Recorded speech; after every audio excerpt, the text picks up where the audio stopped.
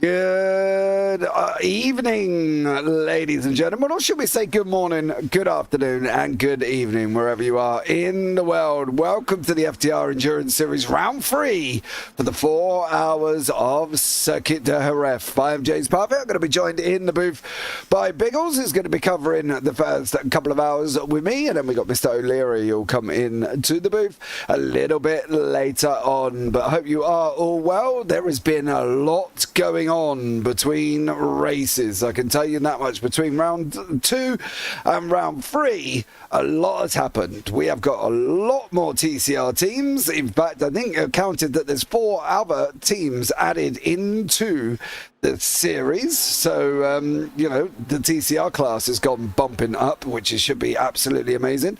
Let's bring you up to date with the standings, and we'll start off at the TCR's Sim Racing Grid of Phoenix, which is now actually Phantom, have got 50 points. So we've got Huge S Yellow on 27 with Fun Wheel Drive on 22, Huge S Blue on 21, and Scudiera Granch on 18, Goya Autosport on 15, the Apex is Lava Tail Racing is on 12, and then Vermilion Motorsports is on 0. The Apex is Lava team have split into 3 teams, so we'll bring you that after this race. Top 3 Racing Team speak out in front of 43 with WBM on 30 and the GT4s.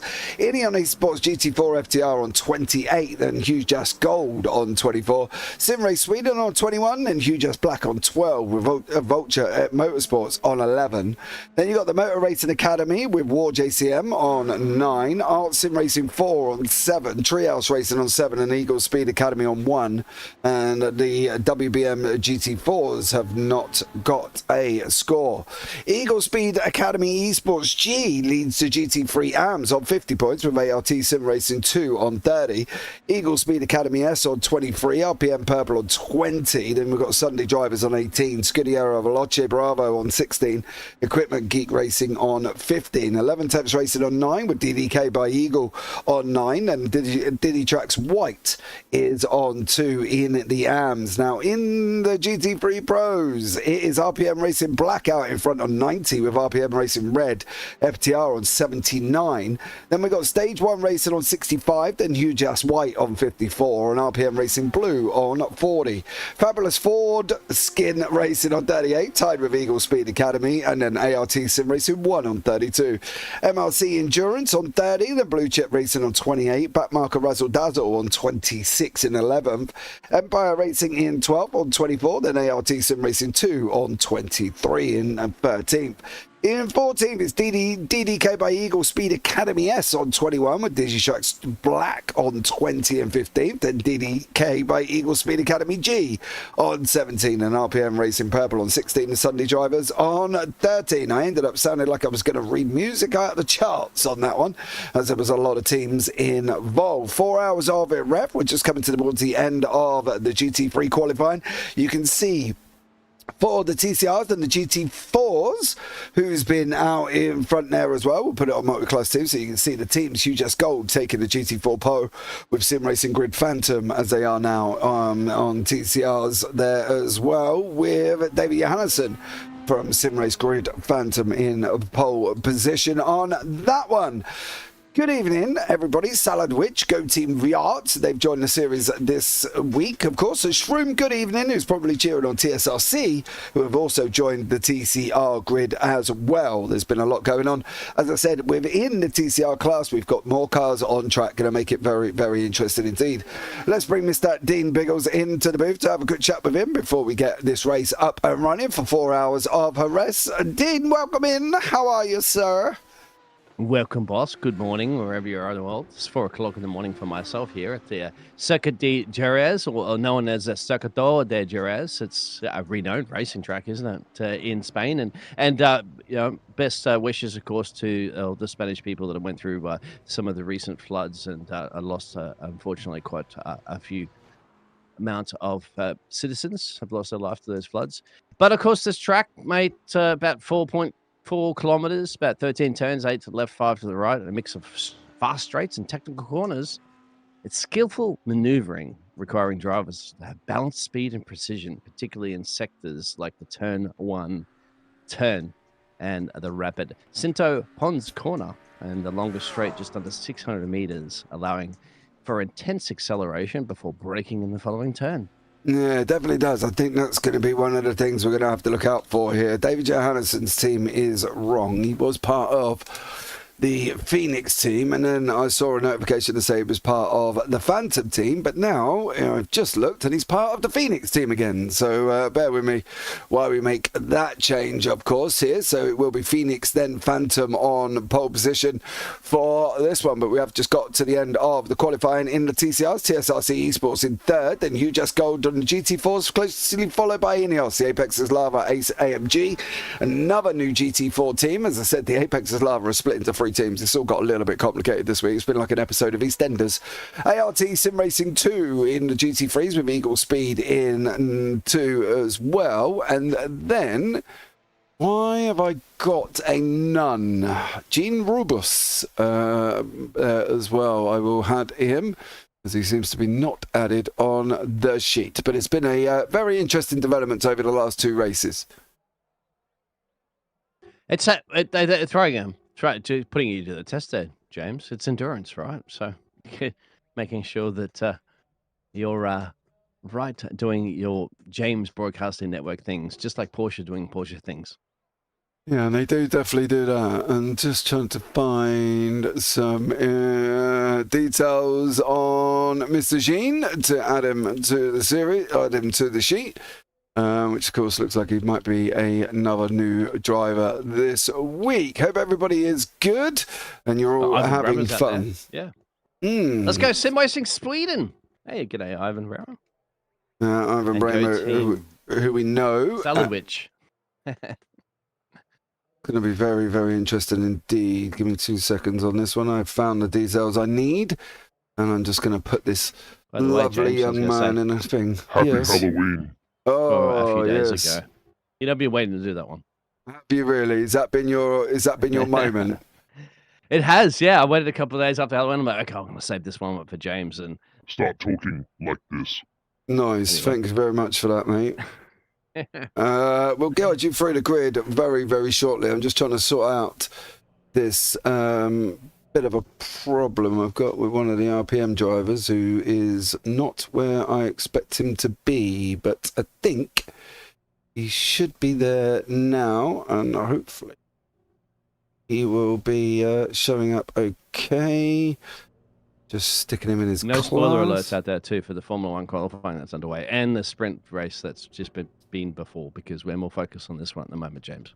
Yeah, and I have no idea what's gone on, so please don't do that. Right, let's bring you up the grid here as well to show you what is going on. Charlie Nelson on pole position in first, then Richard Corfor in second, Kevin Daniels in third, then Yeshel Yunus in fourth, Francisco Borronevo in fifth, and Rutger Herbosch in sixth for the ART Sim Racing. Chris Van Gogh in seventh, then Justin Nair in eighth, then you've got Gene Rubos in ninth, and then Jack Wyburn in 10th. Gilles Philippertz in 11th, and Carl Mundell is sitting in 12th place. Moving on from that one, Alexander Bula in 13th, and Stefan Le Guen in 14th, Alex Marsh King in 15th, Dylan Renz de la Velaga in 16th, Cecil Yagizagulu in 17th, Glenn Grondales in 18th, and Ivan van der Linden in 19th, Chase Brown in 20th, Chris Sofer in 21st, and Kevin Deckers in 22nd. Then into the GT4s, Alex Klenik in 23rd, and Euro Carrera in 24th. We are just getting the pace lap. Evan Krautfeld in 25th, then Cass Brinkenhausen in 26th, Darren Barraclough in 27th, Justin Delano in 28th, then Tim De Hoyt in 29th, Garrett Lear in 30th, Morgan Smith 31st, Julian Carissis in 32nd, then Shane Cameron in 33rd, and Miles Owens in 34th.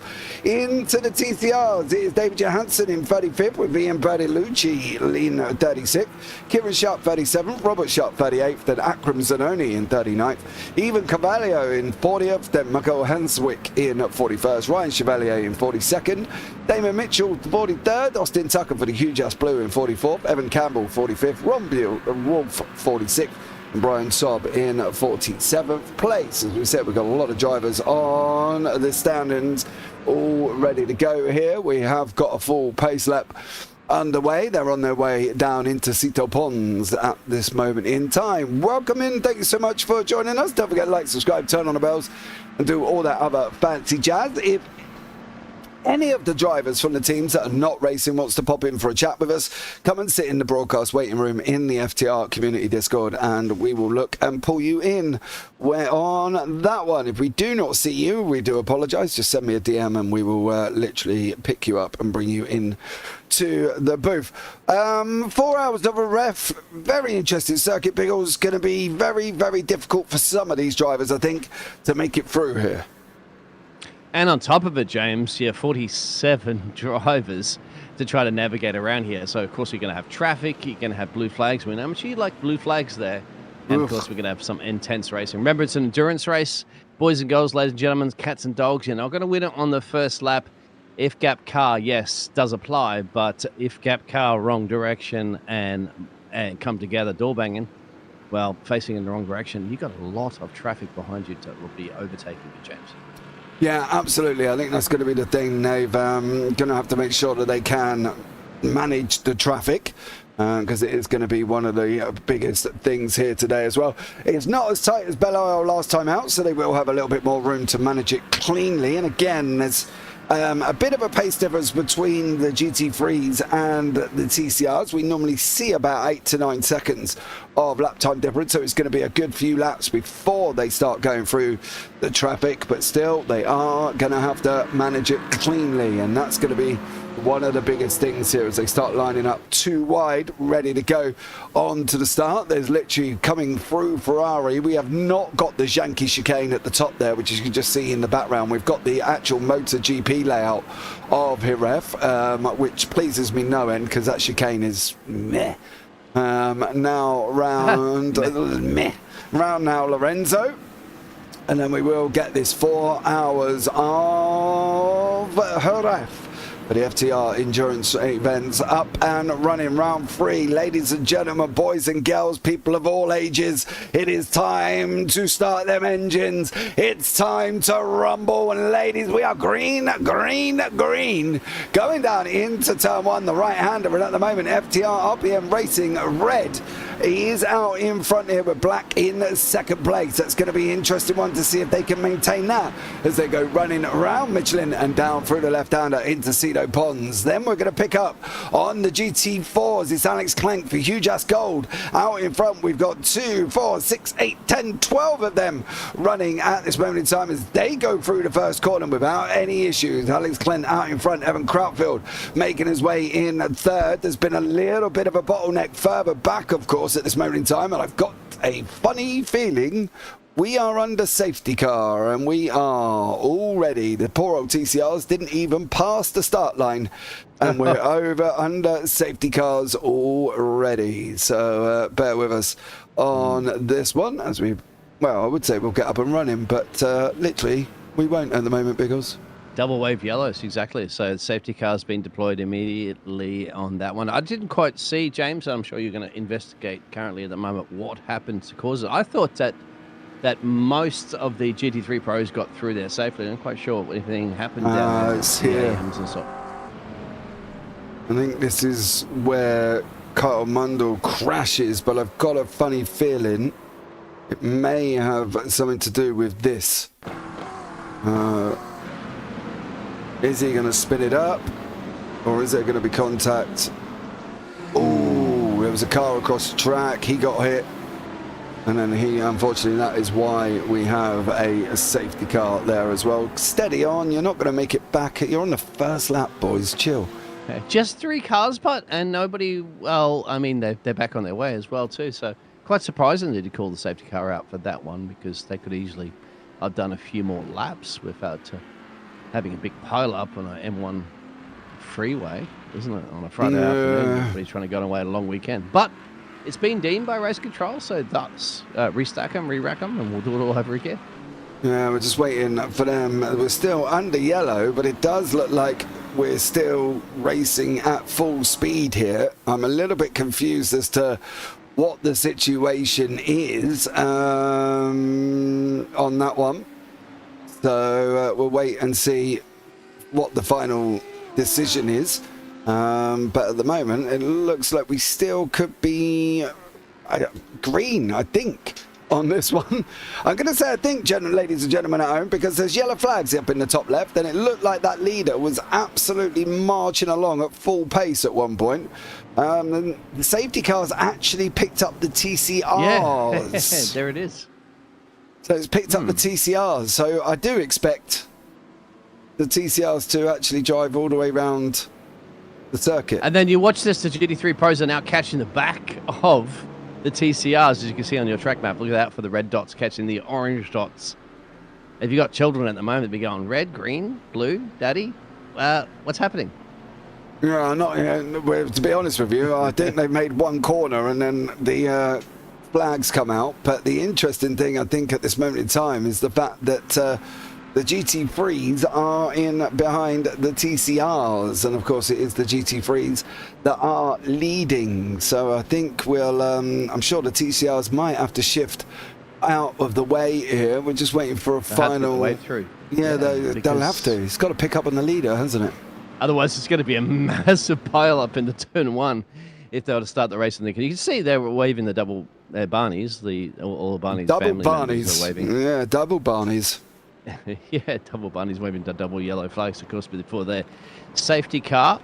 Thank you, everybody, for tuning in. It's been an interesting, I mean, we're just getting started in an endurance race, aren't we, James? About 5 minutes into this one, and it's turning into a Michael Massey Formula One situation already. Yeah, we're going to find out. I think the stewards will let us know. The message should pop up on the bottom of the screen there. So they do have access and race control, and we'll be able to get this up and running properly. We're just going to wait and see what has gone on. Unfortunately, there seems to be some error with me typing in stewards chat, so I can't actually type in stewards chat at the moment. So I can't find out. You're not a steward, James. I know, but normally I'm allowed to type in there to find out what's going on, Biggles. I think now you're a broadcaster. You have the god powers. Yeah, I should have god powers. TCRs have gone through. The safety car lights are out. We will be green next time around. A little bit worried that the TCRs are not going to make it to the back of the pack here.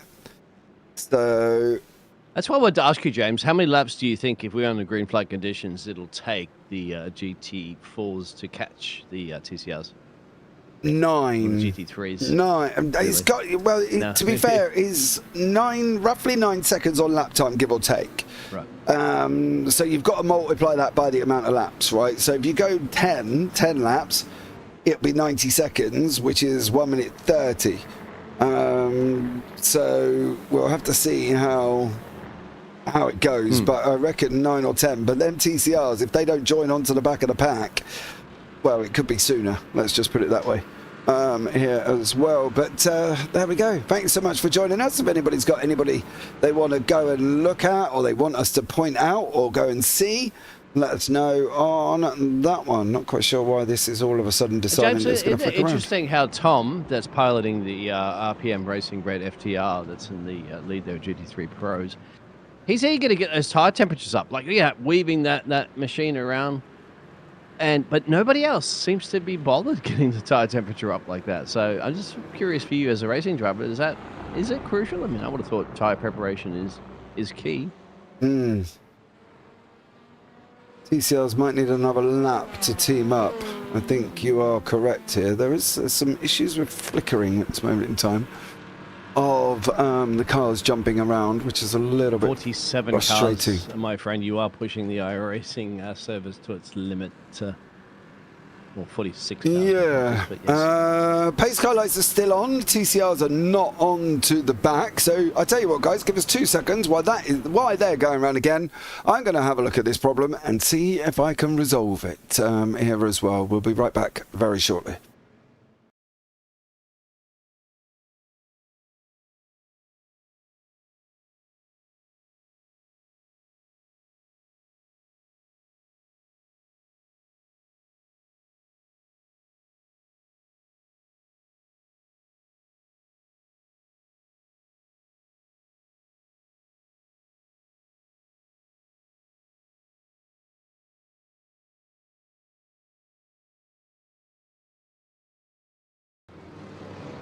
Right, we are back. I've figured out what the problem is, and that is within the time in Softum, so that didn't take too long on that one. So thank you so much for sitting there bearing with us on here as well while we resolve these issues. I do know why that problem was arising, and I have resolved that issue. Hopefully we shouldn't have any more problems with cars disappearing. But 3 hours 50 minutes on the clock, and we are now grouping up, and the TCRs are now on the back. Welcome in, Dad Peoples. All right, sunshine. Who's in your car to start off with today then? Who we got in the car? Miles Owens. Go on, Miles. See how you get on, buddy. Let's see what goes on with the Sim Race Sweden. There's been a little bit of chaos at the back here. There's a few people that are getting this a little bit slightly wrong. Please maintain your speed. That would be absolutely amazing. But the guards at the front are there as well. This is going to be an interesting one. What do we think is going to go on here? Because obviously we've got this restart now. We've got everybody back in the pack. Surely they're not separated like they are at the start. So surely this could happen again, couldn't it? Well, that's why you re-rack and restack them, and they say safety cars breed safety cars. So yes, very much possible, James. Very much possible. Dan would know out there. Hello, Dan. Yeah, I think it's going to be. Yeah, I think it's going to be interesting to see. It'll be interesting to see what goes on here, because I've got a funny feeling they are. They could end up all coming together. Dan Peebles, I'd love an interview because I love my. Well, this is true.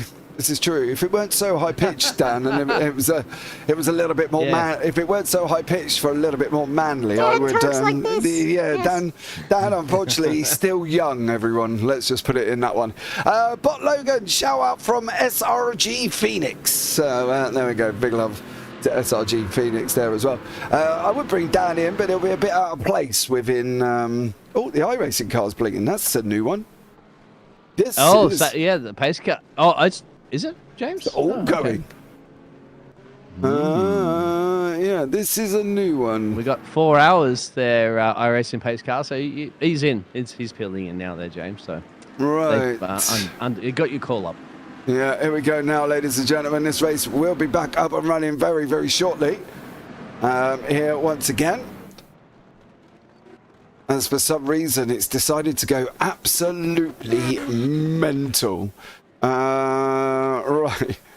I got a funny feeling. I know what this is, Biggles, and it might have something to do with the issue you were having at the beginning. Oh, I've had it earlier. There we go. Anyway. That's the problem, ladies and gentlemen. Oh, wow, there's a bug. I haven't seen it in a long time. No, sir, I can tell you what that bug is. Unfortunately, the timing software we have has been having some issues. And let's just put it this way. It's had more. But Tom Chiachero out in front for the FTR Red and Richard Corford for FTR Black in second place. Alex Klenk leads the GT4s here at this moment in time, closely followed by the TCRs, which are not so far back, with David Johansson on that one. Go Bertolucci. Bertolucci, I believe that's senior, isn't it, in the car who come in last time out here as well. I have resolved that issue, and hopefully it will be all sorted now, Biggles. But at the moment, the RPM FTR Racing Red out in front. It does look like there's been a little bit of a trouble further back here between Evan, who has had a bit of an issue in the TCRs. It's going to be contact, unfortunately, for these guys. Is he going to go through round for the Yard team? He is, and then that is also somebody else gone shooting off, and that's Michael Hanswick has also gone shooting off their Biggles as well. So problems down in the TCRs, but no such problems for the GT3s at the moment. Yeah, into the kitty litter, and unfortunately, but as you said, early days, so only a couple of drivers having some issues after that early caution. So let's get properly underway, get a couple of laps under your belt there, and get the tyre temperatures in, and start sizing up your opponents for some overtakes. Yeah, definitely, and that would be the best way forward for these guys on that. And then Jack Wyburn from MRC is also there in the Audi on that one, with Rutger Herbosch in front in the Porsche for the ART Sim Racing team there once again. So lots still taking shape here down in the GT4s. We've got a nice little battle with ART Sim Racing 4 and Talk Freak Racing still battling around nicely here again. So great action taking place here all the way through the field already, as we're only literally 3 hours 47 minutes to go on that one. Yeah, only. Yeah, it's just a walk in the park, isn't it? Around here in Jerez. Biggest movers, biggest gainers. Not a great deal, you would have to say. Some of the drivers have made up 5 or so, 3 positions, 2 positions. Not too much there in the GT3 Pro class. You've got the Dutch driver there of Janos that's gained 1 place, currently in P3. But once again, it's an endurance race, and of course, it's more about those pit stops. So when and where, James, they will be occurring. Yeah, I'm sure they will be occurring, and I'm sure they will be able to go for quite a while before what time we do see the pit stops there on that one. But we will keep an eye out. Thank you so much for everybody that has joined us. Action so far. GT3's getting a little bit more spread out, but Justin Delano from Vulture Motorsports in that Porsche GT4 is being chased by Eagle Speed Academy and Kaz Brinkenhausen in the Mercedes, who he is in front of and chasing down here as well. More action down in the GT4s than the TCRs, as the GT3s are getting a little bit more spread out here, Biggles. And I think that's the thing earlier on. You really would have been, you kind of wanted, it's the start of a Grand Prix, isn't it? The first 10 laps, you're fighting for position, you're going for it, you want to get moving up through the field, and then the middle 2 hours, from hour 1 to hour 3, it's consolidating, saving fuel, making sure you're hitting your targets, and then hour 4, the last hour, it's just all out, bat out of hell racing. And in endurance too, James, it's very, very important on those first initial hour or so that you don't make any crucial mistake. Keep it on the track there. Even if you are, as you're going to see a nice battle brewing on your screens right now. And that's for the 258 and the 269. But yeah, more important is just keep it on the track there. You know, don't get into a spin. Don't do anything too silly, because it'll take you a long time to try to make that back. Even if you're the fastest car on the track, James, still, it's a lot to make up. So, you know, lose time if you have to. bite your tongue and wait to get some overtaking opportunities when you require. And that way you'll be at the very end battling out for potentially a podium or a race win. Yeah, Rutger Herbosch for the GT3 AMS leading the way, sitting in 6th overall. He's got a couple of cars in between him and Gene Robos from RPM Racing Purple. FTR sitting in 2nd in the AMS at the moment. Alexander Bueller and Alex Marsh King from Fabulous Ford Skin Racing, sitting in 9th in class, 11th overall. We can bring you up a bit and show you where the gainers and losers are here. And as you can see, there's been a couple of people that have been up and down the order on that one. You can see at the moment, stage 1 up 6 places. Fabulous Ford on 4, Huge Ash 3, MRC are the biggest on 3rd movers on that one. So hopefully for these guys, they should be all good and all up and running without any problems. That is roughly the gap we've got between cars at this moment in time. We have lost Simil Yagazuglu, who I don't believe actually took the start here. We've had a couple of people in the pits. Kyle Mundo has been in the pits but is still running. The Apex's Lava Tail Racing Civic team are in the pits, and then Chris Van Gouch from the Eagle Speed Academy is also 2 laps down after him being involved in that incident as well. So people in the pits already here, Biggles. It's going to throw people off all over the place. Pit stop strategies could be interesting.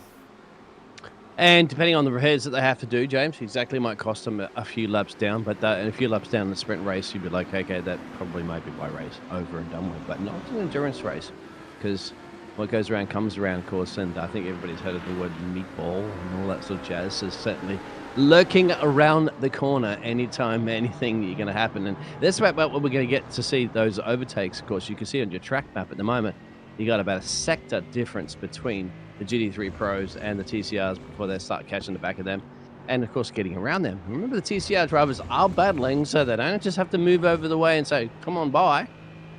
You've got to find your way around as a GT3 Pro driver and the other classes. Yeah, I think that's going to be the important thing as well, as we've got this battle in the GT4s here currently at this moment in time. This is Shane Cameron for Huge Ass Black. That's WM White and WBM Racing with Treehouse Racing and Garrett Lair and Tim De Hoyt, who is the main coik in the bottle. Why are you going down the order, Mr. Kevin Daniels? And that is because that Porsche has had a problem. And unfortunately for Kevin, it looks like he may have given himself a little bit of a problem. Or was there a tap from that McLaren? He's moved once. You're going to make contact. You are. You're going to end up coming across his nose. There we go. Call me missed it. Meg Biggles, we've seen that hundreds of times before.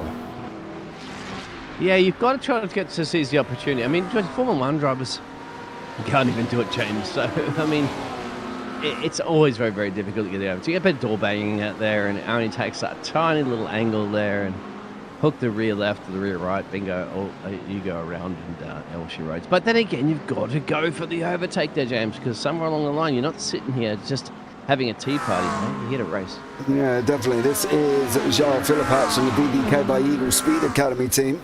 He is fighting out with Chase Brown. There's been Francisco Baronevo has unfortunately had an issue and is sat in the side there. Richard Corfor is now right up behind for RPM Racing Black with the RPM Racing Red. Be interesting to see what happened to Francisco there, because clearly there was more of a problem than we know. Was this all on his own? That's going to be the question. It looks like it could have been all on his own for Baronevo, and it was. Oh, dearie me. Francisco, and he's gone around all on his own. What are we thinking about here, Biggles? You know, we're on an endurance. We're not very far in. We're 20 minutes into 4 hours. What are these drivers thinking about at this moment in time? Keeping on the track, avoiding collisions. That's your number one priority. Hopefully that's the number one priority. And then probably you're going to get another 10, 15 minutes into this one, you start thinking about pit stop strategies. You start getting an idea of what I'm burning for the fuel load and what we possibly could do as a team as well too, for spotters and so forth, to strategize. Can I stretch an extra couple of laps here on fuel? What are the other drivers and teams doing around me? And I could then adjust my strategy. And then towards the end of the endurance race, are we going to literally save a whole pit stop? We have to box one lap less time to somebody else. It's going to save yourself a hell of a time. I'm not quite sure what the pit stop times are around here specifically, James, because I haven't really seen anybody come in and out for a splash and dash or whatever. But a minute, at least you save yourself a minute, I'd say, which is a hell of a time in a motor race. Yeah, it definitely is, but I think I'm just a little bit worried here as well. Now, this is where it's going to get very, very interesting.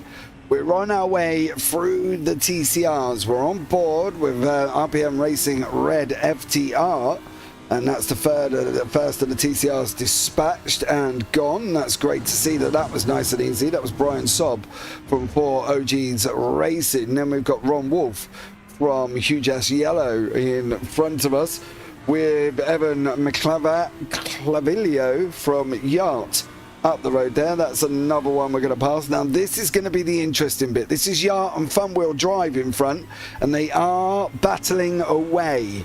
So we'll see here how this is going to be managed from this GT3. Round the double right-hander we go. Is he going to be able to maintain this without any problems? You can't hesitate, because I think if you hesitate, you're going to have another GT3 in Richard Corford from RPM Racing Black tucked in right behind them there, Biggles, and this is the problem they're going to get, isn't it? Now with traffic, TTRs are fighting. Where are these guys going to go? And we've got another yellow flag. Yep, there's definitely another yellow flag. Somebody else went around too. I think that was Glenn that had crashed and come off the track there. I'm not sure specifically where it is, James, but well, there he is. Traffic. Oh, it's a Porsche. Oh, and that's in the middle of the racetrack. That's lost the rear fender as well too. But thankfully they turned around. There's been a little bit of a gap that allowed them to get off that racing line. And but we got a safety car back out again, James? Yeah, safety car's out. Flags. Yeah, safety car's out. I think this was Kevin Daniels. Did he get... Oh, he got knocked round from the BMW. Oh, that's going to be an interesting one as we're back up under safety car again here. So, well, there you go. Unfortunately, it's safety car city here. 2 in a row, Mr. Biggles, and we're only on lap 12. Yes, it's very early. It's like a little reminder to behave yourselves, gentlemen. It's an endurance race. We have a lot of time to go and a short time to get there. A lot of time to go, a short time to get there. No, there is 4 hours to get there, James. But at this rate, I'm going to have the safety car drivers are going to do more laps than the drivers themselves. Yeah. I'm just trying to see. He still doesn't crash in the pit lane like Dan did, but we won't go there, will we?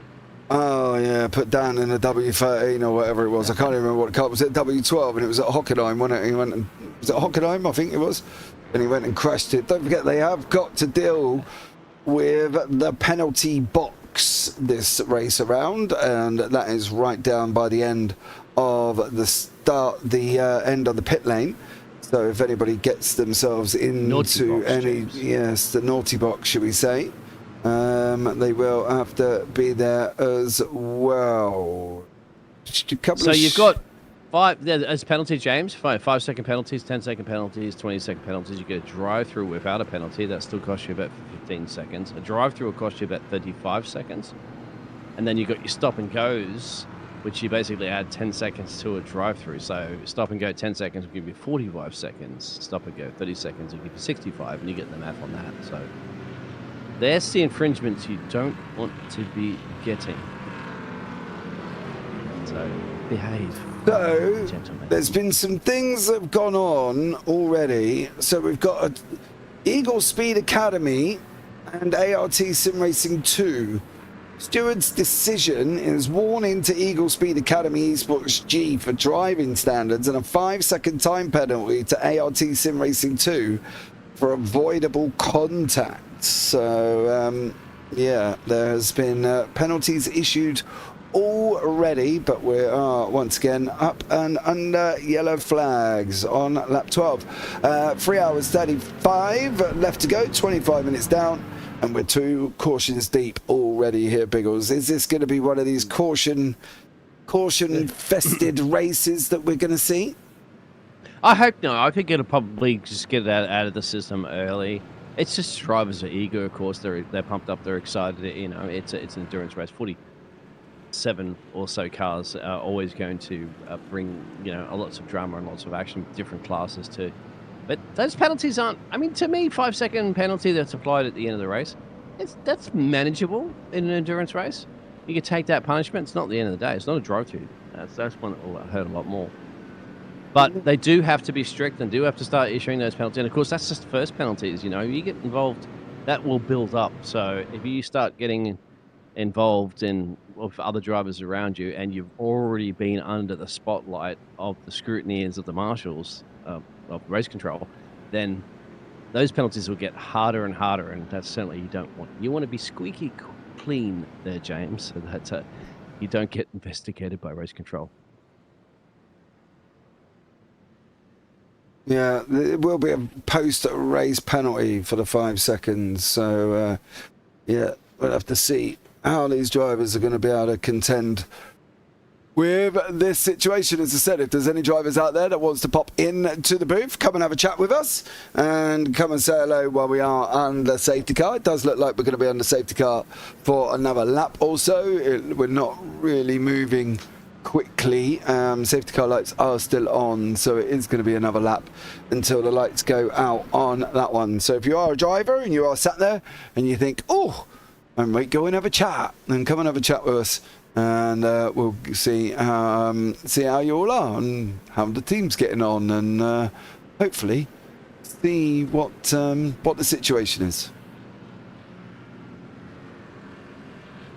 Of course, give a chat out there on the YouTube channel, and also give us a thumbs up. And James, 2.37k. I felt like just yesterday it was 1k when we cracked that milestone when you were in Spain, right here, probably not too far away from the track actually. When you cracked the 1k milestone, I think you were just returning from your holiday in Spain a year later when you cracked the 2k milestone for the JP Broadcasting YouTube channel. Now we're about halfway to that 3k, so it's exponential, my friend, for the group. So make sure you get that thumbs up there and show the massive support. James works his buttocks off, trust me. I don't know. How many broadcasts do you do a week, James? Now? 12 to 13 for me, but wow. But YouTube channel goes out probably around about 15. Obviously, I can't be in two places at the same time. For sure, because you practically are. But yeah, fair enough. Yeah, well, let's just hope that I, you know what I mean? I can't magically do it. There are times, though, if you are on the JPB YouTube channel and you see two broadcasts running and I'm on both of them, it's because we've pre-recorded one earlier on in the day.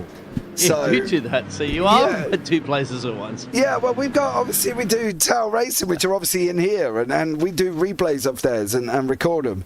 So there are a couple of times, I think it's on a Wednesday or a Thursday, when I'm broadcasting on one, and then this other one's going out, and then it makes it look like I'm in two at the same time, you see?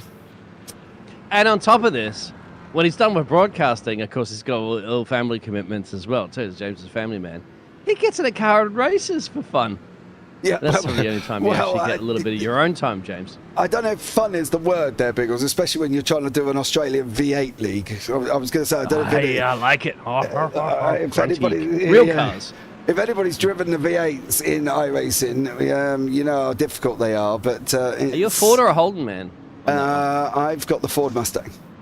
Right, okay. It'll break down all the time, so good luck in that one. Mate, you're talking about that. Talking about that, I blew an engine the other day. Oh, there, see? That's Ford's. Ford's doing Ford things, mate. Breaking down. I know I'm going to get murdered by Ford fans out there, but, you know, Holdens are a little bit more reliable than that. Literally... Even in the racing sim. Dude, I did the same thing for the first 20-minute race. It was fine. Go into the 40-minute race, under safety car, pitted, had loads of fuel to get to the end, saved fuel like an absolute trooper, and then I went into the same corner I've taken for the last 10 laps at exactly the same speed, shifted down, bang, the Ford engine blew, left me with no power. And because I forgot to uncheck my first repair on the first pit stop, it used it, and of course, by the time, I don't know if you've ever blown an engine on iRacing, you will know the repair time is about 45 minutes, and well, when you're in a 40-minute race and you've got 45-minute repair time, there's not much point. I'll tell you what, James. I reckon, you give me a winch up there, I reckon I could actually, in real life, change the engine out quicker than 45 minutes. Well, I bet you I could. But, right. Myself, let's say 2 or 3 mechanics with me, bang, we slap it up on a winch, yep. Just crank it, just undo the engine bolts, undo everything else. Lift the puppy up there, slap the new one in there, bolt it all back up. Done. All right, mate. In 15 to 20 minutes, mate. There you go. All right, bud. As you can see, some of the TCRs going around getting a lap start. This is Brian Sobb from 40GS, who is just over taking the field there. I wonder if Chris Van Gut is going to get his one. James is so good at his job, he can do 2 broadcasts at the same. I know. I use OBS and I use Streamlabs OBS, both running the same by side. Good job I've got my super duper internet. Sorts the problem out, eh? Isn't it? You know what I mean? Doesn't crash in the pit road too. Well, yeah, I didn't even make. Yeah, Dan, I didn't crash. His in the car pit just road. Blows up. Yeah, my car crash just goes bang. This is the joys of taking a Ford. You see, Biggles, it just goes kapoof. So there we go. I'll give over. Yeah, how about Bathurst, mate? If you managed to conquer the mountain, then you're Oh, dude, that's easy. No, we ain't gone there yet. Easy. Ha, right. Not many drivers have conquered the mountain and survived to actually wear a T-shirt that says, I've beaten the mountain. Dude, I don't even know. It's usually the mountain beats me.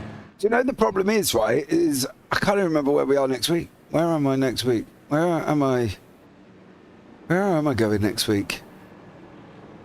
Where was I last week? I was at Aragon. I'm going Twin Ring Matigi East Circuit next week, apparently in the V8, so that should be fun on that. My God, the fact you guys still remember that one. Dude, we're old, but we ain't lost our memory. We ain't senile. You know what I mean? At the end of the day. Especially when it involves Dan as well. So that'll always, yeah. You know what I mean? Don't forget, it was both of us on the broadcast at the moment you crashed, Dan. Don't forget that, mate.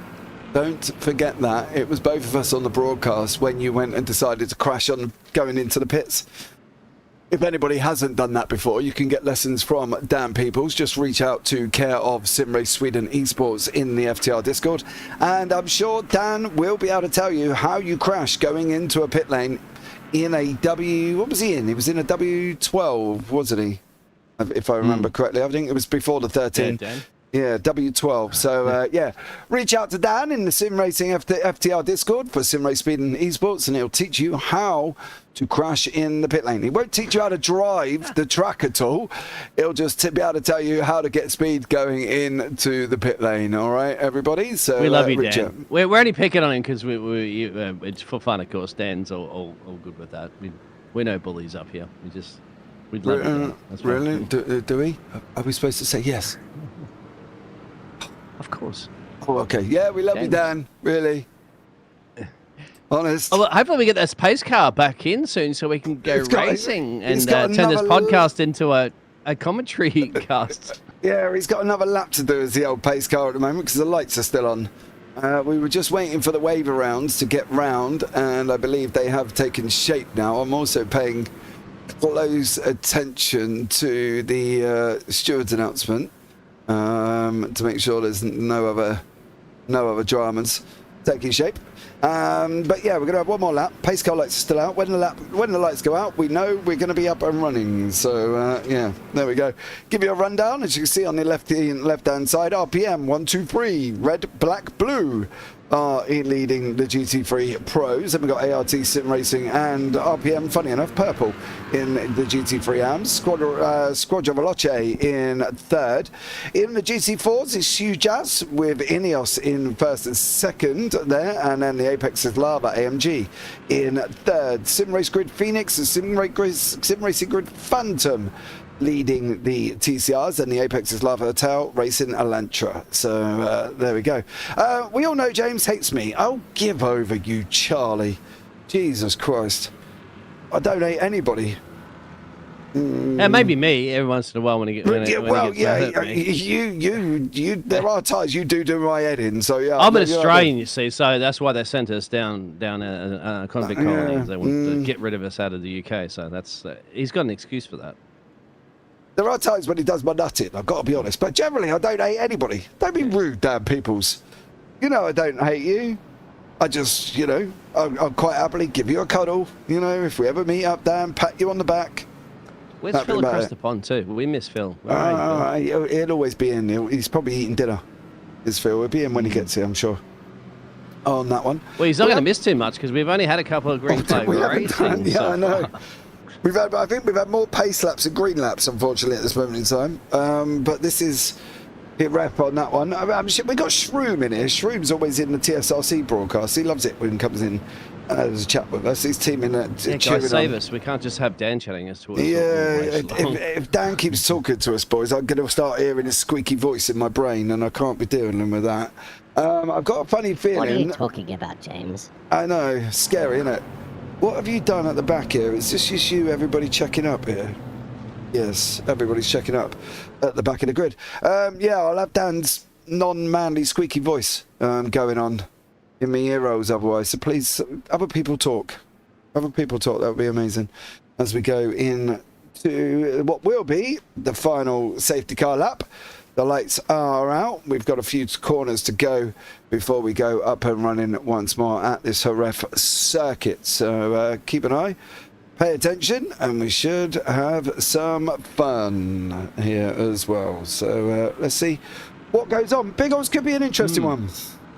I wonder if Tom, that's leading this race at the moment in class, that's right behind the pace car that you can see in the pictures, he must have gone through at least about 10 laps worth of tyres more by warming him up. I mean, he's the only one, as I said, that's been warming up his tyres. You can see currently at the moment P3 starting to warm up tyres, but even under the pace car conditions, he must be chewing through them on the inside and the outside apron of those tyres. We'll check his PSI later on too and see if he's running the standards.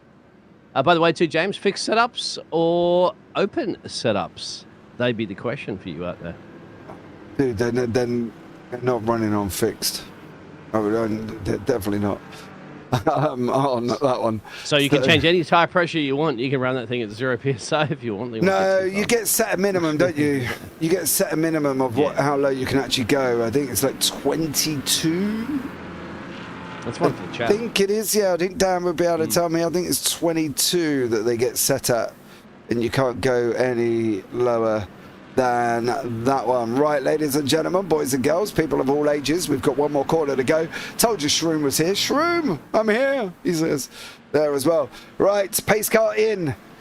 How many laps are we going to get? Let's have your predictions in YouTube chat. But it is RPM Racing Red, FTR out in front with RPM Racing Blue, FTR in black in second, then blue in third, then ART Sim Racing 2. Ladies and gentlemen, we're up and running. We are green on lap 17, and it is Red who takes the whole shot again. Black in there as well, blue in there with ART Sim Racing 2 behind, with MRC behind them. And that is the leader of the GT3 AMS. He's just about behind. You've got Wyburn and Nasser having a nice little battle further down. In the GT4s, Clenk from Hughes Gold in second, Evan Krautfield in third, and then Ineos Esports separating them in the TCRs, which are not far off the back of Miles Owens at this moment in time, is David Johansson, Sim Racing Grid Phoenix. So lots of action still taking shape. We'll give it a minute and everybody will settle down and we will show you where everybody is. But at the moment, ART Sim Racing 2 in that Audi having a battle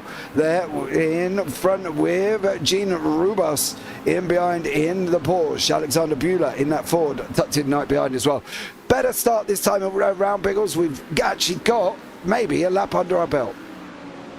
Couple of overtaken opportunities present themselves, but so far everybody's holding off. And yep, exactly. Ivan Bremer out there will be happy to know that the Sweden racing team will be leading course in the TCR class of the Sim Racing Grid Phoenix.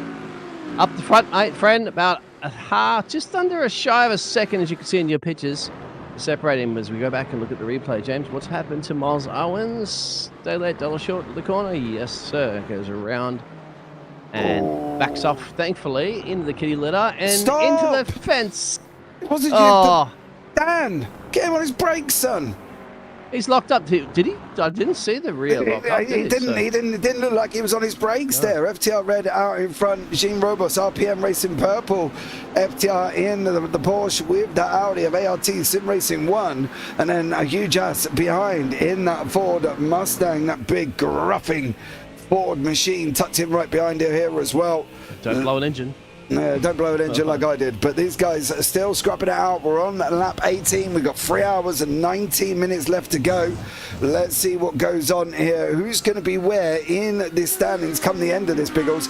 I think it's going to be very interesting indeed, especially with pit stops. Nobody's pit stopped as of yet whatsoever. And I think it could be really interesting to get them started going. Oh, that's a late send, James. That's a 93, isn't it? Up the inside, says, get out of my way. I want the corner. Got the corner, but certainly had to late break it.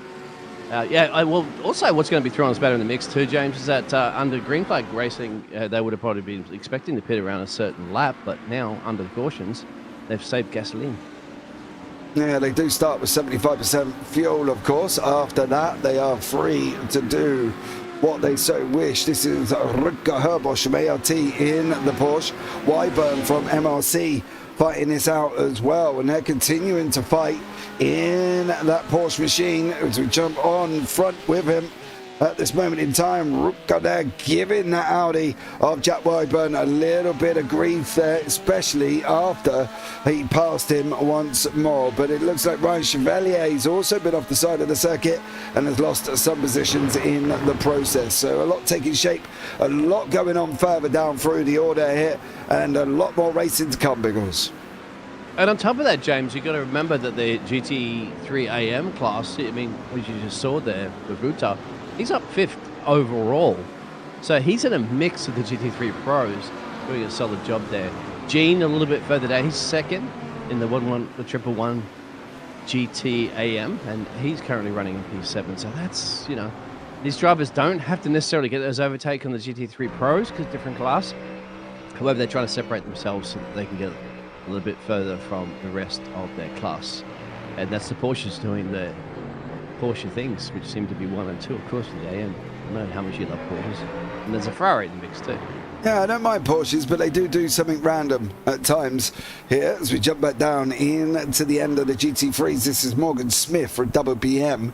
He's got a GT3 right behind him at the moment. I'm wondering, that is not Grondoleur's there in the Corvette.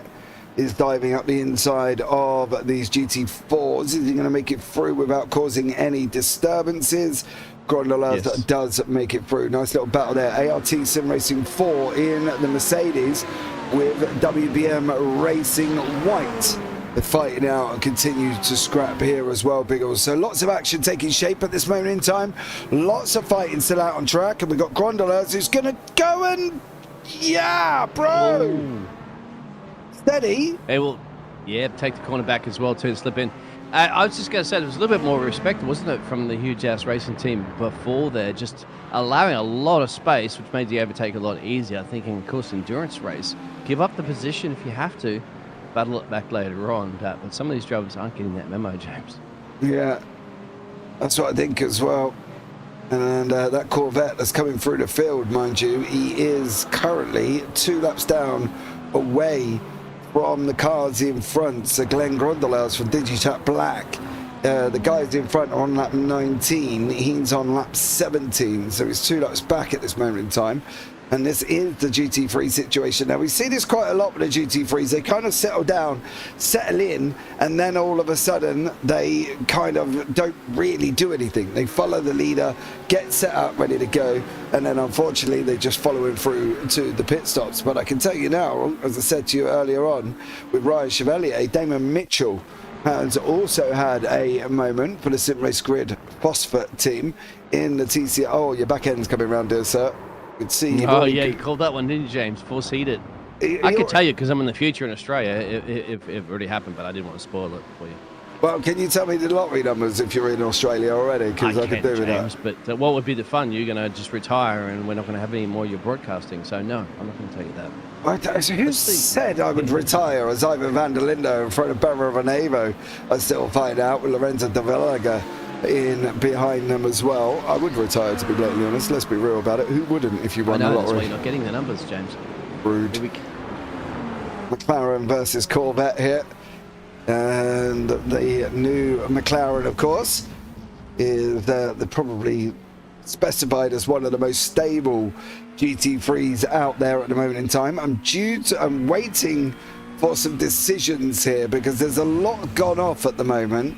Incident between DDK for Eagle Speed and the number 74 of Ineos FTR GT3 is under investigation. Now, I can tell you that unfortunately for Francisco Borronevo, they have got a 10-second time penalty for unnecessary contact, and then there's also 10-second time penalty for Digitrax White there as well, which of course was involved in the incident earlier on between him and DDK by Eagle Speed Academy, and he's got a 10-second time penalty for unnecessary contact.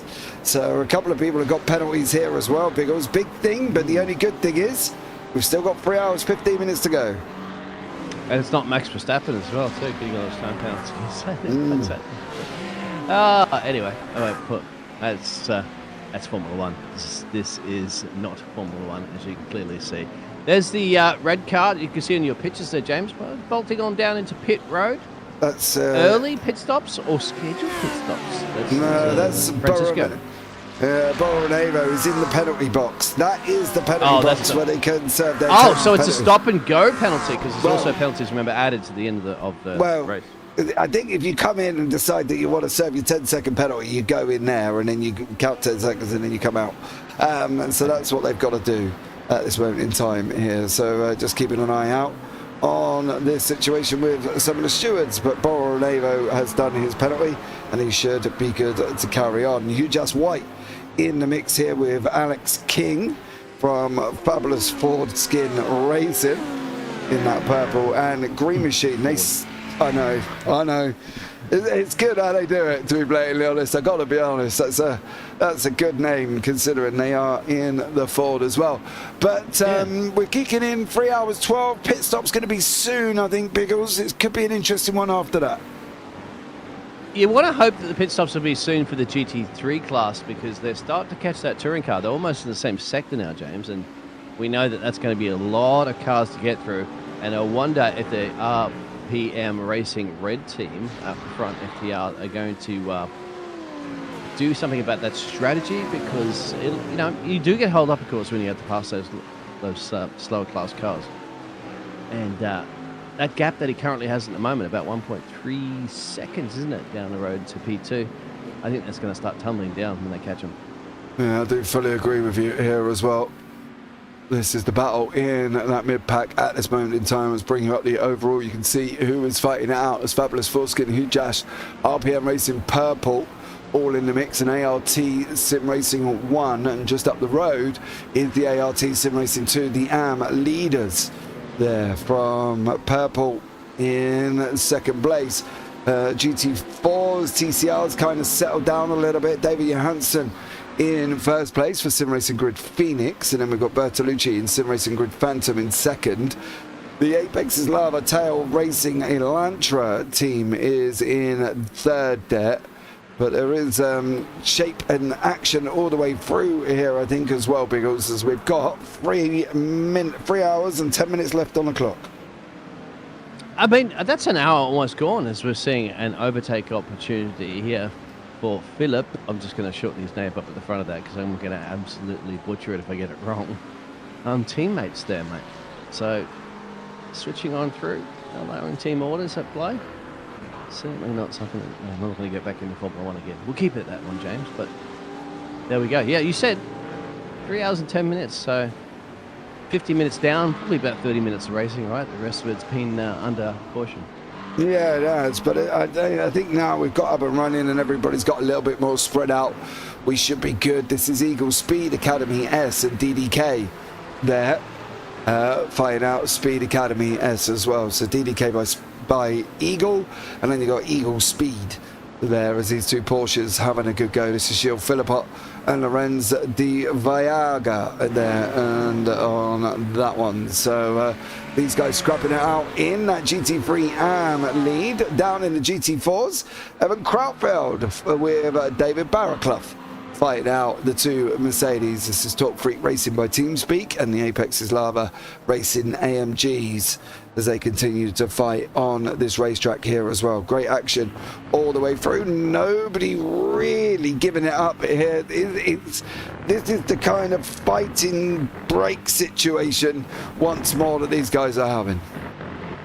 Yeah, so the Apex is Lava, that's the car behind what you're looking at the moment, the rear cam. Looks like somebody got a spray can out there and graffitied on the side of the livery on that one. It looks quite nice, and it's also got the big pink rims on that Mercedes as well. So no throwing headphones, Toto, in the Mercedes garage. If no might, you know. Once again, why am I back in Formula One, James? Let's just forget about that. No more Formula One talk. Let's focus. I'm not the one doing it, mate.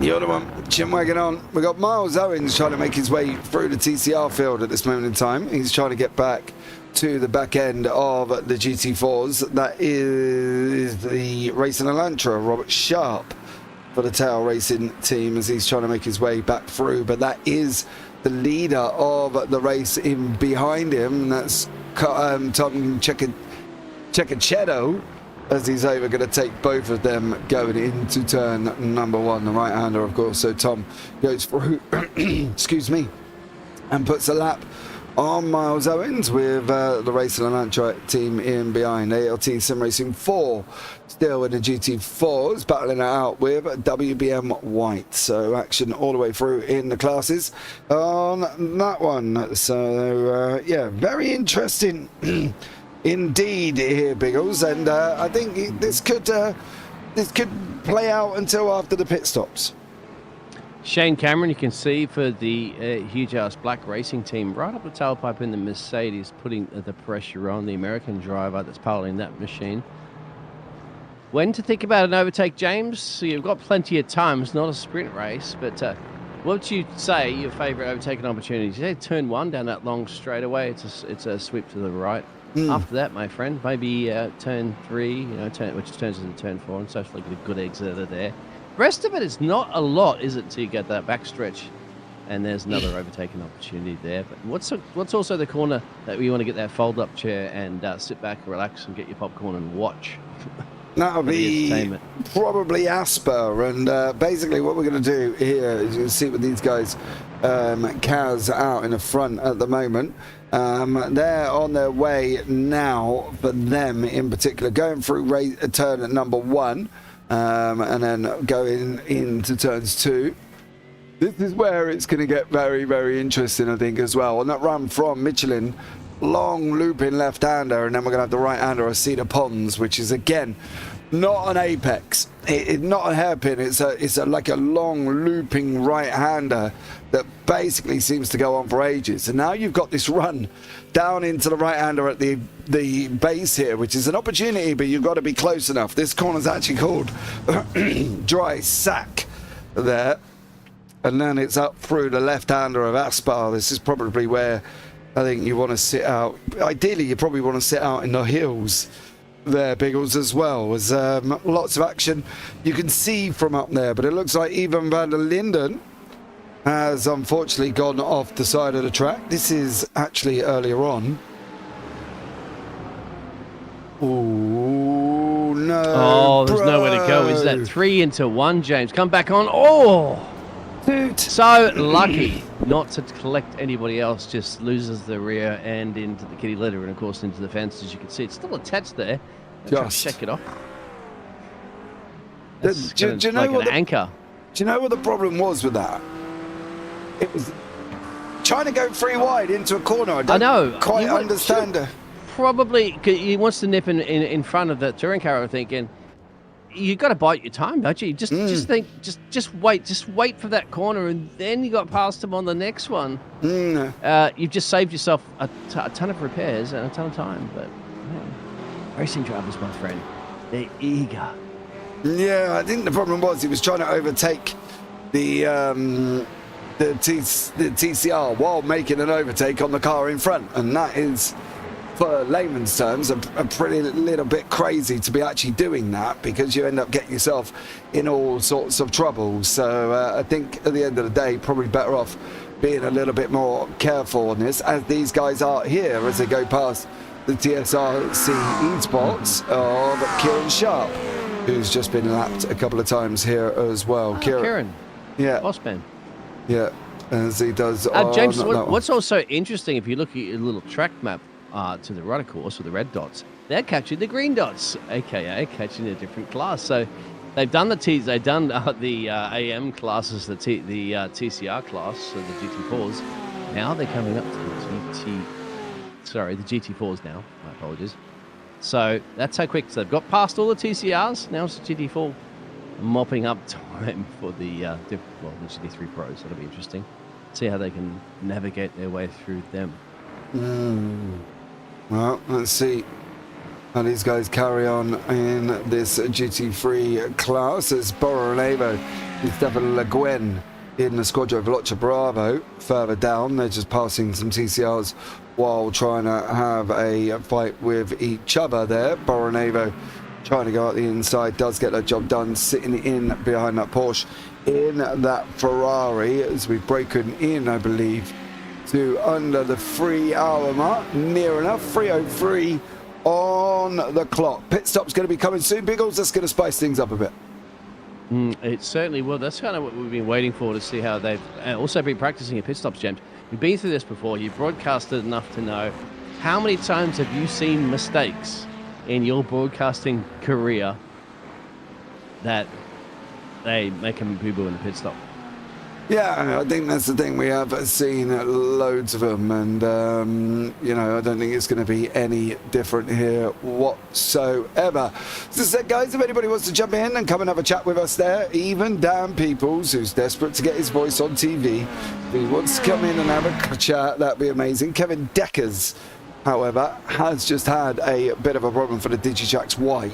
This surely isn't going to be the Porsche sending him round, or is he going on his own? He went on his own, unfortunately, for that BMW, and around he goes. Everybody fairly spread out at the moment. Of course, we had a safety car on lap 2, as there was a collision there, and then a safety car on lap 12 after going for a couple of laps on that one. Tim Dunhall from Eagle battling away with the Porsche of Justin Delano, the Vulture team there as well. So a nice little battle zooming down in the GT4s. Anybody you want to have a look at, let us know. Miles Owens has rejoined the back of the GT4 field, but he's got 24 seconds before he can get close to the next GT4 driver. So they're going to have to pull out some form of miracles, I think, for the boys at Sim Race Sweden with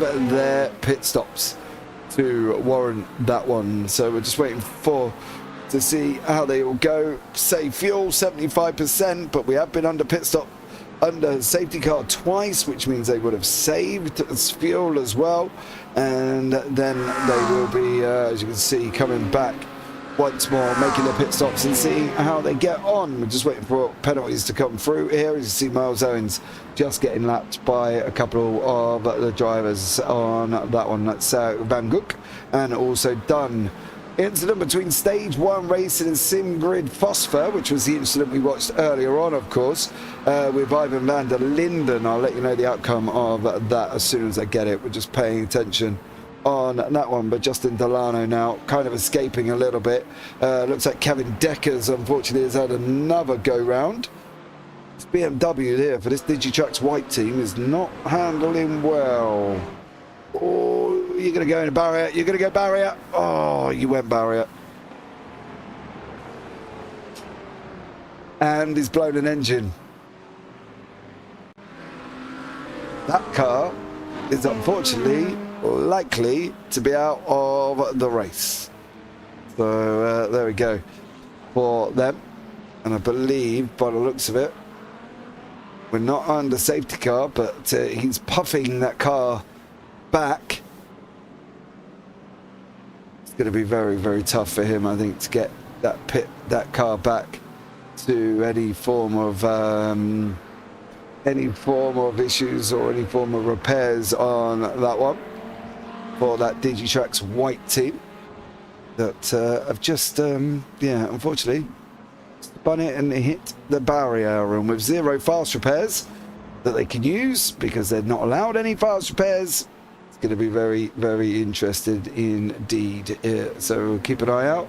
It's going to be a pit lane repair of about 30 to possibly 40, 50 minutes if he can get the car back. If he can't get the car back and it blows up before he gets there, he's now got to go across the track into the pit lane.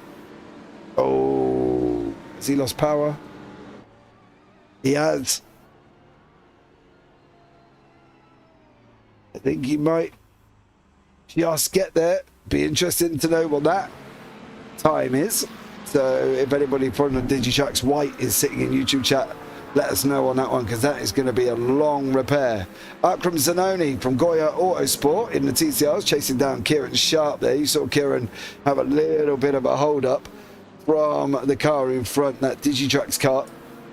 So this is the 2 Honda Civics fighting it out in TCRs. It's going to be very, very interesting indeed. Just waiting for the outcome of that sim racing grid phosphate with the stage 1 racing of Ivan van der Linden before these guys continue to go here as well. Kevin Decker's not had a good time for the Digitrax White and is now going to drop down the order rapidly as they're going into the pit lane. So we'll keep an eye out and see what goes on there and how long their repair is. I will try and make some inquiries and see if I can find out how long that repair is as well. So yeah, keep up. I hope everybody's well and hope you're having a fabulous Saturday night. We're still 2 hours 58 minutes to go here, and a lot more action taking place on that one. Just had a car blow his engine up.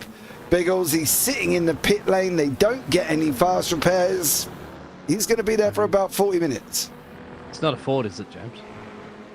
No, that's a BMW. But Logan said a while ago, it's Dodge Def in the lead.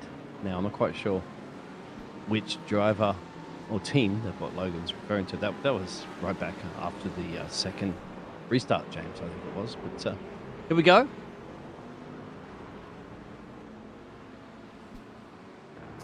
Yeah. 311 decides to elect off and down the main straightaway. Yeah, just going on a little bit of a mission.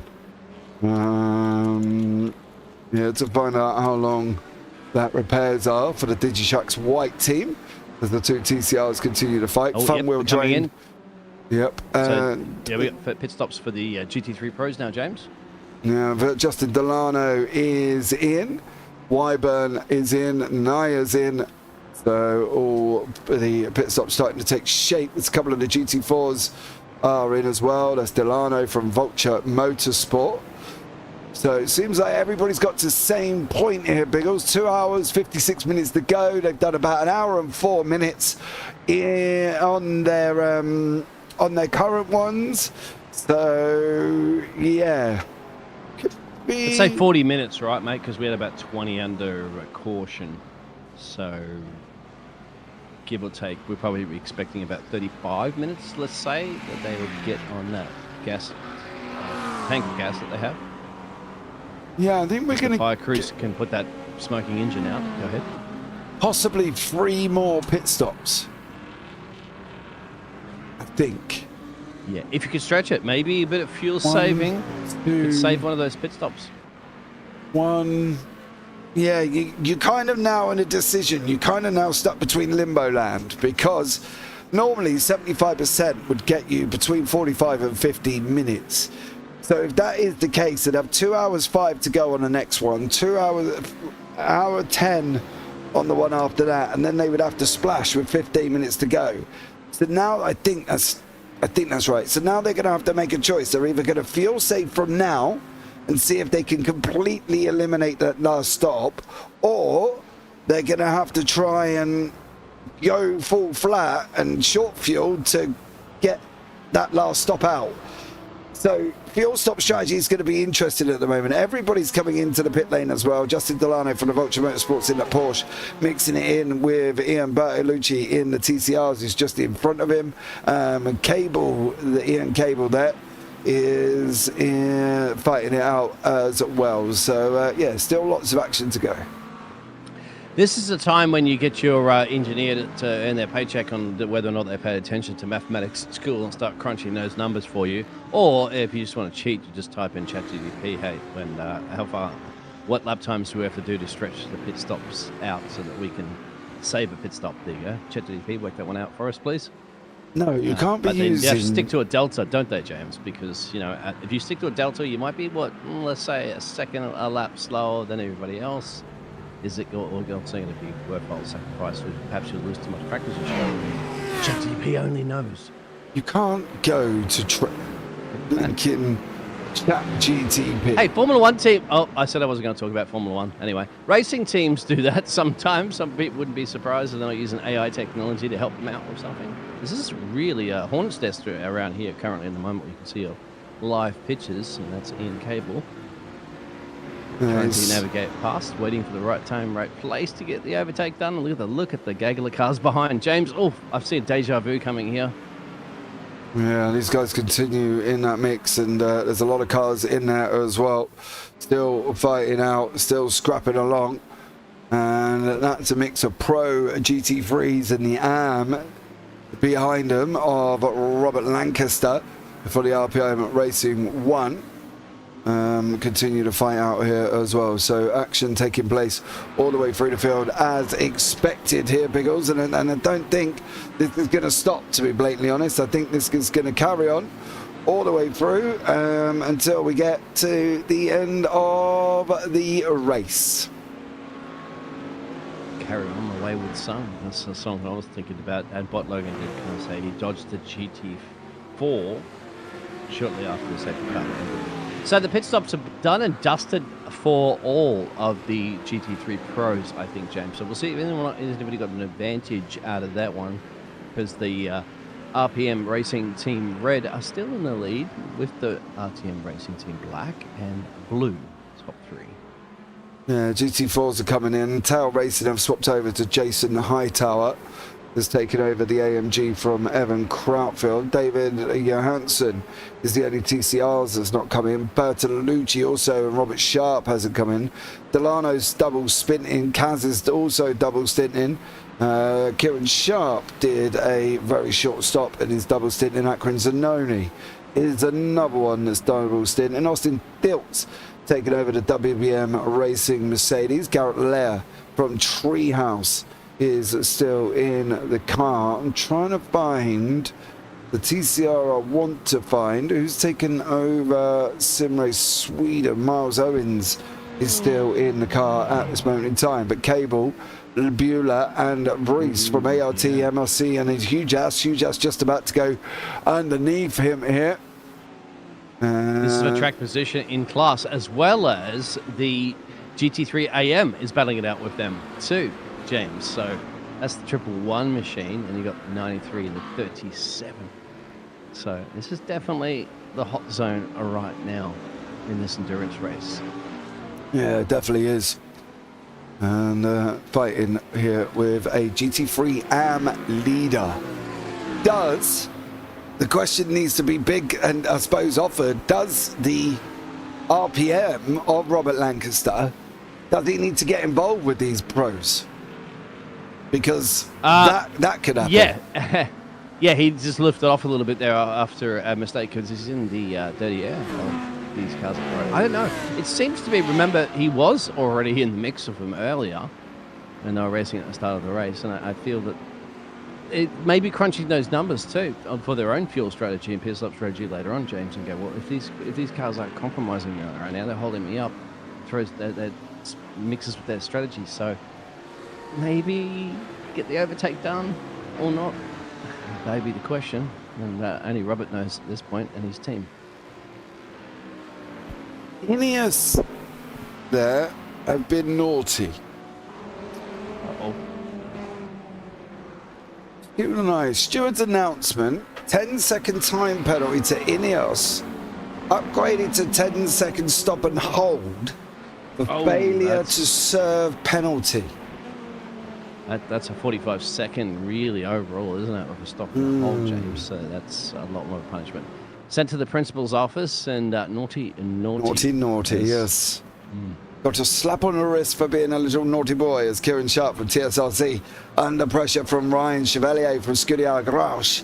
And then in behind that is Akron Zanoni from Goya.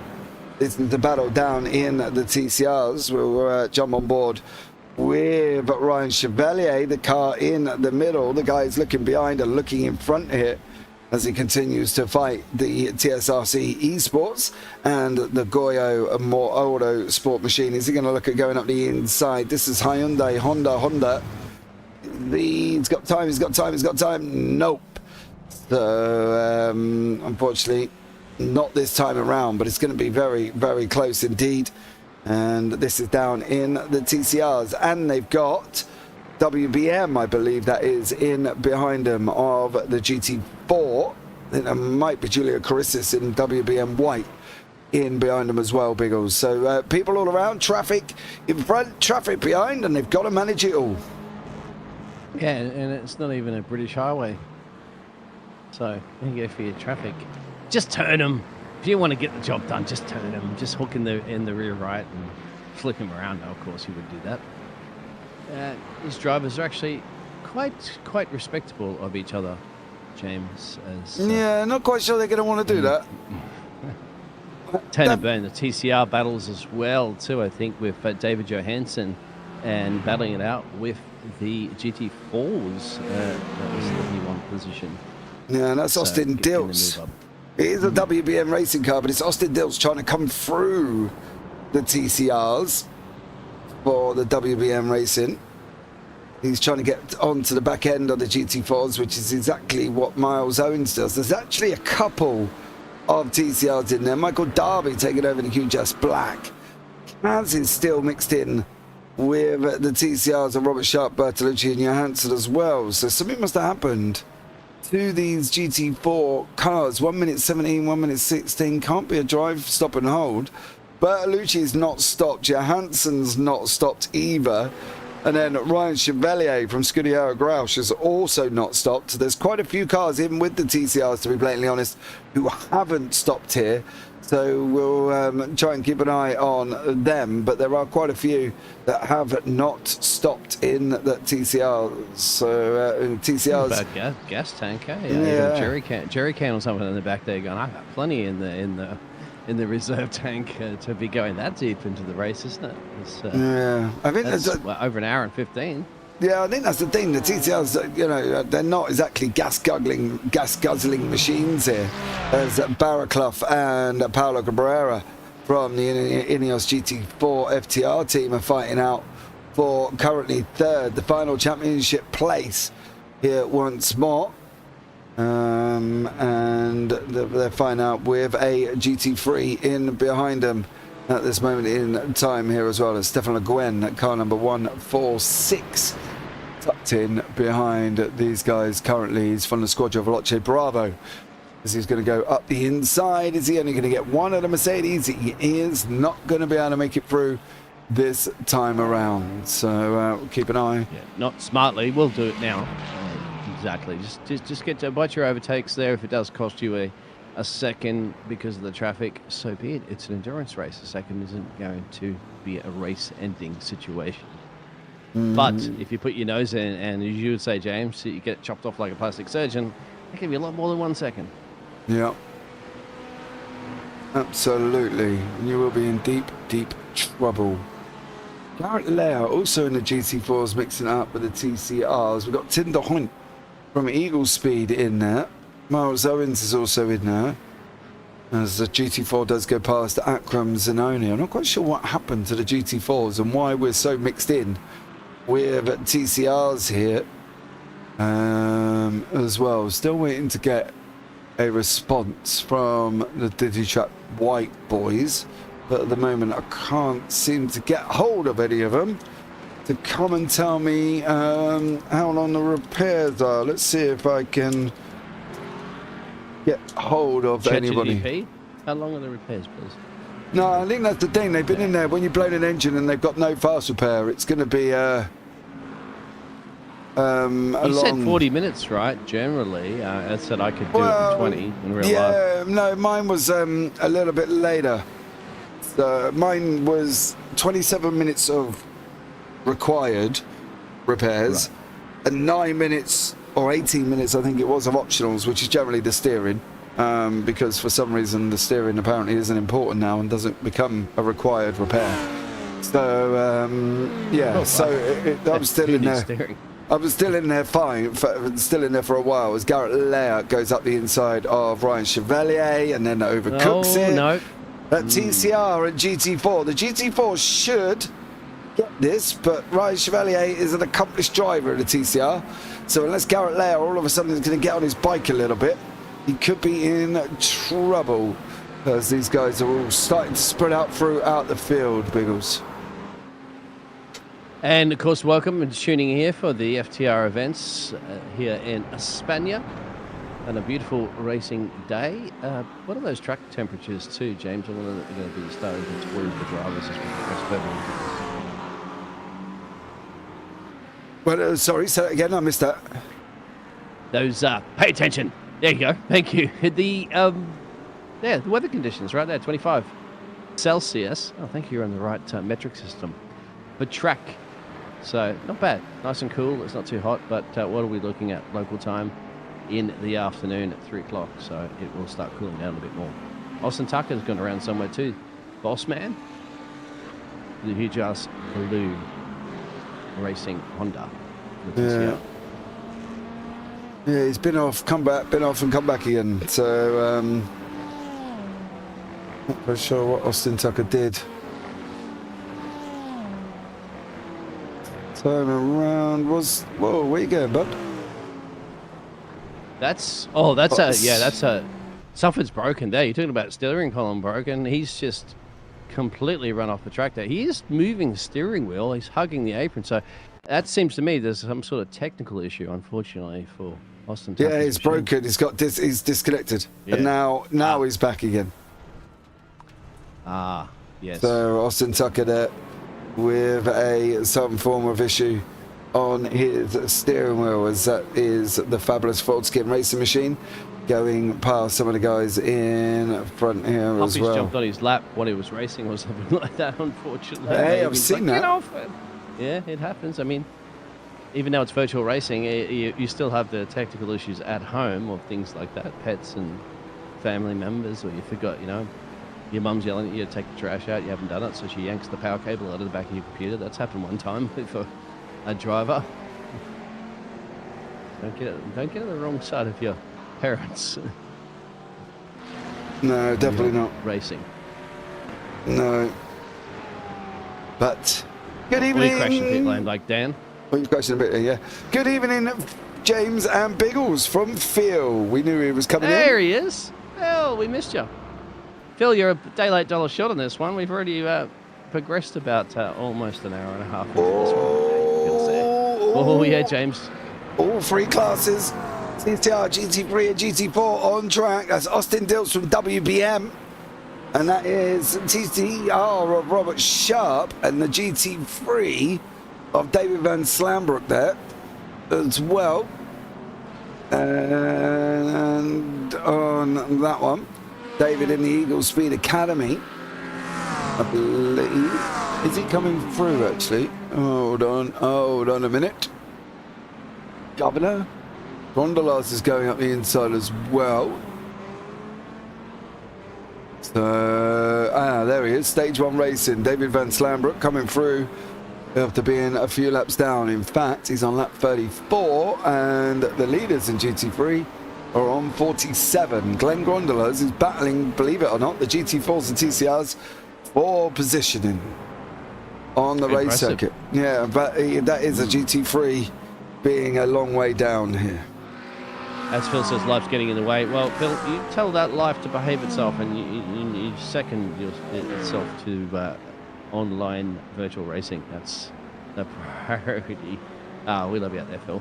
Good to see you enjoying this one. Now, James, once again, well, these drivers will be calculating that pit stop strategy for the second time because they've already gone through the pit lane once, and whether or not they're going to be lifting and coasting and saving some gasoline or whatever. As the GT3 Pros are lapping at around 138, late 138s, 139s. And they were doing 137s at their best, so give or take about a couple of seconds slower. But they're also heavier on a bit of gasoline too right now. There are. I believe there may have been an issue here.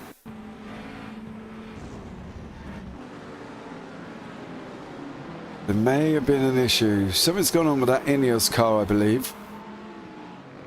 Is that a car?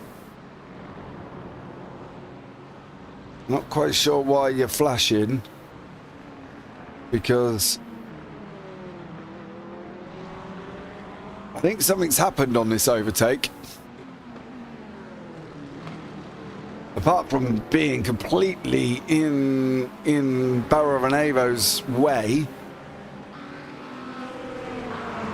not letting him through. I believe this is actually a blue flag scenario, and then they're going to make contact, I think, or he's just blue flags and not letting him through. So I've got a funny feeling that could be Chris Sofa, if he is in the Sunday Drivers team. Could be in a little bit of a trouble here. And it is. Have to let it be. Well, you the blue flags in a slower class, like TCR's GT4s, you stay predictable, right? Yeah, exactly. Generally, blue flags in your own class, get out of the way. Yeah, I mean, and let's face it, Chris Sofa is 2-3 laps down at the moment. He ain't fighting anyone.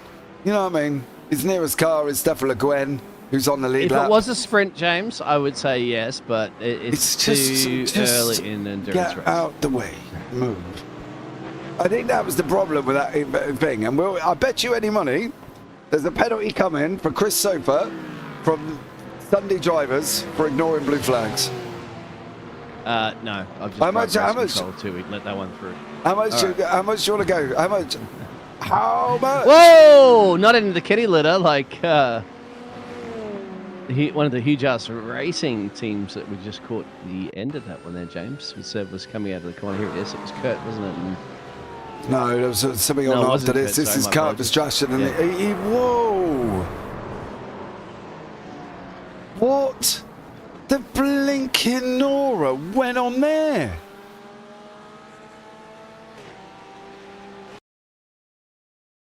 Oh, I'm not sure if I'm seeing the blinking. Let me just. Oh, that TCR from your.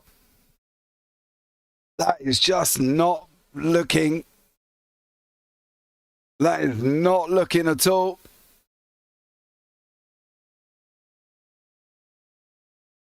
Oh, that's a yard. Yep.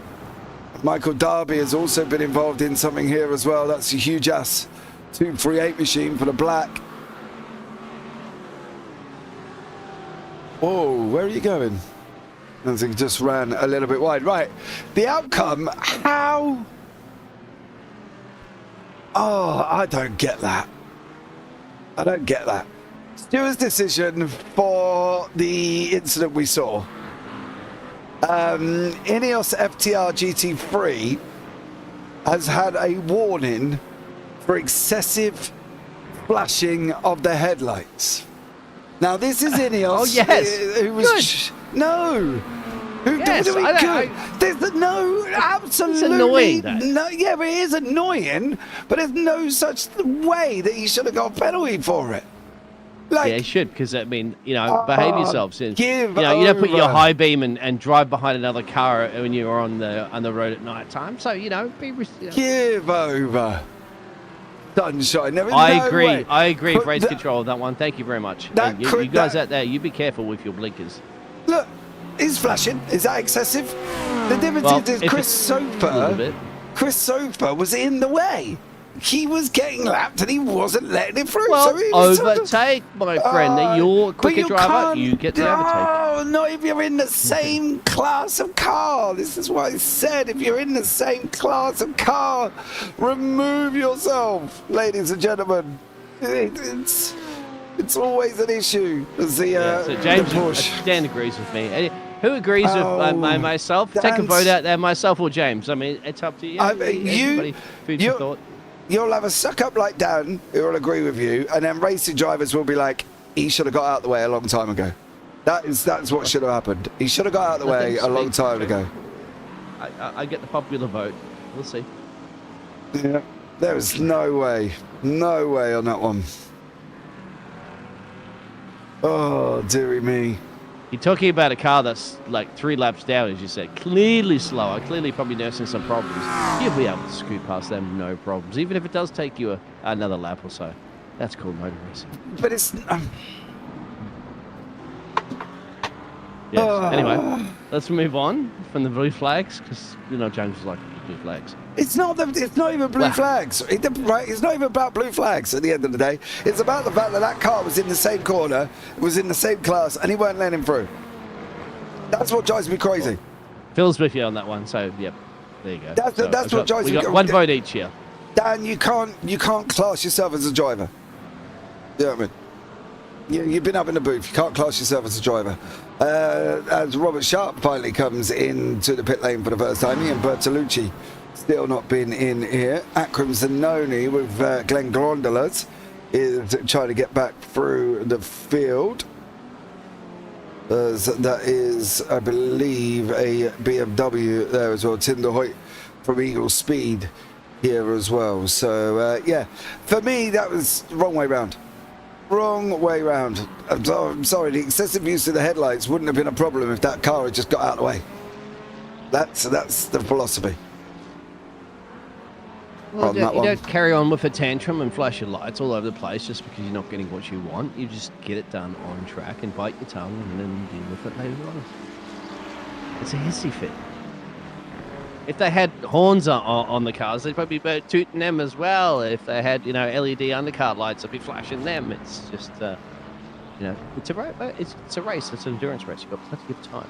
One car holding you up for a lap or so isn't the end racing scenario just yet. Now, of course, maybe coming down to the last 30 minutes, James, that may be something that the stewards were taking into consideration. Yeah, but that lap affects the whole race. This is the thing.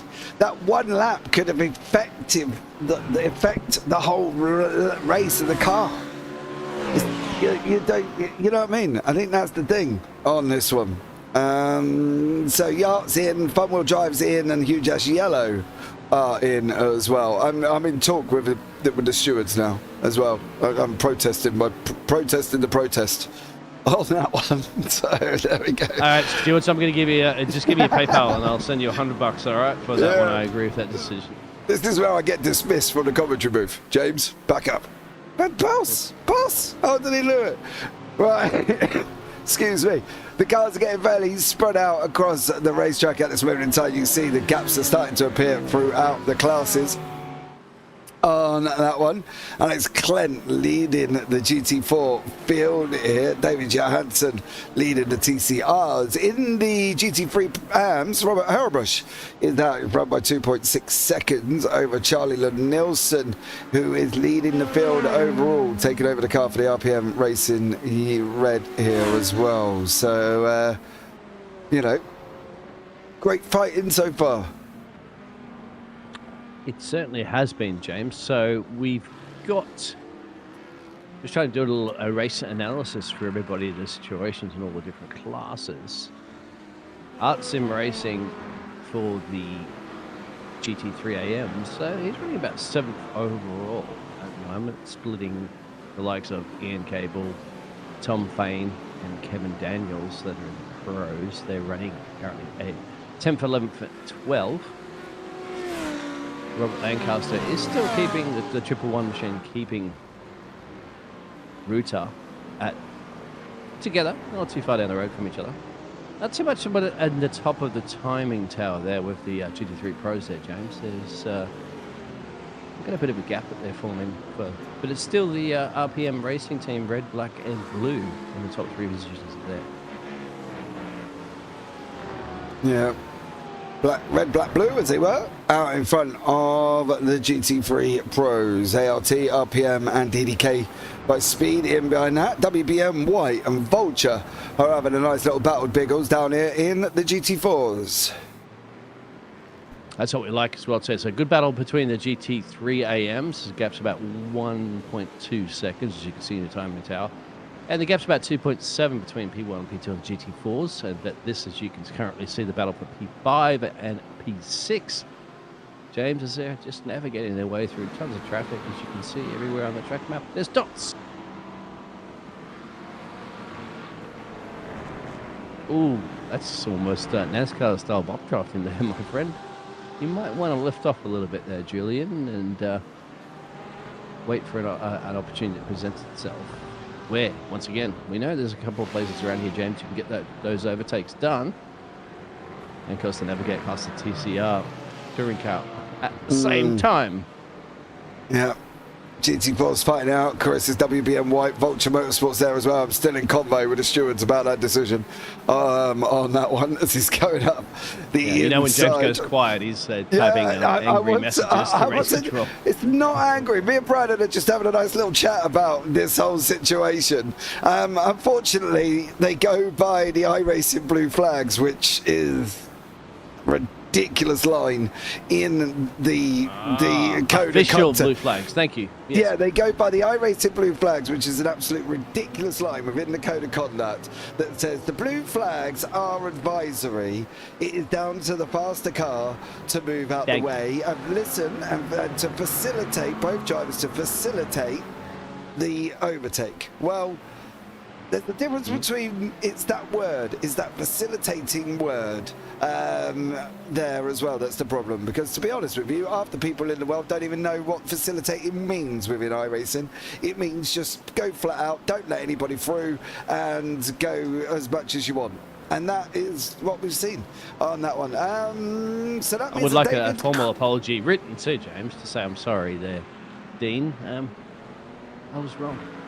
What do you reckon the chance of you getting a formal apology are? About a chance of you not blowing up a Ford? Exactly. Supercar? It's about as much chance as Dan Peoples winning this race. You know what I mean? Or not crashing in the pit road. So Dan's philosophy is, so that means that David Coulthard is not a driver, even though he has raced in Formula 1 because he is now coming. Dan, I think... And Martin Rundle. Yeah, I think you've got it wrong there. I think the difference between Formula 1 and them driving is these guys are fighting out. WBM in that one is just about we're going to go here. To have a Delgado up the inside of TCR's caught between a rock and a hard place. Tail racing Jason Hightower. WBM of Justin Carissa's having a battle here in the GT4. There's GT3 Pros in there as well in the mix. That's Cable. Is in Cable in there for the MLC Endurance. That does mean that behind the MLC is Tom Fain for Blue Chip Racing. So it's all getting a little bit... Oh, you can't... Where do you think him to go, son? He ain't Harry Potter. He can't go up a chimney.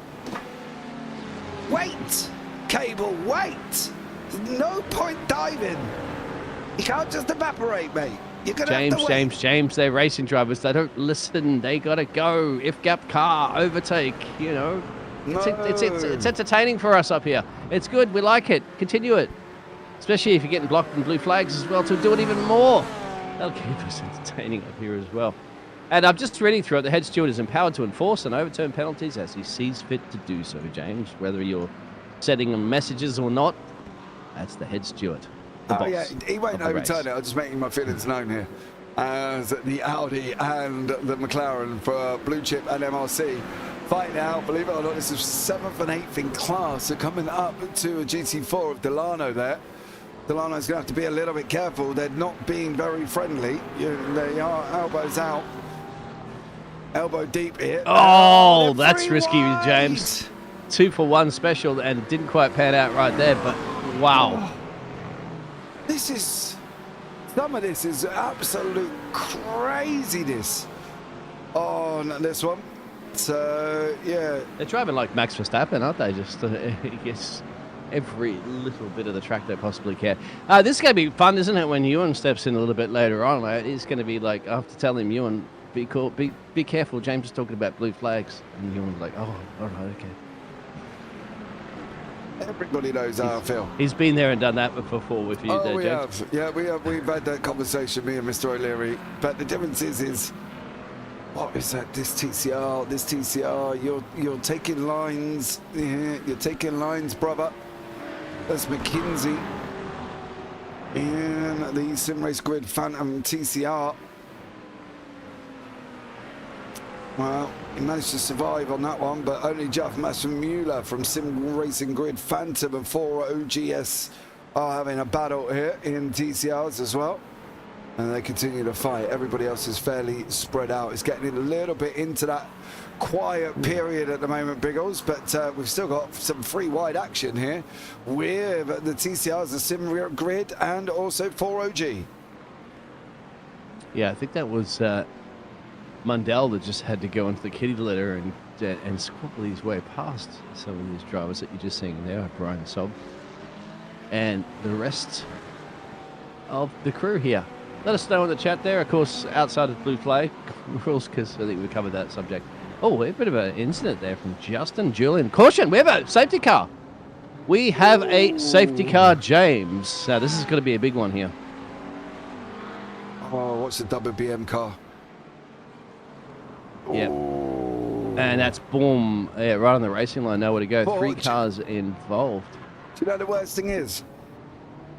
Delano, Hightower, and Justin Carices are in the battles in the GT4s, but the problem you've got is not that. The problem came from Delano trying to dive the inside of the TCR, hitting him round, the WBM then come, and Hightower then come after. So there we go. And he's flashing excessively as well, too. Be cautious in that one. Race control, we'll look at it.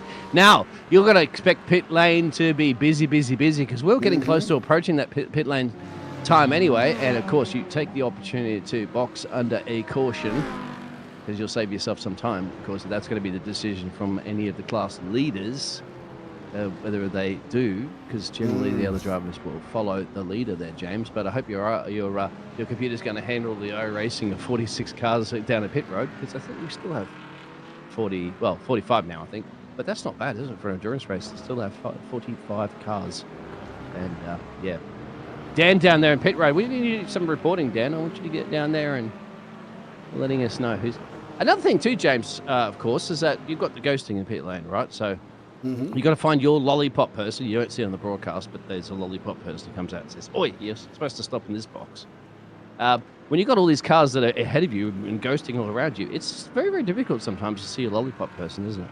Yeah, definitely. I think on that one, they've got to be very careful because you do miss it, and I have missed it previously on that one. Right, guys, while they're on a quick safety car, we're going to take 2 minutes just to go and get ourselves refreshed and toilet and everything else. And myself and Biggles will be right back shortly.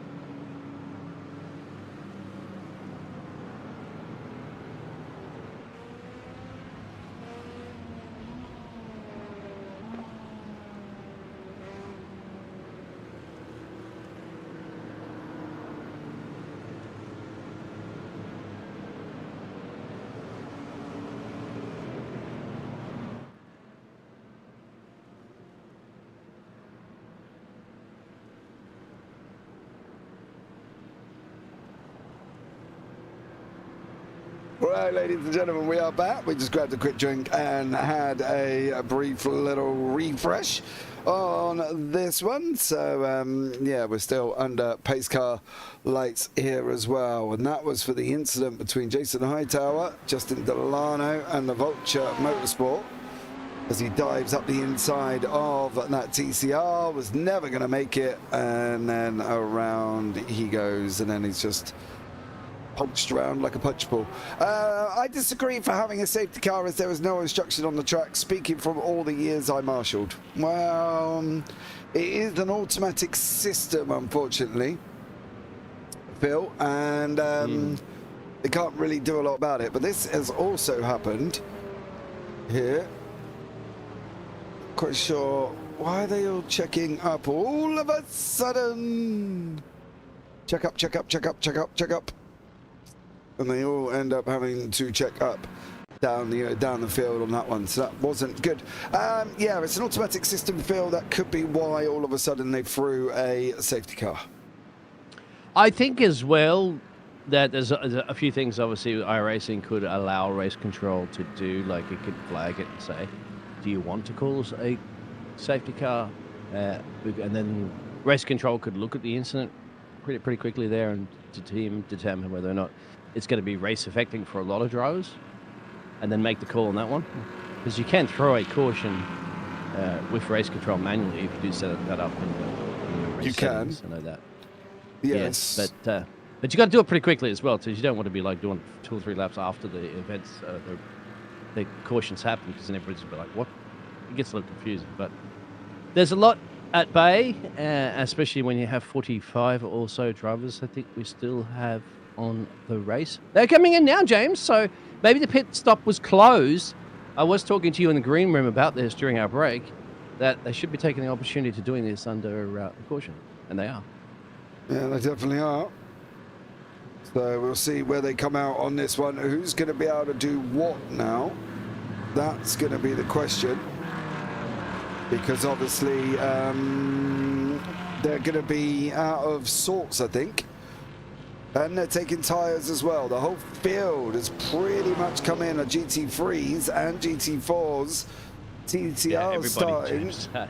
There are it's people going to that test your not in. iRacing limits here now. Yeah, going to come away out the grid on this one. Imagine if you just pitted, right? I'm quite sure if there was, because it was a stacked grid. If you just boxed before that safety car was deployed, you're looking in a good position, because you're going to gain a lot of track position right now if you were lucky enough to do that, because you still have your gas tank full, and now you don't have to follow everybody else on the pit road. We'll see if anybody has had the lucky dog, essentially, I should say, on this one. Yeah, the wave around here. Are they going to be moving people around? That's going to be the question. I think they're going to need to re-get back. It's going to be interesting on that one. We'll see how they get on. A few little comments in the Discord, which is going to be quite interesting. GT3 friends, please could we avoid free wide in turns 11 and 12? That'd be appreciated. And then also GT4 needs to be more aware of the speeds when overtaking TCRs. So there we go on that one. A couple of people. You got to give it to, No, just James. I was going to say, you got to give it to full credit. It's harder a lot of the time to drive a slower class car in endurance races, because not only you're battling it out with your own class, but you're also trying to be, a kind driver and allowing the other faster classes to overtake you. You've just got to be having eyes in the back of your head all the time, and I think that's, something that's good experience and very much respected from drivers that are in the slower class. So hats off to them. When you're a GT3 Pro, you're not worried about being overtaken by anybody apart from your own, only in your own class. So it's just interesting. Some people like it, don't they? They don't like being in a slower class because it's too much stress. It's too much to handle. Whereas other drivers love doing it. I don't know. What about you, James? What do you like? I'm not. I don't really know, to be plainly honest, because I'm probably the furthest one away from a driver as such as you can get. I'm a little bit more cautious. I'm a little bit more cautious, should I say, where I don't make any crazy, sudden, stupid maneuvers that's going to get me in trouble, or I don't fight about the fact that obviously, you know, there's cars in and around from different classes. I normally move over and let them go. If I'm a lap down and I'm in the same class and there's a leader coming through, I'll let them through. You know what I mean? I don't do a lot of this. A lot of the stuff. I'm probably a little bit too cautious for my own good, but I think that's just the way that I drive, to be honest. You know what that is, James? That is older age. The older you get, the more cautious you get, and I think that just reflects onto your own racing as well. So, you know, when you're a young gun, you're fearless. Same thing in real life motorsports as well too. A lot of the older drivers complain about these young ones coming in. They go, you know, they just got bat out of the gate. You know, fearless, no. Feeling no consequences and so forth, and that's too the reason why that the younger ones are generally quicker than the older drivers, because of the fact that they're willing to take more risks. James. Yeah, maybe. Put me in a NASCAR and I'm a beast. I don't. Turning all the other cars, probably right. Door banging, turning. I rotate around, but no, I think that's the thing. I think different class of racer. I know I'm not the fastest on the road circuits, so I don't do anything crazy on the roads. But in NASCAR, you want to get past me, you're gonna. There's a lot to go through as we start the wave around process here as well. A couple of the TCRs are going to have to go through. Logan McKenzie, Miles Owens is going to have to go through on his bike, because obviously the pace car needs to pick up there. Tom Weston has taken over the DDK Porsche. Giovanni Romano over the Huge S Yellow. Nilsson still in the red, but again, he's going to need to be picked up from the safety car. So we are going to be here for a little bit while longer, Biggles, of drivers being shuffled around for the safety car. Yeah, which will be our third safety car, because we had two of them very early at the start of the race. And we had some good racing. We had a couple of pit stops involved in that one. But that now recently after this pace car, we've got a unscheduled pit stop. But they probably were going to go in probably 10 or so, 10, 15 minutes perhaps there, James, from now regularly. So that's just going to bunch everybody back up again. So all that gap that all those drivers have been making up front there to try to pace themselves ahead of their competition is neglected. It's all back to square one. You've got to do it all over again. But it also helps a lot of those drivers that were quite down the road from their class leaders to give them an opportunity to fight. So, but we do know safety cars breed safety cars too, James. So that's another. Look, there's so many elements at play here. We need ChatGPT to kind of work out the formula. Yeah. Okay. We'll see what goes on. That's Biggles' favourite thing for ChatGPT. Clearly on this one. So. Yeah, AI cars. We just let everybody know these are AI. No, they're not AI cars. There'll be AI commentating soon, James. So, you know, I hope you're planning on. I'll give you those lotto numbers so you can retire, because we'll be out of a job when AI commentating takes over. Why are we not letting TCRs through? True. Good question. There's the pace car, and they have been told to stay and hold behind Fred. Hold on, I'm going to find out. It's flashing crazy to Fred, saying, Fred, move, please. We got a race to do, and we need to restack them and re-rack them. And at the moment, once again, Fred is... Hold on, I'm just trying to find out from the steward, Mr. Brandon Blakesley, who's going to... I've just asked the question, are the TCRs going through? I would have thought they would need to. Yeah, you look at the also... track map there, James. You've got a whole mix of class here, don't you? You've got GT3 Pros mixed with the AMs, and you've got the GT4s, and you've got the touring car. It would be a bit of a nightmarish start. If them TCRs are in the way... Yeah, well, they are. You can see the track map. Oh, they are. They're not going through. Oh, right.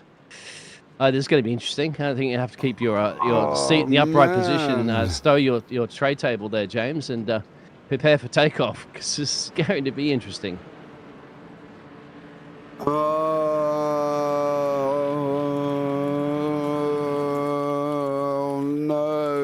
Can't have that. Is this a team championship? Yes, Mr. Simvision, it is a team championship. It is a multi-class team championship. So, yes, basically. Especially if you're the RPM racing team, because they've got a top that red, black, and blue leading in the GT3 Pro. So, but maybe your team orders are out the window when it comes to a restart when everybody's everywhere. I can tell you. Now, drivers are going to have to be like very cautious of this, aren't they? Especially those touring cars, to be well aware that everybody's going to want to get past you as quickly as possible here, James. Well, these poor TCRs could be in the doo-doo. So hold on to your hats. We've got about another half a lap here. I'm trying to find out why they weren't sent through, but at the moment... James, where is the current leading TCR in the pack? Just to elaborate. He's 30th. 30th, okay. He That's is not too bad. 30th. There you go on the left-hand side. You can see he's 30th. Yes. Okay. And then we've got, where is the leading? Well, I think that's 5th at the moment, isn't it? For the, that's not too bad, but for the GT3 AM class. But where's the leading GT4? Behind the TCRs and that car, there's another car there that's in there. There's a GT4 in there. So we've got 1, 2, 3, 4 TCRs, and there is a GT4 from Austin Dilts in the WBM, which is in first place in GT4s. That's the leader of the whole field there in Charlie Lynn Nelson and RPM Racing Red. So here we go, James. That's the leader. In. This TCR is going to be in the way, and I don't know how they're going to handle this. We've got a leader of GT4s trying to get past TCRs. We've got a leader of GT3s trying to clear all of them. Ladies and gentlemen, we are up and running, but I don't know for how long, because hold on to us. There crash to the final corner. Yeah, there goes the TC4, the GT4 of the WBM of Austin Dilts. He's trying to go through. The GT3 of Charlie Lynn Nelson has made his way through.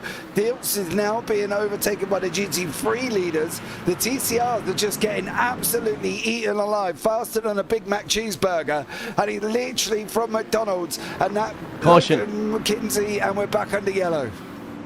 Yeah, that's cautions, Brett, cautions. We kind of predicted that, didn't we, James? We can go back and have a look at that race restart for the 3rd time, and it was just inevitable it was going to be breeding like this, isn't it? It's something that race control's got to be contemplating.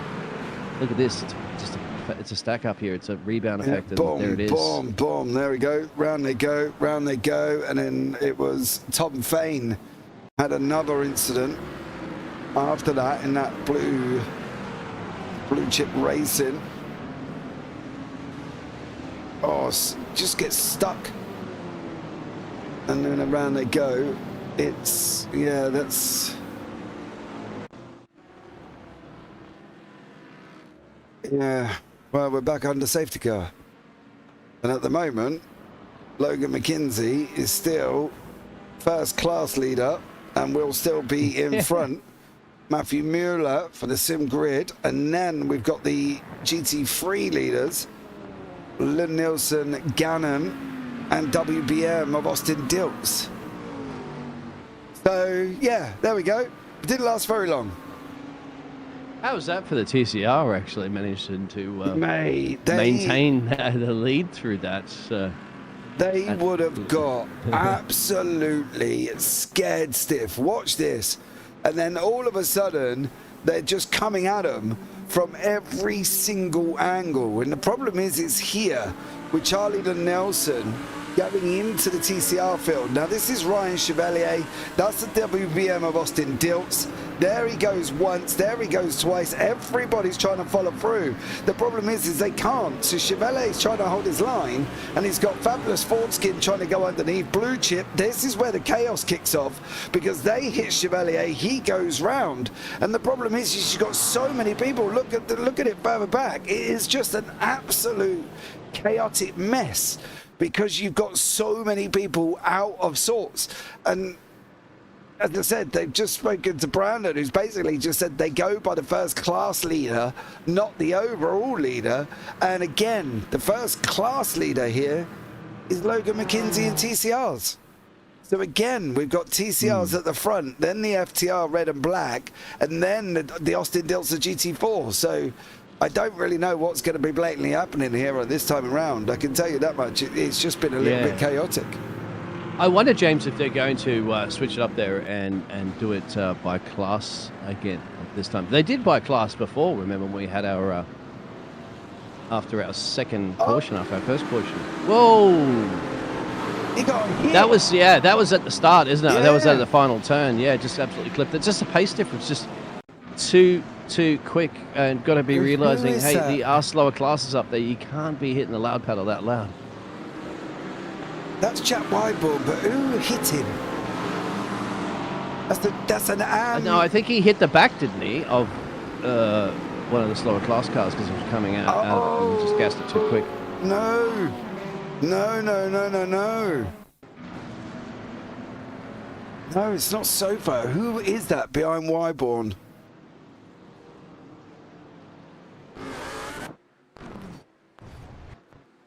So he's gone round. There was another car involved in that. But the problem is I couldn't pick up who it was behind Wyborn. Who's in? Is that one of the Eagle Speed boys? Bang! Yeah, see, completely T-bone from behind. T-bone from behind, so I think... No, it's that Corvette up there. Whoever that is. No, it wasn't him. Let us know in chat if you Yeah, I can't quite get there. Shout out to the SRG cars on that one. Yeah, well done. Stuart's announcement. We currently have a backlog of 5 protests that will be handled time as we're able. So Stuart's getting a little bit swamped at this moment in time. But there was a literal... I can't think who that car was, but somebody has just gone and rifled somebody else. I don't know if that was... It's quite interesting to see that huge go. pace difference, James. That's because they checked up. Yeah, Step but you know that you wouldn't be going... Watch. They all check up. There's the lights. There's the lights. There's the lights. He didn't see the lights. Boom. Puts Wyburn in the wall. Oh, I think Le Guin could be in trouble. I think Stefan Le Guin could be in trouble. That is just not paying attention. Yeah, no, of course, absolutely. That's coming around the corner with the loud pedal and not realizing that I haven't been shown the green yet. Yep. At least he wasn't excessively flashing his lights. I mean, that's okay. Yeah, so, James, another pace car lap, and it looks like it's going to continue with the same format that kind of caused that chaos before, but we do know that race control, as you said, is swamped right now. We're looking at quite a few things, so I don't know if I necessarily want to be in their shoes, right? No, I definitely do not want to be in their shoes either, to be fair. Poor old race control on that one.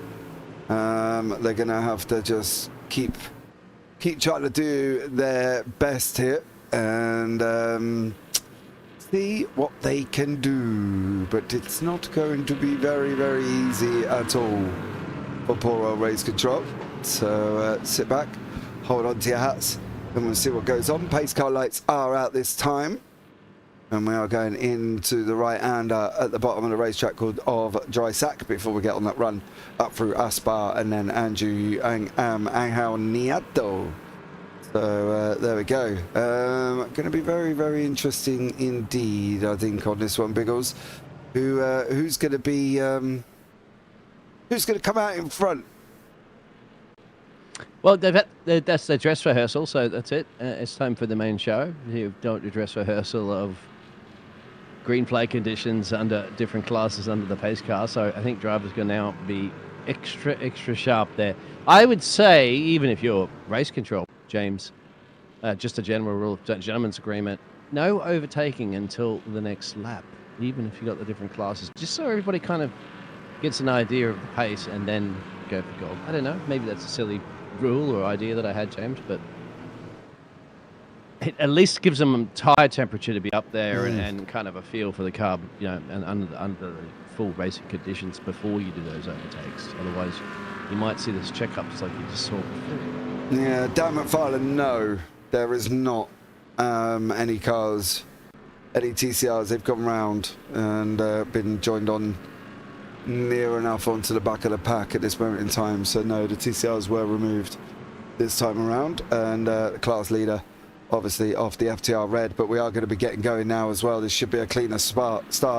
Charlie Lynn Nielsen, the only one that's really out of sorts is that Austin Dilts of WBM Racing GT4 Mercedes. You can see him sitting in third place with a green banner in the corners. And now we're going to get moving once more. Over the line we go, and we're breaking into that final. Austin Dilts has just been hit in the bottom.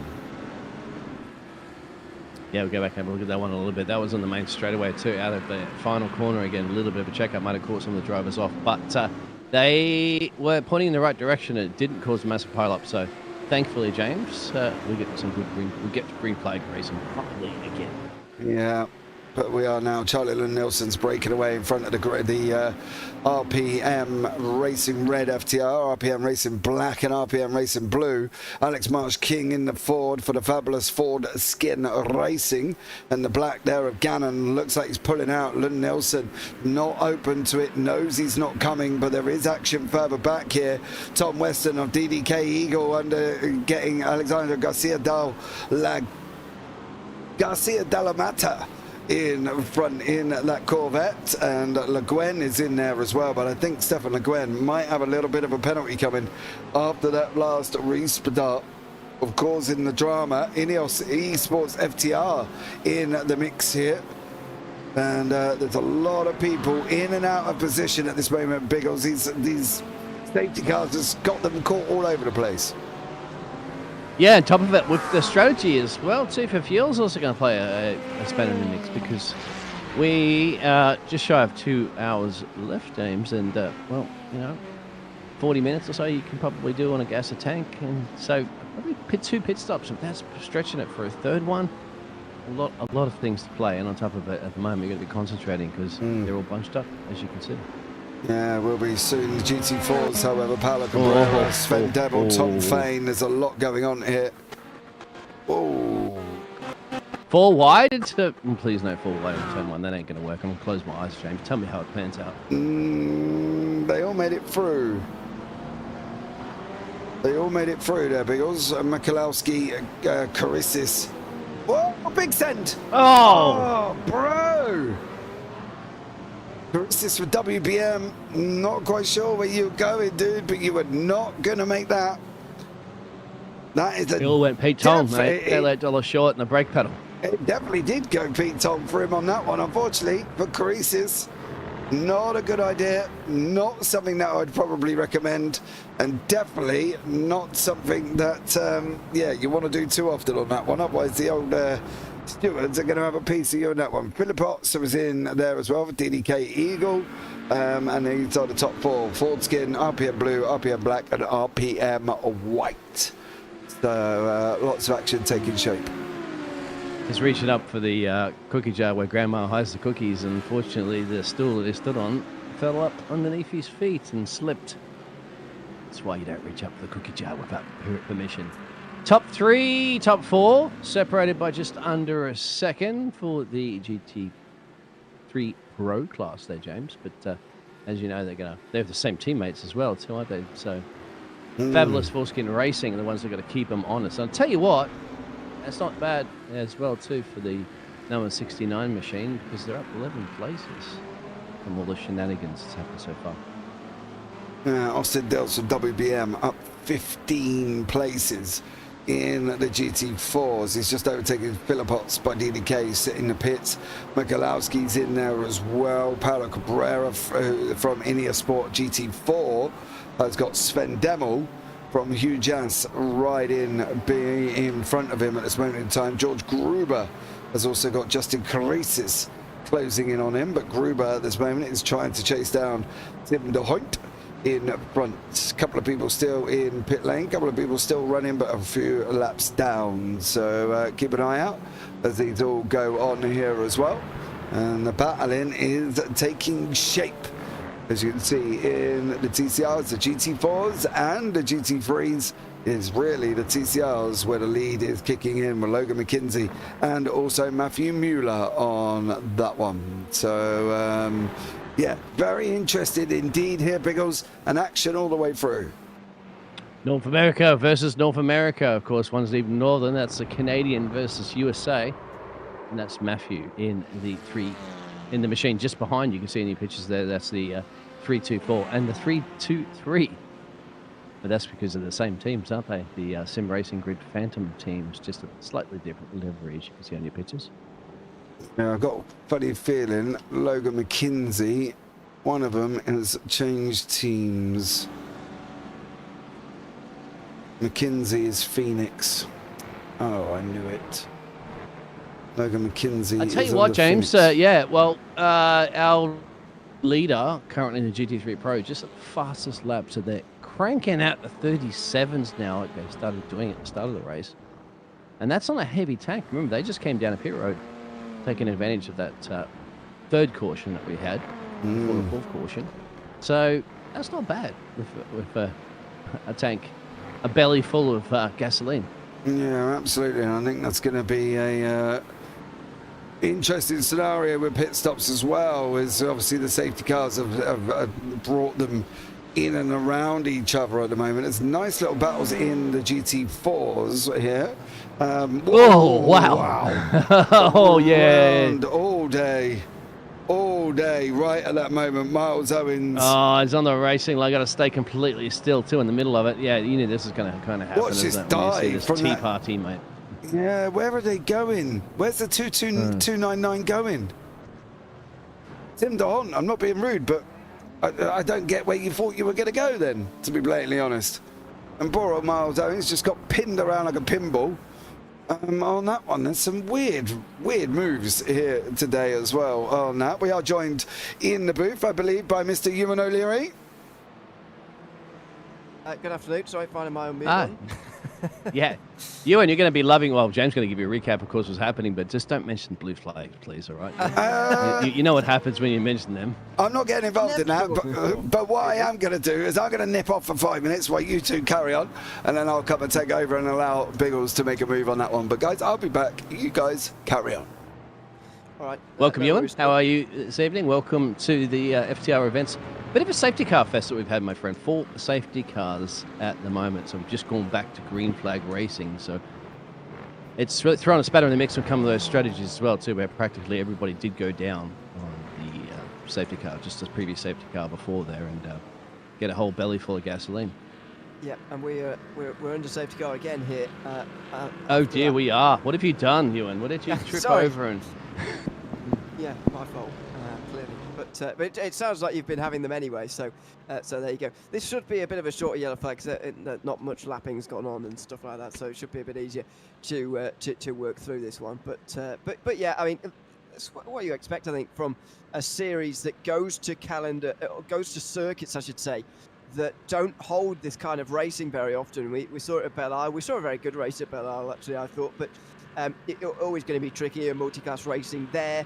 Tricky here as well. Don't see very much multi-class racing at Jerez either. So it's always going to be tricky. That's what happens when you go to tricky circuits like this. Safety cars have to be expected, and they've come today. These are some of the best drivers in the world. I expect them to be able to handle any situation they're thrown at them. I mean, we've got drivers up here with 7K iRacing leading races and stuff. You could put them on a little go-kart track even, and they'll throw these beasts around. But yeah, you are right. In all seriousness, of course, yes, it's some of these tracks are a little bit tricky, and especially with a stacked grid, my friend, of about 45 drivers. Yeah, absolutely. We've already lost. Well, we didn't have one starter in GT3 Pro, but they are all still going, thankfully, in that class. I think we've had a couple of retirements in the GT3 AM category for Sunday drivers, and Digitrax White both seem to be out of the race, and it's quite a long stop going on at the moment for DDK and Jules Philippets, although it seems to be staying in the session and maybe continuing on, and all of the cars thankfully continuing on and still going in GT4 and TCR, but that's what you come to expect, really, especially in GT3. You tend to see those cars fall by the wayside a little bit further, a little bit quicker, I should say, and that's exactly what's happened on this occasion. We've seen a few GT3s out of the race so far, but still plenty going, as you say, and that's good to see. That's what we want heading into these final moments of the first moments of the second half of the race. I like the fact that the drivers are committing to it, even if you do a little bit of damage in pit road. There was a car actually completely blowing up their engine, and it wasn't James and a Ford either in pit road hell here on that one. So they were banging getting the engine up on the jacks. And not on the jacks, of course, on the crane, lifting it up there and slapping a new one in. But this is another thing I was talking about before. Is this essentially, because we've had so many cautions, basically going to neglect one pit stop that they would have probably taken under green flag, and now one less pit stop? It's one for you to work out. Really. I think most, as you say, pretty much everybody pitted in GT3 at lap 53. That was 11 laps ago now, but I reckon they might be able to make it home on just one more, depending on how the rest of the cautions fall and whether they pit under them and what's going to go on there. So I think, yeah, we are going to see maybe just one more pit stop, but whether they're going to cut out a stop entirely, I think is very tricky to do in a 4-hour race. I think it's pretty impossible, actually, to cut out a pit stop in a 4-hour race like this one. However, it is possible to maybe go one more stop to the end from here, so that's what I'd be expecting as things stand. But you never know, cautions in other weird places, and it could be very different. It definitely throws your strategy out if you were setting a delta pace that you wanted to go, because you were thinking about doing that alternative strategy in your pit stops, because it is difficult, as you mentioned, because it's 4-hour. But you could be like, okay, we'll sacrifice a second a lap there because we'll buy ourselves some more fuel. But because we're bunched up again under these safety cars, you can't throw any of those strategies out, isn't it? Because you can't afford just to be a second a lap slower on a delta when you've got everybody all bunched up. That'll be interesting. Chat, let us know what you think. Ewan do sounds a little bit quiet. So when the boss man comes back after his little break, he'll get that sorted out. Thanks for that, Phil. Yep. Well, I'll have to remind James. I'm always shouting. And I'm not shouting at the moment. That must be what it is. No, good evening, everybody, and glad to be here on for this round of the championship. Do chat along with us if indeed you wish for the remaining hour and 45. There's still plenty of racing still to be had here, so long way to go, that is for sure. But it doesn't look like we're going quite green this time round. The lights are still on top of the pace car, so we'll be waiting at least one more lap. Race control's been busy as well. As James was saying, we probably wouldn't want to be in race control at the moment, but Brandon, Blakesley and Jeffrey are, and so hats off, cahoots to them. It's a difficult job, and they'll be sorting out some of the complaints from some of the drivers. We had before, Ewan, which was a bit of debate with James and myself there, that a driver got a penalty for excessive flashing of the headlights. Yes. Have you heard of that one before? Yes, I have, yeah. I've known it written into a series rulebook, actually, that you can only have 4 flashes maximum at someone at any one time. So, yes, I have heard that before. There you go, James. Who's back? Here we go.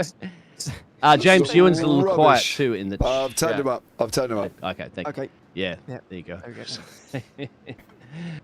Oh, dearie me. Right. I agree with the rule. Do you agree with the rule there, Ewan? Not if it was a blue flag. I don't. No, don't start. I'm not talking about blue flags with anyone. The same. I don't mind. I do think people can get a bit overexcited with the light flashing, and it does look. I think it's how it looks, isn't it? It looks like you're just whining a bit, really, and That's what I said. They're whinging a tantrum. Oh, yeah. Give over. Yeah. James is clearly an excessive flasher, so... Well, hey, behave yourself. A light flasher. So there we go. That's when he's not blowing up Ford engines. To be fair, Ewan, I'm normally the guy at the back who's being flashed with the headlights to get out of the way, so you know what I mean? I'm definitely not if you that. don't mind, yeah, fair enough. If you mind being flashed at, then, it's fair enough. I don't know. I don't think it looks great. If someone's running around flashing everybody all the time, I don't think it looks great. No, to be fair, it doesn't. We're talking about headlights in case you've just tuned in, so yes, you're aware of that one. Just to let you know on that one, you know what I mean, we are talking about headlights. Right, Biggles, you are... And on that note, I shall be off in a flash, right? Literally. Jess? Oh, shaboom. You win. I'll flash you frantically. Thank you very much, gentlemen. Enjoy, obviously, the rest of the race. Hopefully no more cautions, get some green flags, and I'll see you guys later. I can get some breakfast right now. It's 6 o'clock in the morning, so I'll see you guys later. Take it easy. Take care, man. Thanks very much. Yeah. I forgot it's breakfast time, isn't it? Yeah, we're in It is for him, yeah. He's 9 hours ahead, I think. No, 10 hours now because of the wonderful world of daylight savings. Yeah, indeed. I don't actually know whether if he's in the west coast of Australia, it's going to be even earlier. So, Well, he said it was 6 o'clock in the morning, so that's 10 hours. 10 hours, yeah. It might be somewhere in the middle. Anyway, yes, that is early in the morning, especially considering we went live about 2.5 hours ago now. We did, yes. For this race, and so that's a very early alarm for Biggles this morning, or a very late bedtime. I don't know. It sounds like I don't know. It's like me and you morning normally, isn't it? When we're still doing big broadcastings.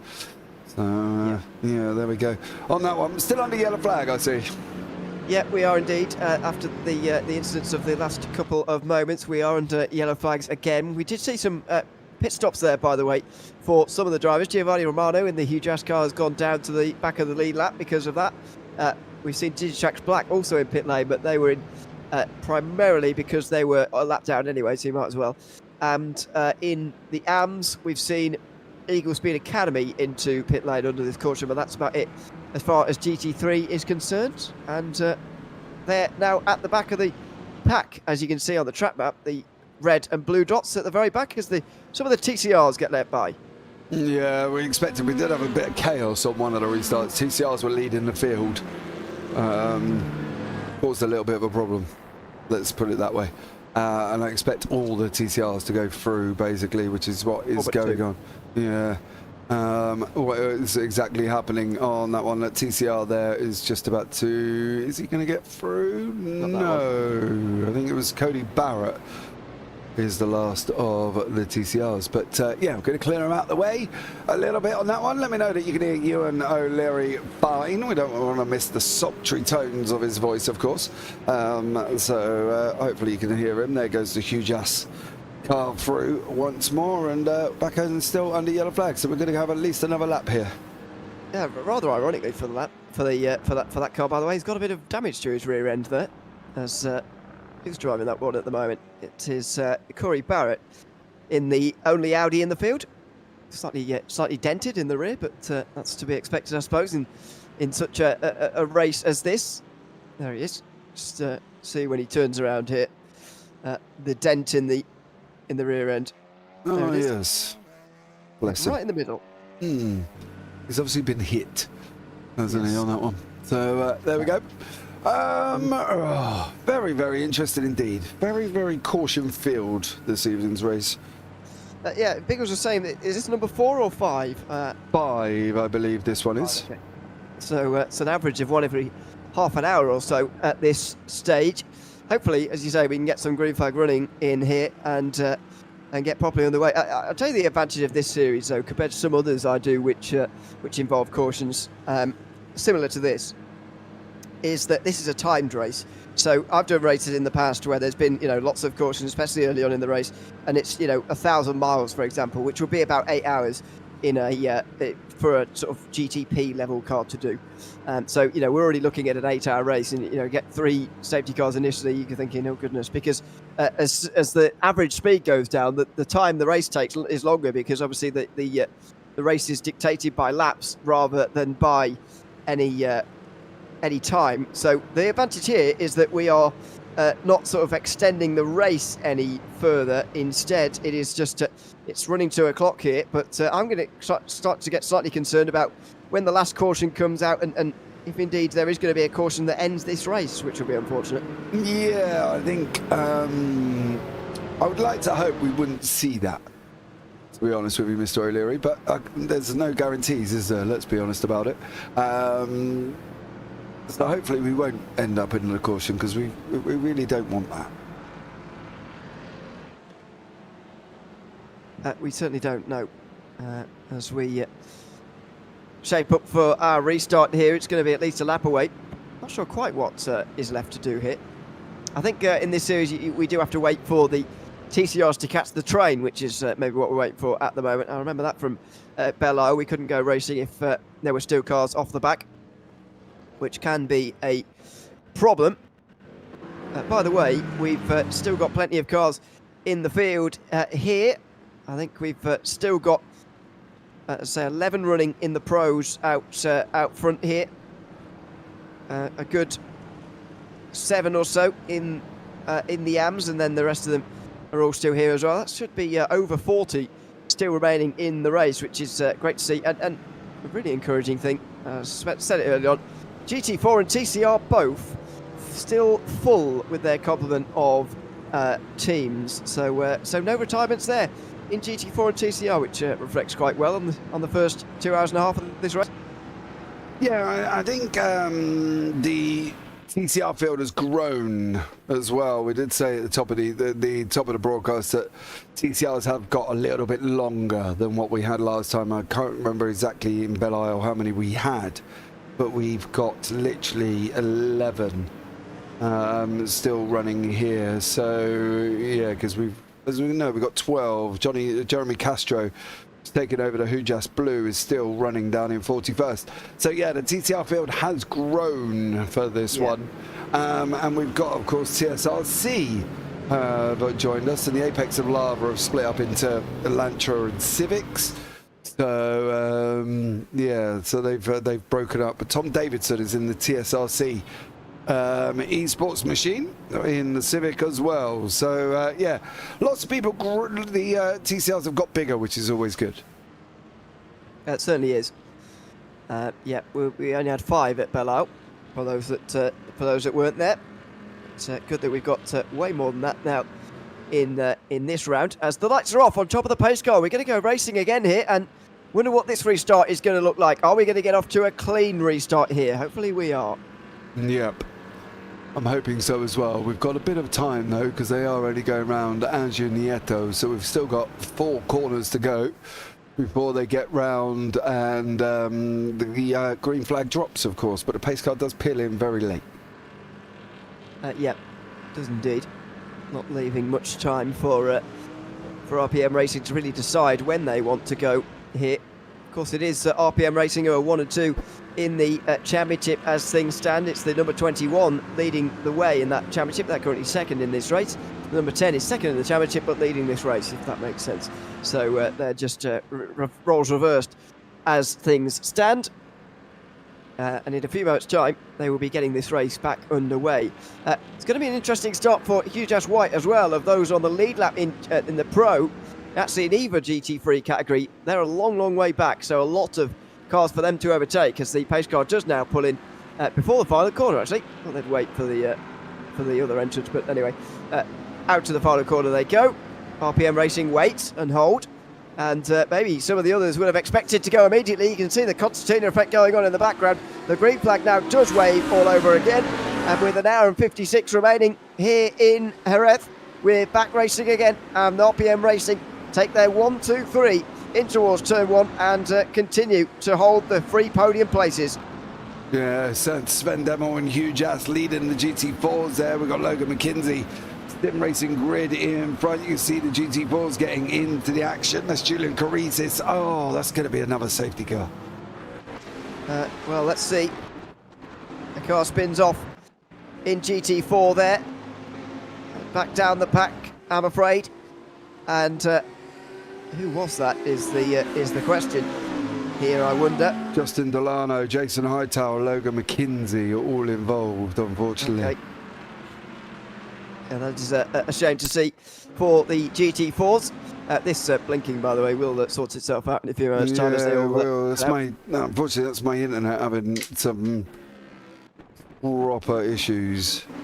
It's partly because there's 40 cars basically on top of each other at the moment, which is quite difficult to deal with. So we'll leave the game to figure itself out on that front. Dropping down the field, by the way, is as you say, Logan McKinsey back to pit lane. Already escaped back to pit lane, actually, from this restart. So no safety car. We do continue on.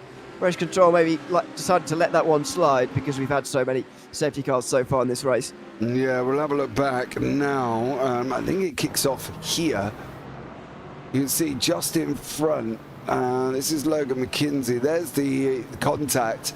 And unfortunately there he goes round, and then unfortunately iRacing sends everything down one core of my processor and it causes it to spike its head off. So that's nice on that one. But Charlie Len Nielsen for FPR Racing Red, RPM Racing Red out in front. The top 5 of GT3 Pros not very far apart at all. No, certainly not. As they complete the second lap here, or get on to the second lap of the restart. The top 5 nose to tail, 3 RPM Racing teams leading the way. Further behind, it is the ART Sim Racing car leading the way in GT3 AM. As a little bit further down, by the way, saw the second place change in TCR. Ryan Chevalier now leading the way, or is now second, I should say, ahead of Mark Daniels. But the leader in TCR, a long way out ahead of the rest of the field here. Yeah, Matthew Mueller, Sim Racing Grid Phantom is out in front. That's the recovering Dan Peoples of GT4s. They are on the same lap there. We've had a couple of calls. Sunday drivers of TCR Esports is under investigation. Actually, the decision was netcode. Yacht and Eagle Speed Academy is under investigation as well. There is a little bit of delay on some of the decisions due to the fact that, well, they've been backed up at one point, the stewards. So, yeah, they're trying to catch up. Sven Devil leading the GT4s over in Ineos Esports. Pablo Cabrera and Ricardo Michalowski from ART Sim Racing, all very close together. So, yeah, we'll see what happens with the calls from the stewards, but they are just a little bit backed up. Yeah, of course, with everything that's gone on so far.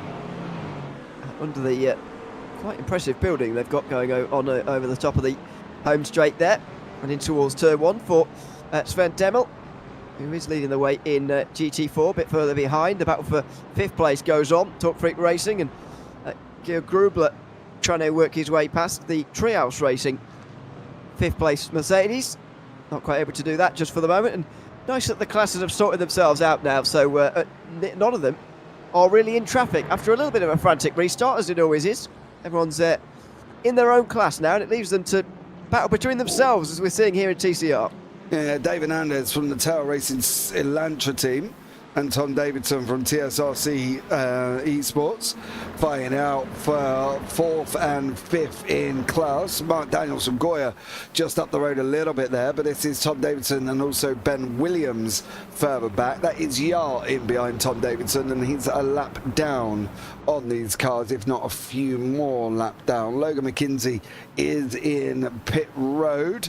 And where is Yacht on that one? They are Jason Breen, and they are 1 lap down behind these guys. So TCR is hotting up, getting a little bit spicy. We've got Kevin Tierans from ALT leading the GT3 Pros, and he's a bit of a way ahead of Lorenz de Villega from Eagle Speed Academy S. So there we go. Yeah, it's a very close TCR race as things stand. That gap you can see on the left-hand side is to the leader, and the leader is quite some way ahead of the rest here in TCR for the moment. It's not going to be great news for the GT3s that these TCRs, though, are so close together, because when they have to come through here on their first run-through traffic again since the restart, it's going to be very, very tricky indeed, and it's going to be a very heart-in-mouth few laps for those driving and those watching as well. Oh, we've got 20-second time penalty for Eagle Speed Academy S. Car 188 for forcing 3 wide and causing a major collision. So that was a little bit earlier on. That was what brought out one of the safety cars early on, of course, for them. So car number 188 is not having a good time of it at this moment in time either. So, yeah, not good for them. No, Race Control currently announcing their decisions on those 5 incidents that, as you say, were sort of backlogged a few moments ago, about half an hour ago, I should say. and they're just currently getting through those and announcing them to the world. So that will be time penalties for some. The others have had no further action, or one of the others anyway, for the 4 incidents. Netcode, of course, playing a role in some. That means that blame is difficult to really apportion to either of them. There is a GT4 actually embedded within these TCRs at the moment, a little bit further down. I think this is the GT4 actually that spun out of turn 10 on the restart. Actually, Steve Clace is the driver involved. It's in the BMW, and as I say, spun out of turn 10. He's come out right behind all the TCRs and now has to overtake them all as well. Yeah, he's going to have to go through them all here. It's going to be interesting to see what this BMW is able to do. He's obviously got the pace. He's just obviously got to do it in a way where it doesn't cause him any dramas. The problem is coming out of corners. The TCRs and the GT4s are relatively same. So if he is going to bury it, he's got to make sure he can get it now. Get up the inside, get up the inside. He does. That's one down, and he's got a few more to go as old Jeremy before he gets to Matthew Mueller at the front, and then joins onto the back of Jason Hightower for the GT4s, who is one of the very few drivers that have not made or gained or lost a position. For Jason Hightower, started in 25th, still in 25th. Robert Lancaster for RPM Racing Purple. GT3 AMS is in 9th overall and started 9th, but then the top 2 are where they are as well. So a few people not actually moving whatsoever, but there are a couple that have quite a lot dropped down the order, of course, as well. Jack Wyburn from MRC, DDK by Eagle, and Equipment Geek Racing down 27 places each. So yeah, big losses for them. Yeah, certainly. As we go back to the leaders in GT4, Sven Demel is leading the way quite nicely here. Of course, the GT4s get away without traffic for the longest of any of the categories in this series, by being the middle of the 3. They can get away for quite some time with not having to deal with any lap traffic at all, as their teammates, Just Black, have gone off further down and have lost a place as a result to Simrace Sweden Esports. That's Dan Papers, I think it is, isn't it? Trying to make up some places, and he has done. He's now up to 9th place. He's down after restarting in 10th place. This is how he got his latest position through turn 10 for Michael Darby. Oh bro, big snap. Yeah. That might have done some damage as well when he slapped the wall too. I'm not sure. He was quite square side on there, so he might be okay, but it's never great to hit the wall. What about his suspension? It is damaged. Yeah, slightly to the left. So unfortunately for him on that one. Well, that is a shame for him. He'll have a pit stop to make to rectify that, you would think, as we go back to the back for second in AM. It is Lorenz de Williger trying to stay ahead of Robert Lancaster here in the RPM Racing purple car. RPM Racing, of course, such a strong race for them so far as we enter the last 90 minutes of this one. It's the battle for second here in AM, though. The leader in AM, ARC Sim Racing, quite a long way ahead and embedded within the pros actually at the moment. Yeah, he's about 7.5 to nearly 8 seconds up the road for Eagle Speed Academy S. So it's got to play catch up to ART, of course, and yeah, it's going to be a bit of a mission. Not gonna lie on that one, to see how they get on. There's 2 cars in front fighting out. That's Justin Nair for no, it's not Justin Nair actually. Who is in front? That's Ivan van der Linden and Jack Wyborn. That's all the way down 37th and 41st, mixing it in with each other, and they're a few laps down here. All the leaders are on lap 74 and they're on 1771. So yeah, quite far down at the moment. 20-second time penalty for Eagle Speed. That's what we saw earlier on. It's popped up on the screen there from the stewards. Yeah, we are slightly spoiling the graphics by talking about them 5 minutes before they come up, but never mind. It doesn't really matter. In towards turn 1, Morgan Smith on the slight defensive line here from Dan Paples. What a good restart it's been from Paples here. Looking up the inside again in towards turn 2. That's not going to happen, but I'm pretty sure he restarted last in the GT4 class, so this is a great recovery. Yeah, and he's got a dent in the front of that. That Mercedes is dented. I wonder if he's used that to pushing him out of the way. It's quite possible. It's quite possible, but it does have a dent in the front of that Mercedes for down people, so not ideal. You see just about you struggle. It's a bit of a rough picture, but yeah, he has got a dent on that car for down people's there. So yeah, you can see it there. It's pushed in that one. So we are waiting for a few more decisions to come through from the stewards as we break into the final hour and 24 minutes. Yes, TCR traffic now for the overall leaders, by the way. Oh dear, and they're boxed in, massively hit. Charlie Lund Nielsen, I should say, under pressure from Patrick Cannon now because of getting boxed in by traffic, choosing the wrong line, I would argue, on the outside there around the right-hander of turn 5, but Cannon wasn't able to take any advantage of it, and the two leaders get through the first half of the TCRs okay. Still some more to come though. Yeah, they've got a few more to get through, unfortunately, for these. Probably about 6, I think it is, judging by that. There's the TSRC of Tom Davison Shroom, just for you on the picture there as well. He's in YouTube chat saying, come on, Tom. He's trying. He's currently sitting in 4th, 1.68 seconds behind this TCR, which he's going to play catch-up with, I'm sure, as long as... Yeah, that was close. They all make it through there as well for the leaders of the GT3s. 227 and RPM Racing Purple FTR are under investigation, and they say they are about half an hour behind each other at this moment in time. Yep, in towards turn 1 for these two again. They're through on most of the TCRs now, are these two leaders. Oh dear, was that smoke in the background? Enosis seemed to have gone around in the Corvette, or they've certainly lost a place. Have Enosis there in 6th place they've now. gone round. Yeah, they have. Now then, what happened? Just in behind one of the GT4s, we might not see. Quite a late move, that one. Yeah, not quite sure where he expected him to go, to be blatantly honest. Again, he was always on his rotation.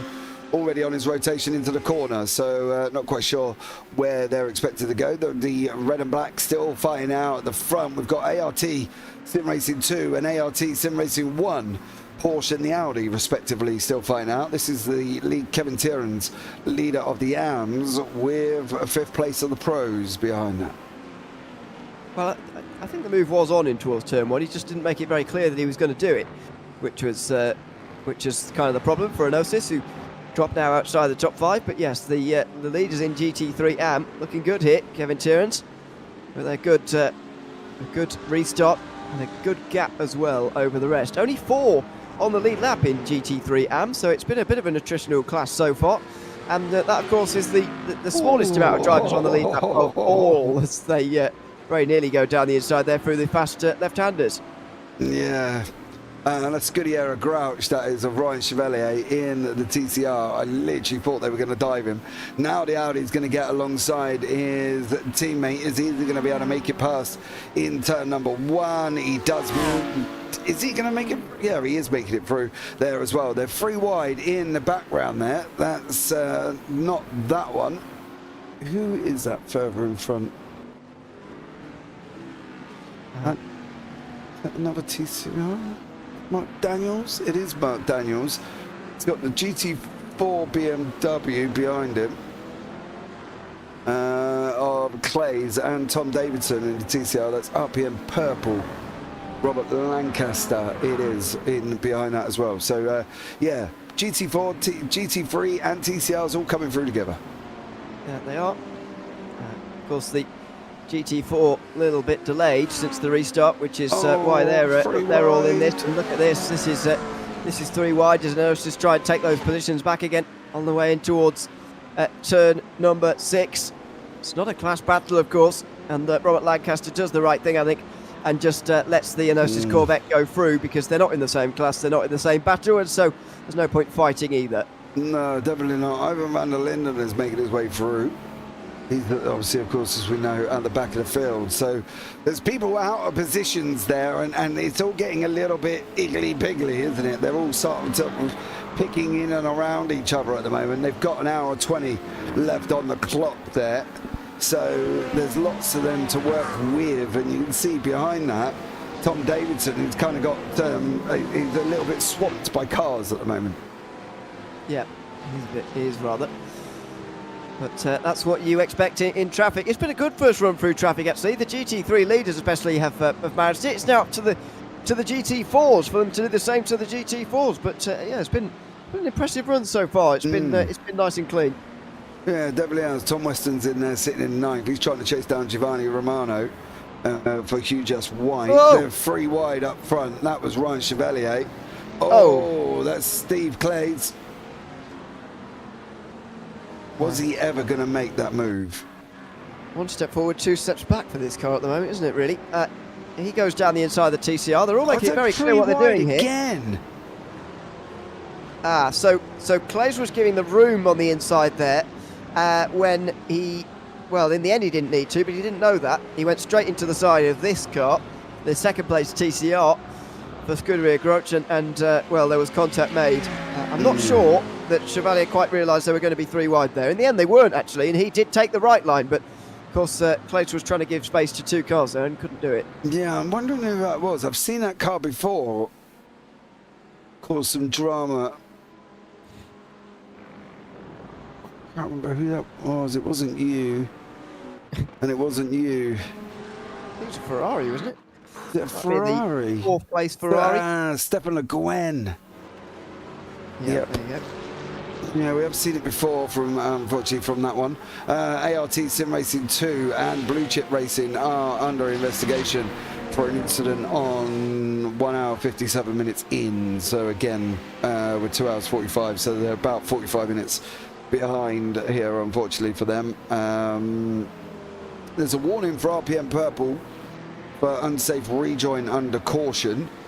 So they need to be a little bit careful as well. That's RPM Purple FTR 111 on that one. Robert Lancaster. It's gonna been given a little slap on the wrist.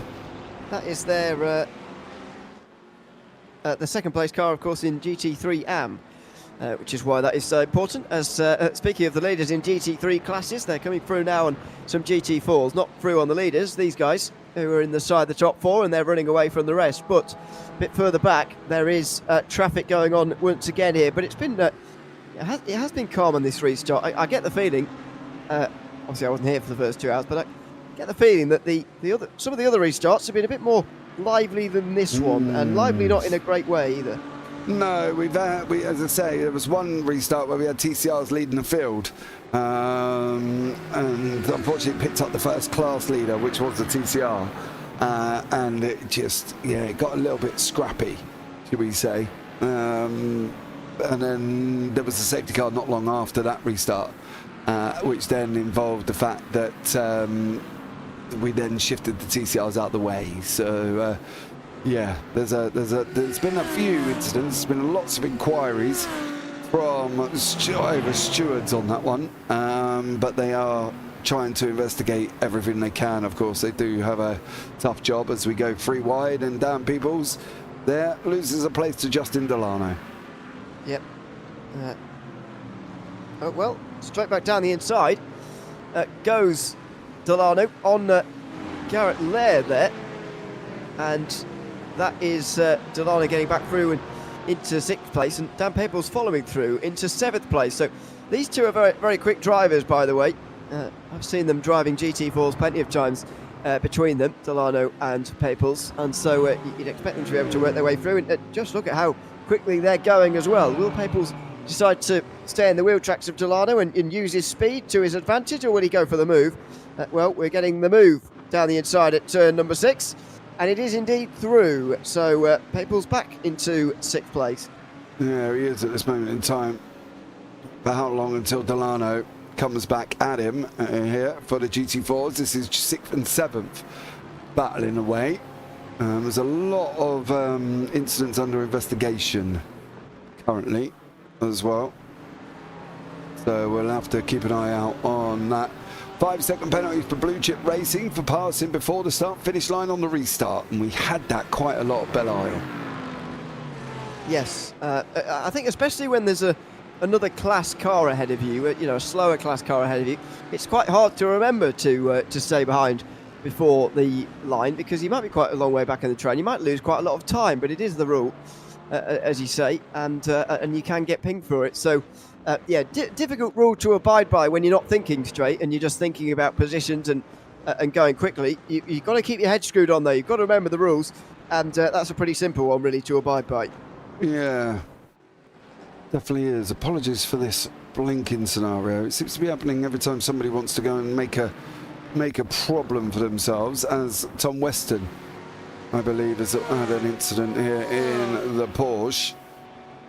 I've got a funny feeling this is going down in... Oh, dear. That's a disconnection. Oh, no, he's back. That could be why all of a sudden we had that blinking now, unfortunately, on that one from Tom Weston and his the internet causing problems.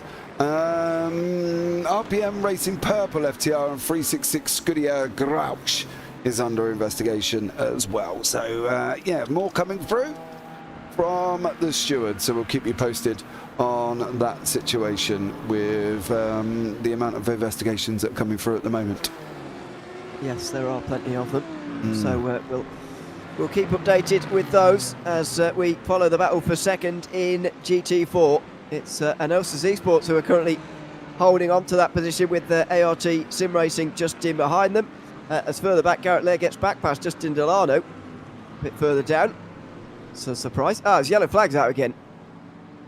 What's this one for? Justin Delano might be involved. So look down the inside. The Ineos car again. Well, they all seem...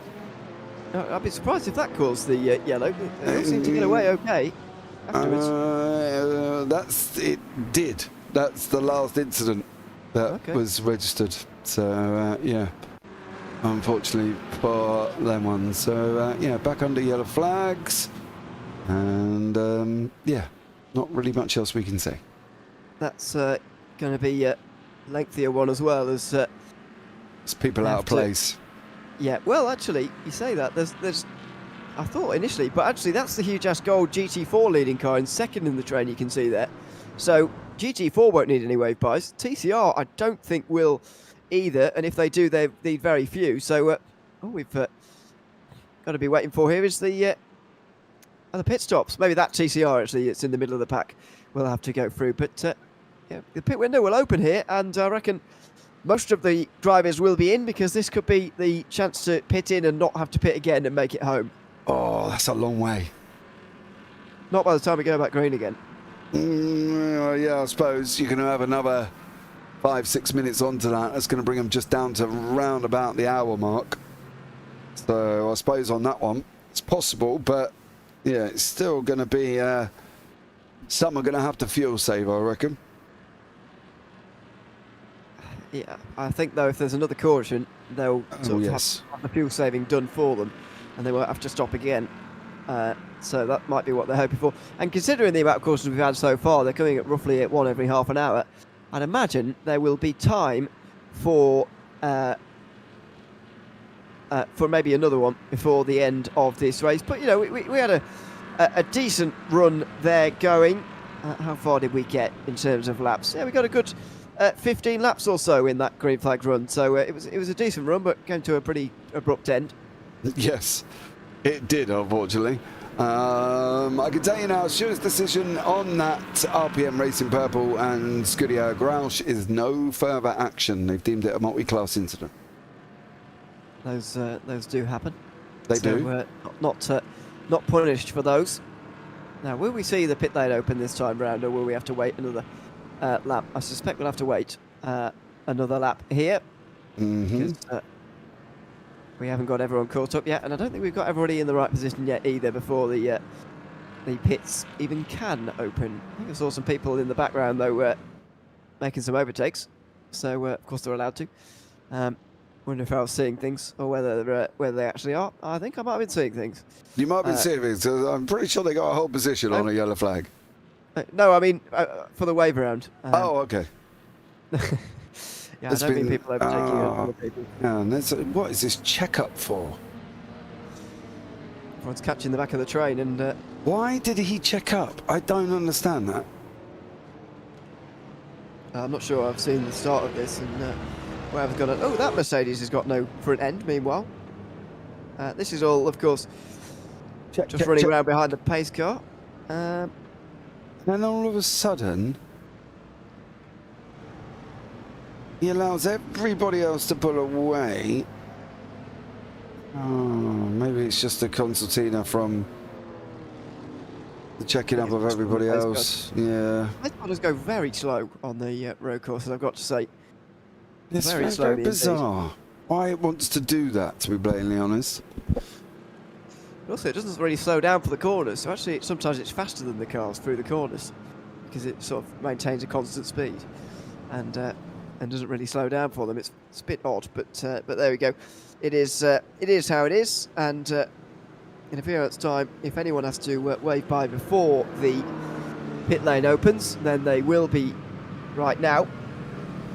As I said, I suspect there is a TCR caught in the middle there, and I think they will have to pass by. It's David Johansson and the Sim Racing Grid car. They are currently 8 laps down, but they're caught behind the leader. So I think they're going to be waved around before the pit lane can open. But not that's happened just yet, and we're coasting around in the yellow at the moment. Yeah, we are just plodding around here as well. Knocking down the time is going to leave people to be able to obviously look at fuel saving and getting to the end. So an hour 8, we're going to have at least one more lap. Do we think there's going to be pit stops again? I'd be in if I was in this situation. I think all 3 classes can make it home based on the time remaining and what the time is going to be when we go back green as well, and indeed when they make their pit stop. So yeah, I'd be in here. The laps, by the way, under caution are about 3 minutes long. We're going to have at least another couple, so I reckon we'll have a less than an hour left when we go back green. Even the GT3s, I think, are going to make it as a result of that. Yeah, I think you might be right, to be blatantly honest, because we're still under and they're still going to have one more. And if the pace car lights don't go out this time, we're going to have one more after that. So I reckon if they've gone in early enough, they've said that though, the RPMs, yeah, they're going to go in now. Everybody's going to go in now, to be blatantly honest. I'd be very surprised if anybody carries on here, and I think everybody's going to peel in all of a sudden. There we go. Put it all down. Not that one. Morgan Smith from WBM carries on. Interesting. As does the huge ass black car, actually. So a couple of carry-oners. None in GT3 though. Everybody is in pit lane. Now let's see who makes it out first, because this could be the track position for the final part of the race here. Of course, RPM Racing have gone in 1, 2 and 3 at the start here. Huge Ash White have carried on actually in the Mustang in GT3 Pro, so they will take the lead on the way in here, I think. But nevertheless, RPM Racing making their stops, tyre changes as well, fuel, and now out comes Patrick Gannon. He's way ahead of Lund Nielsen, who did 6 seconds more in the box, and so comes out second, followed by Yeso Yunus, then Alex Marsh King, who's out next for the Ford team, and that is just about it as far as the leaders go. So I reckon that's their final fuel fill. Giovanni, and they'll be going to the end. Yeah, Giovanni Romano is in the lead at the moment, but last pitted on lap 65.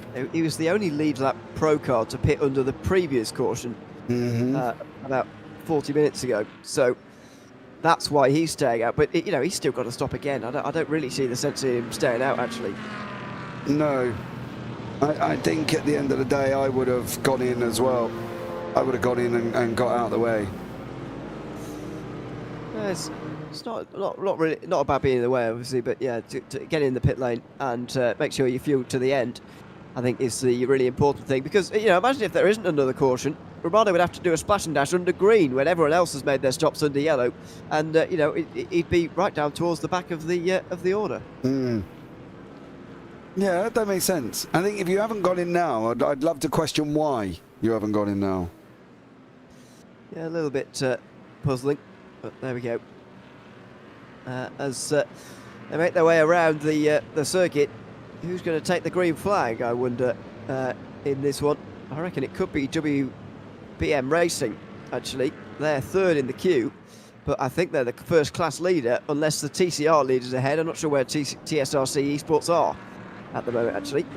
But yeah, there's going to be, I think, a GT4 starting, unless of course there's a pit stop to come later down the line.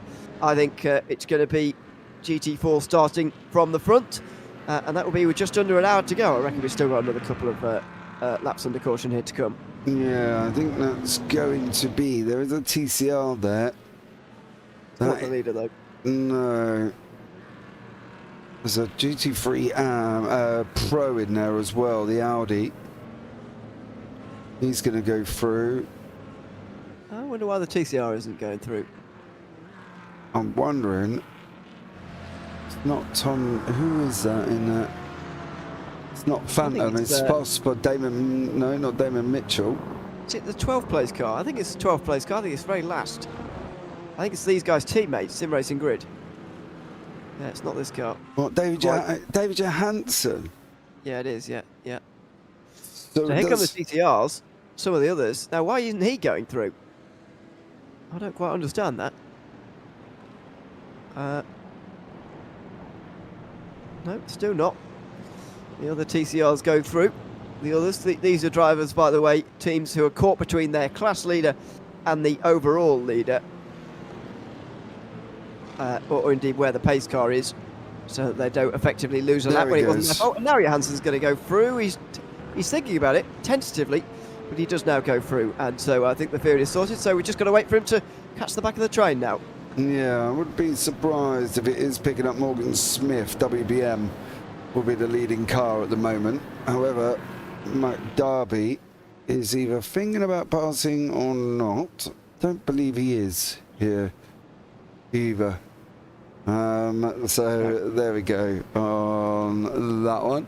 Right, we're going to give Mr. O'Leary a couple of minutes here. Let us know in YouTube chat who you are supporting once more, and who you're shouting out as well, and who you feel is going to win this situation. We've got Morgan Smith, WBM, leading the GT4s with Michael Darby in second place. They're on your screen now. Tom Davidson from TSRC is leading the TCRs with Akram Zanoni from Goya in second place. In the GT3 AMS, it's Rutger Herbusch from ART Sim Racing 2. He's got Gene Robos from RBM Racing Purple in behind him. And of course, in the pros at the moment is Giovanni Romano with Patrick Gannon a long way back in second place there, with Charlie Lund Nilsson in third. So although it was a slower pit stop, it's really not made any difference currently at the moment, because obviously we've had the yellow flag and everybody is under caution. So yeah, going to be very, very interesting indeed how these GT4s are going to handle this, and what goes on, shall we say. But Morgan Smith and Michael Darby leading the GT3s with the Giovanni Romano Mustang in behind. Of course, Giovanni not pitted. He pitted last on lap 65, while everybody else has pitted in and around him. So there we go on that one. It looks like the stewards have finally caught up to date with everything, and there's no other drama. However, we have got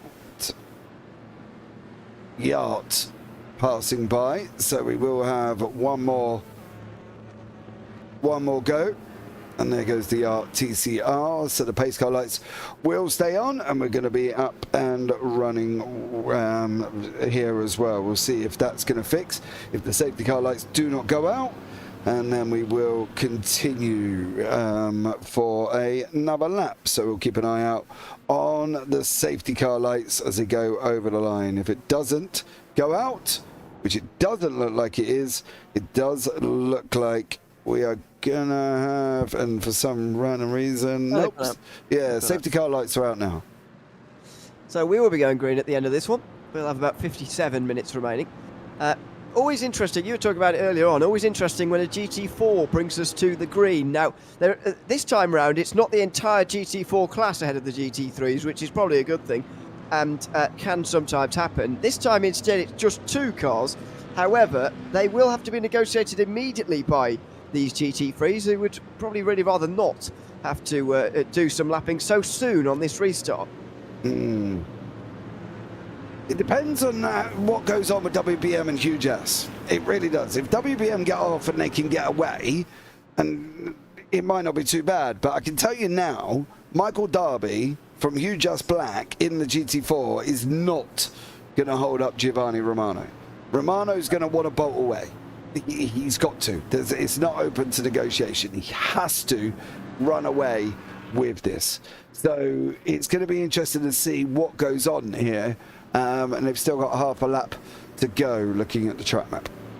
This is true, actually. I didn't think about the team play that might go on between those two, but I think you're right. There will be a Mercedes pulling out the way for the Mustang. Whether he'll pull out the way for everyone, I would doubt that a bit more, because it's a race after all, and it's a restart, so everyone's going to have their wits about them, and they're going to have their head screwed on here early on. You would hope as well. So, let's say it will be 57 minutes remaining when we go back green here in a few moments' time. It could be the last restart of the day, but some teams will be hoping not, because not everyone can get to the end here on the current fuel they have. However, I think everybody who pitted under this caution will be able to make it home. Yeah, I think so as well. I've got a funny feeling Romano and the Huge S Boy in front and WBM will all have to go into the pits, and Michael Darby there will have to go in as well. Steve Clays from Eagle Speed will also have to go in. Safety car lights are back on again. Oh. So we are going to go another lap, unfortunately. This is bringing... See, this is where I would be smart now. Now you've got that other lap. If the pit lane's still open, go into it. Well, he's gonna lose so much track position, though. That's the problem. So much track position. I mean, he'll be 41st in the train, and that's. I think that puts him way too far back. I think that gives him way too much traffic to actually overtake here.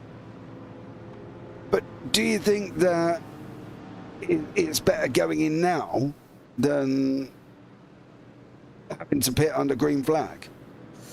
Well, they're both pretty bad options. I'm not sure I like either of them. Maybe it's slightly better, but I mean it's still pretty bad. I think. I think the big mistake was not pitting with everybody else at the time, but that's that obviously opportunity's gone now, and they can't go back and do that again. But yeah, I think either option, if you've not stopped at this point, either option is a pretty difficult one as we. Make our way over the line. The lights do go off this time, and everybody's caught up this time. I think this is the difference. I think we were still waiting for that TCR to catch up to the train before we went back green again. But now that it has, we should definitely be going back green this time round, unless something else strange happens. Well, yes, unless something out of the ordinary all of a sudden comes up, and pish pash posh, we have to go once more. But hopefully, we shouldn't have to do that. So. This yellow's been about 20 minutes, so it's been a long time. Well, what I'm wondering about is the end of the race. At what stage is a caution going to bring us to the end of the race? And I'm thinking certainly in the last quarter of an hour, we are going to see a caution I think would end the race, if indeed we get one. I think race control will try their very best to keep the track green in those final 15 minutes, because they know that everyone will want that green flag run to the end. But it's worth bearing in mind, I think, going into these final moments. Definitely. We did say, Miles Owens in YouTube chat, can't go into pits are closed. We did say if they were open. I did cover myself and say if they were open, then I would think about going in. If they are closed, then he's going to have to sit back and just wait, unfortunately. So thank you very much for the information. But I did say if they were open. Well, there we go. I wouldn't have come in either way, whether they're open or not. It was an option, wasn't it? It depends if you get it out of the way. Yeah, I think those that haven't stopped on this caution have made a bit of an error, to be honest. But there we go. Let's see how it pans out for them in the end. Under this caution, as I mentioned earlier on, pitting would mean you can get the fuel on board to take you right the way to the very end of the race. And in GT3 Pro, everybody, apart from Giovanni Romano on the lead lap at the front of the field, has done that. So when you're left out to dry like that on your own, I don't think it looks great for them. He'll need another caution at least. Yeah. But he has got quite a few cars in between him and the RPM Black. I think there's like 3 or 4 cars behind Giovanni Romano. There's 1, there's 2, there's 3. Yeah, 3 cars before the RPM Black. And I don't think that huge-ass Mercedes is going to stay in the way for very long. No, and that BMW GT4 isn't going to stay in the Audi's way for very long either. They're not teammates, but they are in different classes, so I would expect that to be resolved pretty quickly. So let's see how this restart goes for the overall leader. Of course, it is a GT4 leader that will be taking us to the green flag this time round, with just under 55 minutes remaining in this race, less than an hour to go here in the 4 hours of Jerez. And it's going to be immediately, no waiting around. WBM Racing getting underway immediately. Now, don't pass before the start-finish line. And now Romano can go. He times it there so that he can try and get the run as he gets a McLaren right behind him. That is not for the lead, but now goes down the inside, straight through into the lead immediately into turn 1. Yeah, they both moved.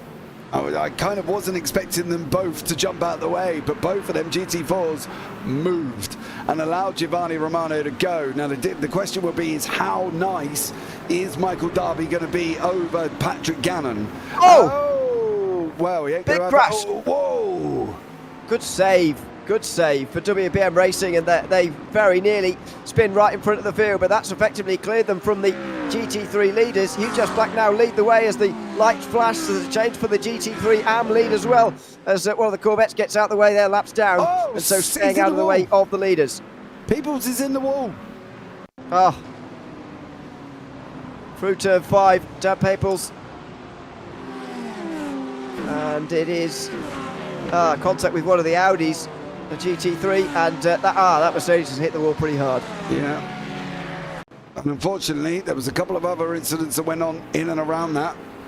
And Dan Peoples is gone into the wall. David Barraclough has also had a moment as well. But at the moment, Rutger Herbosch chasing down RPM Purple on your screen. And I think it was their sister Audi. I think it was ART1 that might have been involved with Peoples on that one. I think so, as the battle for the AM lead goes on into the final corner. Oh, that's a squeeze, and the purple car on the inside holds on here. Good defence of that position. Out of the corner they go, but RPM Racing hold on to that place. Rubos recently gaining that one, of course, and now fending it off as well as we continue on with this restart. Still not quite clear of all the GT4s yet, though. This is the last one. Yeah, it is, and this is how they've got to try and make it through. They've got to wiggle their way and not get involved. That's a huge ask from Michael Darby leading the GT4 at the moment. I was going to say GT4 Pros, but they're not in Pro-Ams. Leading the GT4s, and that car goes through. Steve Clace is checking tracking them down, do we say? And there has been another steward's announcement. MLC and Squadra Veloce Bravo are under investigation, but I think they're a long way behind at the moment, the stewards. The lead in TCR is changing. TSRC are under big threat here for the lead. At the moment, Tom Davidson trying to hang on from Goyo Autosport on the outside, and well, just about getting the place. Sorry, on the inside they are TSRC on the outside, but it will turn to the inside for the next 2 corners, 2 left-handers, and fast corners they are as well, and so the TCR lead might well just stay with TSRC here. And can he get his nose ahead? Doesn't. He tried to get his nose in ahead, but he couldn't quite do it. He slides back onto the road and he recovers rather well, but there was contact. There was contact there with the Scuderia garage car that's broken its front left suspension, and it is off into the gravel and escapes back to pit lane. What was that? I think Davison comes across on the light blue here. He definitely does not. Well, he just doesn't move anywhere, and Goyo Autosport certainly expected them to. But he doesn't Yes, have it to. was. He stays straight, and then watch. He just drives into it. Bang. Well, yeah, that's That's not great. That's about Yeah, as I say, he was expecting Davison to move to the left, but just didn't. And there we go. There's the contact. Quite lucky that there wasn't a bigger crash. There's Davison in the pit lane, as Ryan Chevalier is as well for Scuderia Grouch, who hits the TSRC car on the way past, and they'll both be in pit lane for a little bit of time now. Yeah, definitely will. But Derby in the Clays. Oh, around he goes.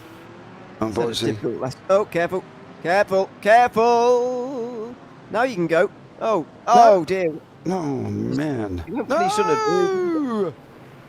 Well, that was a bad choice to go to the left, but anyway, went when he shouldn't have done. Didn't go when he should have. Anyway, doesn't matter. He's back on the circuit anyway now after a rather eventful last few moments as we go back to the leaders in GT3. Still trying to chase down the huge-ass Mustang, of course, but really it's these two who are leading the race because that Mustang still has to make another stop. Well, we think they've got...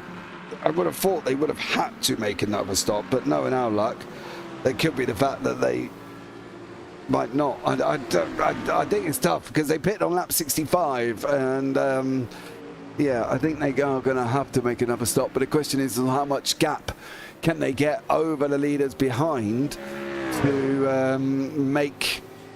Are they going to get enough of a gap, do we think? That's the problem, but you can just see the leaders in the background making moves. Caricis, WBM White and Michalowski for ART. Fighting out with Sven Demmel from Huge Ass Black.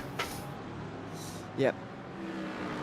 Absolutely. As we go through the middle sector here, or at the end of the first sector, I should say, in the leading passages of GT4, Huge Ass 1 and 2, but again, these are the three who are really challenging for the lead in that class. It is not really about the Huge Ass Mercedes that is leading the way. They still have to make a stop. I'm fairly certain of that, even though you keep adding the caveats. I'm quite confident. So I'm going to go with it for the moment. 3 seconds, just over, is the advantage. And so far, that BMW for Huge Ass is driven by Michael Darby. Still driven by Sven Demmel, I should say. Are holding on very well indeed, and they're holding those two behind as they have been for quite some time now, for about an hour really. Yeah, I think the problem is Sven Demmel in the GT4s is no slouch, and Caricis and Michalowski are also no slouches. So I think these guys are going to have a great battle, but I also think they might be holding each other up, and this is where Michael Darby now can try and escape as best as he possibly can. Wyburn for MRC in pit lane. Not quite sure why we didn't go in the yellow flag situations. Peoples never gives any space to other cars. Took them long enough to... Oh, chill out. Yes, I just should have read that in my head first before I read that out. But take a breather, son. The steward's here for a reason. So go and speak to them on that one before you come into YouTube chat. Akram Zanoni and Bertolucci are fighting out for Goyo and Sim Racing Grid Phantom. And Robert Sharp is in behind for Tail Racing Elantra there. Yeah, absolutely. We'll see how this continues on. TCR, of course, shaken up by that recent incident in the battle for the lead. Goyo Autosport leading the race as a result, but as you say, might have a penalty hanging over their head. The stewards are still a little bit behind with incidents. They're working through as quickly as they can, doing a great job as always, but of course there is a lot to look through in this race, as there's a change for fourth in GT3 AM. That is Chris Van Goot getting through on Kurt Verstraeten in 5th place. The Eagle Speed Academy cars there exchanging places. Yeah, the 20-second time penalty for Squadro Veloce Bravo by Eagle RS for leaving a large gap on restart and failing to slow down for checkup, causing heavy contact, which is the one we watched where Stefan Le Guin put that car in the wall. Okay. We did see it. We went on board with him. I think. Okay. Was it you? Was it? I'm sure it was you. Yeah, I'm not sure I was here, but I but- think you were on the last restart when I said that's not that one. I'm sure you were. Because he bumped straight into him and hit him in the ball. Oh, yes. I was going to say, now you're just making me sound like I'm going insane on No, the no, broadcast here. no. I'm the one going insane. I'm sure we were both here watching that Oh, yeah, car drive right. into the back of him. Right. Right, DDK Eagle Speed Academy and NERC Sports GT4 is also under investigation, but again, they are still an hour or so behind. Still working through as we watch this battle for TCR honours again. Guy Autosport, of course, have only been at one round so far this season. That was the season opener in Portimao. They finished third on that day, and as a result, are down in sixth place in the standings, just chasing them at the moment. Sim Racing Grid Phantom and the Tail Racing car as well. Of course, they're split now. I'm not sure. We've got two Tail Racing cars now, but which of the ones is... I think this is the one we're on board with. This is the one that will carry forward the 12 points they scored from the first round, I would expect, even though they've sort of split their team.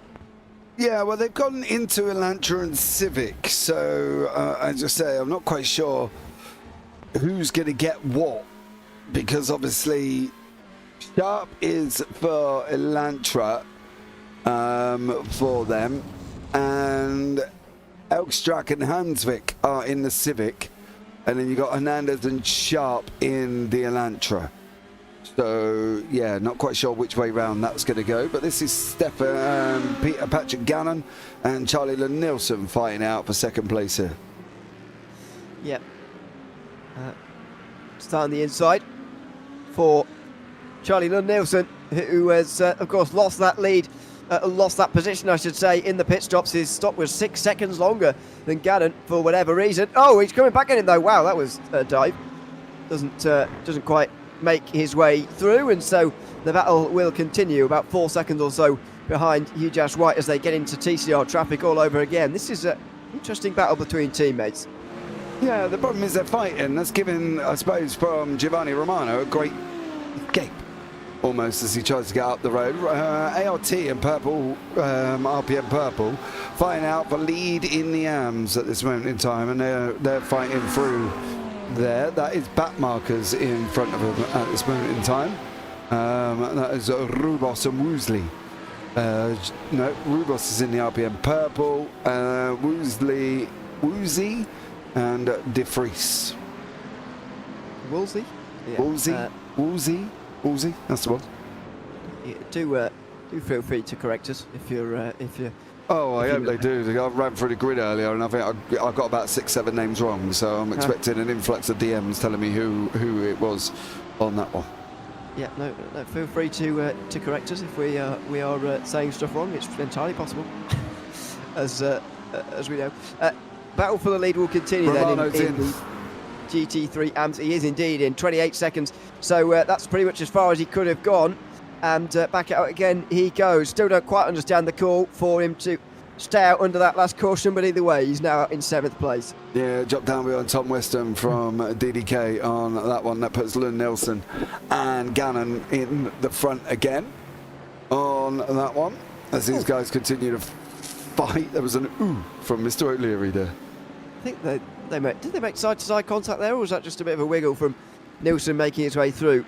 I think that might have been a little bit of a wiggle. Okay, fine. Okay, cool. Seemed to just maybe it was the foreshortening of the camera, maybe they weren't side by side at all, but just as I was looking at it, it looked a little bit odd. They're just about the way through the TCRs now. I think they've got one more that's strewn off the back, and then they've got their 3 leaders as well to negotiate, and there are the 3 leaders still fighting away in TCR, but then that's it. They've got through the traffic rather nicely, and after the restart itself, which was a little bit chaotic, it's been a good run through traffic, this one. Yeah, it has. I'm just wondering what's going to happen to Zanoni. Same, yeah. You would expect him to get a penalty for that. You would, but yeah, I think you probably are, and I think it's got to be. I think it's coming, so that could leave Bertolucci out in front. Sharp there, just making way clear. Oh, I know, they're fighting out Gannon there. Outside line of turn 5.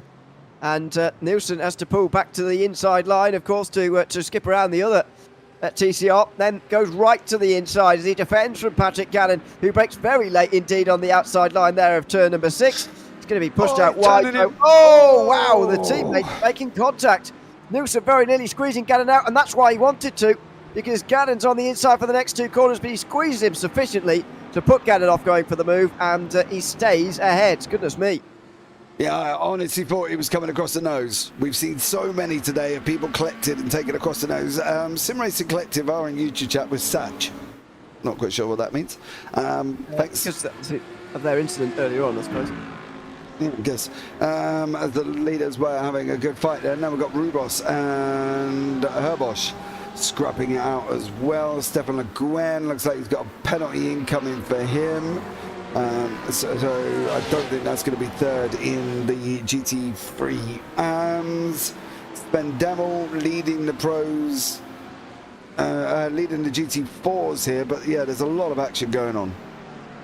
Yeah, side by side, still with the leaders in GT3 AM, and they're going to have to go past TCR as well here. Flash of the lights to, not excessive, but flash of the lights just to make sure that you can squeeze through here as RPM and ART go side by side. It's the RPM car that makes its way through into the lead of the class, but looking again, that wasn't on down in towards turn 2, and they realise, and so they stay behind. Change for the lead as well. TCR, Goyo Autosport under pressure again from Sim Racing Grid, but they hang on again here in a similar part of the racetrack actually to the overall leading battle in GT3 AM.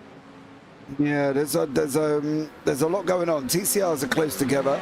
GT3 AMs are literally coming up to lap them. This could be very interesting as well. Nelson there as well. GT4s, second place is up for grabs between UJAS Black, ART4 and WBM. So yeah, lots going on as the TCR leaders are just there, and this is the GT3 AM leaders. Yep. This is going to be an important couple of moments as they pass the 3 leading TCRs, one of which staying well out the way. That's the Tail Racing car, just deciding to stay on the outside line, but by staying out the way they have cost themselves a little bit of time here to the 2 out front. Goyo Autosport still leading the way ahead of Sim Racing Grid, and indeed the battle in GT3 AM also gets split apart a bit by the battling going on. So through they all go. It's a tricky couple of corners, those fast right-handers. TCR got it wrong. Slowed it up in time just about, but that was close. Oh man, I bet he had. Yeah, that wasn't good from Ian Bertolucci there. He was very, very hot coming into the corner, and I think there must have been a little bit of a oh dear, what have I done moment. But he managed to get that car stopped. But these AMs, GT3 AMs, are still close together. They certainly are. The driver behind them, by the way, is a lap down, actually 4 laps down on them as things stand. That's Woolsey in the GT3 AM standings. Just ahead of them, it's a pro, so not particularly worrying about the GT3s that are either side of them, but they are continuing to battle it out here. Down in towards the hairpin they go at turn number 6. He is going to weave around and have a little bit of a look at Herbosch, but no move down in towards turn 6 this time. Yeah, no move at the moment. 22nd time penalty for Ineos Esports GT4 FTR for causing a collision on the restart. They're now investigating the Sim Race Sweden, and the Eagle Speed Academy Esports B is under investigation now. So we'll see what happens from that one. Patrick Gannon's gone into pit lane. Wow, that's a big surprise. Well, maybe they can't make it home as easily as I thought earlier on, and maybe the Mustang is in the game here for UJAS. I wonder, because yeah, they are. They pitted, I think, with sufficient time remaining that they could make it home. Depends how long this pit stop is for Gannon a little bit, as he now does come to a stop in the box. It was 28 seconds for Giovanni Romano. Maybe we'll have to rescind our criticism of their strategy a few moments ago, but he's already out, Gannon. 14 seconds fuel fill a lot shorter, and so he will be out ahead. Yeah, just on that one. I was going to say, I'm going to have to rescind my bit. I told you if I thought he was in it, it's you who was going, nope. So, yeah, no, she... He had more fuel to put in, so he's going to drop down anyway, and he's not going to win. So at least in the current situation, so we're okay for now. Down on the back straight they go in towards turn 6 for the battle for the lead in GT3 AM, and that's not going to happen on the way down on the brakes there. Goya Autosport, by the way, came under a lot of pressure from Sim Racing Grid not so long ago, and there was another side-by-side moment, but again, Zinone holds on. Defending again here on the way down towards turn 6. Really been made to defend by Bertolucci there, and now runs around the outside. Oh, contact! Oh dear, oh dear. That is Goya Autosport going off at the turn 6. Sim Racing Grid and Ian Bertolucci very much the one at fault for that, and Tail Racing get into the lead. Yeah, Robert Sharp now ends up being in front of that. We'll have a look back at that one. Akron Zanoni. Did he dive him, or was there space? There's the first move. Comes around the outside, then he comes back across him. I'll just see from that angle whether he's on the apex or not. I think that's important for this. Let's have a look from here. Of course, defends a little bit late, but he's just about within the rules with that. On the inside, No. is he at the... Well, he's quite close. I don't know. I think Bertolucci there could have given a little bit more space and didn't. Meanwhile, it's actually gone side by side now with the Tail Racing TCR of Robert Sharp, who is currently on the inside line, and he's gonna not quite hang on round the outside. Goes Bertolucci, and he's not going to do it round there through the double right-hander, but he needs to stay alongside so he can get the inside for the next two. He can't quite do that either, and so Bertolucci has to stick behind into second. Yeah, we're just trying to check on some information. There was a penalty handed out as well for the contact between the Simrace Sweden and Eagle, but it says 10-second penalty, time penalty for unnecessary contact, but it doesn't say who. No. So I'm just trying to clarify that as well. Lund Nielsen in pit lane. Yep, so it turns out I've massively miscalculated whether they can make it to the end or not, and the answer is no. So it is going to be between Nielsen and Gannon, who makes it to the end here, as we get a new leader. Another RPM Audi at the head of the field in the form of Yeso Yunus on this occasion. Gannon will hope that his outlaps have been strong enough here. The fuel fill is short enough for them to get ahead of Hugh White, but what about with each other? Charlie Lund Nielsen makes his way out. He's got a long way round turn 1, of course, and here comes Gannon, but he is going to be in the lead here. Nielsen ahead of Gannon, and by a bit of a margin as well. Yeah, absolutely. So Lund Nielsen sitting in prime spot at this moment in time here, over Gannon, over Romano. That's roughly the top 3 on the road. Creases in WBM White and Mikulowski fighting out for ART Sim Racing 4. Bertolucci and Sharp are still scrapping here as well.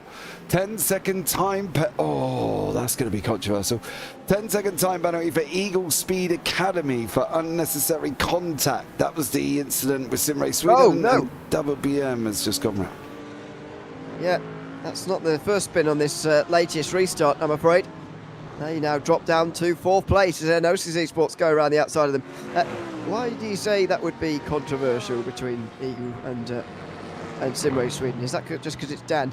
The other car? I think the thing is, I think that contact, there was a lot more involved in that. This is an incident with Tom Weston up the inside of the TCR. What did he do? However, he did. He did. What is going on? What's happening to him specifically when he blinks? He just seems to explode and then come back again. Don't know what that's all about, really.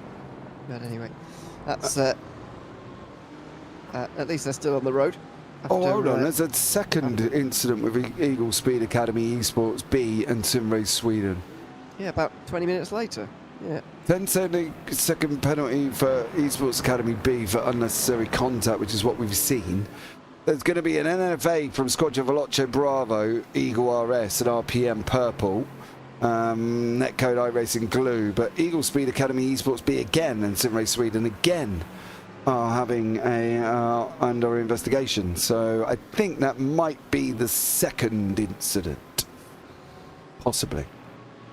We'll find out on these incidents as the battle for third place continues on here, and Otis Esports are now running on the podium as a result of that latest spin for Julian Caricis in the WBM car. This is the closest battle in GT4, by the way. It's still a battle for the lead in TTR going on at the moment, and it's quite close for the lead overall actually as well, but this is the only one in GT4 at the moment. Good that we've got a green flag run really going here. We're going nearly 20 now.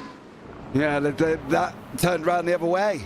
Sim Race Sweden got the 10-second penalty for unnecessary contact between Eagle Speed Esports and Sim Race Sweden, so it's a return. Eagle Speed got the first one, and then Sim Race got the second one. Sort of a penalty for penalty deal there, almost. Yeah, it's like, you know, it's like 1-1 in a football match, isn't it? Yeah, basically. Unfortunately, I think Sim Race Sweden are out now, so they can't quite settle the... Yeah, they are indeed. So they can't quite try and land the winning blow, if you like. But there you go. They will have to resume that next time out. Why are they out? After that incident with the Audi at turn 5. Oh, okay. I presume they parked it after that. Not their first incident of the day. As I was about to say, the racing continues in 2024. We'll be back again in 5 weeks for the Sonoma race, as this has been the halfway point in our season, by the way. 14 hours complete of a 28-hour season, and round 3 of a 6-round season complete in just under half an hour's time, and it will be going racing at Sonoma. That will be a very interesting one to go out. There'll be the NASCAR long layout, so the longest Sonoma layout, but even the long Sonoma layout will be quite a short layout, really. Yeah, I think it could be quite fun, though. Oh, yay. Equipment Geek Racing getting involved in the TCR lead battle. This is going to work out well for Rob Sharp, as long as there's no contact. And there isn't. There was. And he still holds it. Yeah, Yashil Yanis from RPM Blue is in pit lane. Then that leaves currently Alex Marsh King from Fabulous Foreskin out in front with 27 minutes remaining. So there we go. On that one, Eagle Speed Academy Esports B again. 299 are under investigation with Huge Ass Black for 238. So poor old Eagle Speed are getting beaten around a bit here. They are in the stewards room. Not literally, but they're currently running in second last in the field. We've seen them have so many spins during this last couple of hours of the race. Steve Clay's at the wheel for the majority of that. That it's just been very, very difficult indeed for them to really get anywhere here. And unfortunately, they are now way down the field in 12th place. I feel like when it rains, it pours, and it certainly has rained on them today. Not just in the stewards room, actually. You can't blame it all on them, but they've had a number of spins on their own anyway. Yeah, they have. Look, it's just one of them, and it's a bad day. Bertolucci is in there. That is the GT4 of Shane Cameron from Huge Ass Black. These are the people that are under investigation with the other one at the moment. So Bertolucci, they're sharp making ways, let's put it that way, and allows that car to go through. This is the closest battle on your screen. The other one is Darren Barraclough and Ian Cable, but they're going to change positions. That's a GT3 and a GT4, so that's job done there, and the TCRs are back together with 25 minutes to go. Yeah, they certainly are. Now, do these have to stop again? I'm beginning to doubt myself about everybody now, because ART are in from the GT3 Pros at the moment. So clearly all the GT3s have to stop, even if you pitted under that caution. I thought you'd be able to make it home. I was catastrophically wrong about that. But will the TCRs make it home? Because of course they can go further generally than the other classes, because of the way that their fuel works. On a 100% tank, I know we haven't got 100% tanks, but on a 100% tank you can go an hour and a half in these, the cautions, you probably go a lot further than that. So they won't quite be going that far, but I do wonder how far they can go and whether we'll see a pit lane battle between these two before the end. They went quite long in the first one. It was like almost an hour and 15, hour and 20 minutes, but then there was a couple of cautions. 5-second penalty to Hugh Jass. Overtaken before the start-finish line. So that's why that was under investigation, as we got 24 minutes remaining here as well. It's not the leading GT4, though. No. That's the key. Black. Shane Cameron. Yeah, further down the field, so not going to change the lead in GT4 by the looks of things. Instead, it's going to be an issue a bit further down. Of course, by the way, in GT3, GT4 and TCR, you only get points in the top 10 of those classes, so it is a race for points down there at the moment. Hugh Jass Black are at the moment getting just a couple of them, but not that far ahead of the 11th place car. Still 13 running in TCR as well. Oh, sorry, 12 running. We have had Scudero Grunch out after their crash with TSRC early on, who incidentally are still out there with Tom Davidson. But yeah, some teams are going to come away from today in those bottom three classes having not scored any points at all. Yeah, that seems a bit harsh, doesn't it? I think it fits the amount. I don't know. I don't know. That was a very closed question, so I do apologise on that one. There was no room for movement on that, as that GT4 does go through. No, I think it is tough when you drive 4 hours and then don't score any points. I think that's the thing. But you can safely, you can understand why they do it. You know what I mean? Give them one for participation or something. That's what I would do. Oh, sorry, I'm trying to find my own mute button. Well, I'm not ignoring you. That's fine. I don't mind. But yeah, I think they should get at least one for like a participation trophy. Yes, it may be.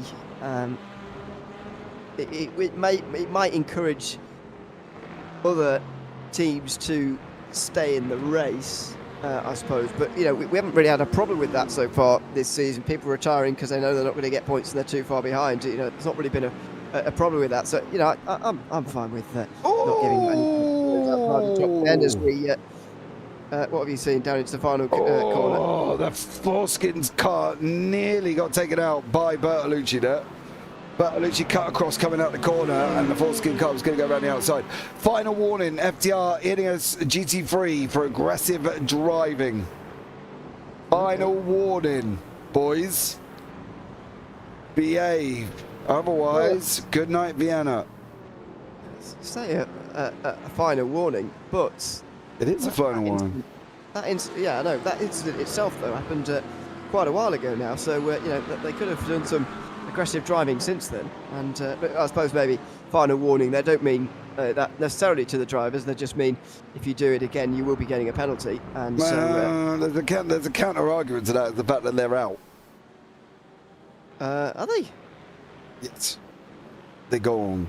Oh, they are. Yeah, that's happened quite recently, like just 19 laps off the lead. Okay, well, maybe their driving has caught up with them a little bit, or maybe they were involved in an incident that's seen them out the race. But we have seen a few falling by the wayside a little bit in these final 2 hours as we get closer towards the checkered flag.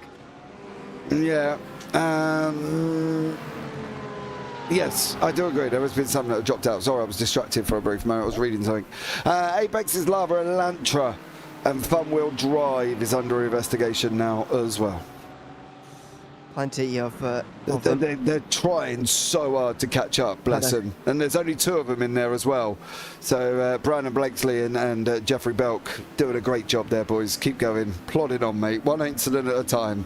So a big shout out to the stewards for doing this. It's been a tough one. They'll be here tomorrow morning at this rate.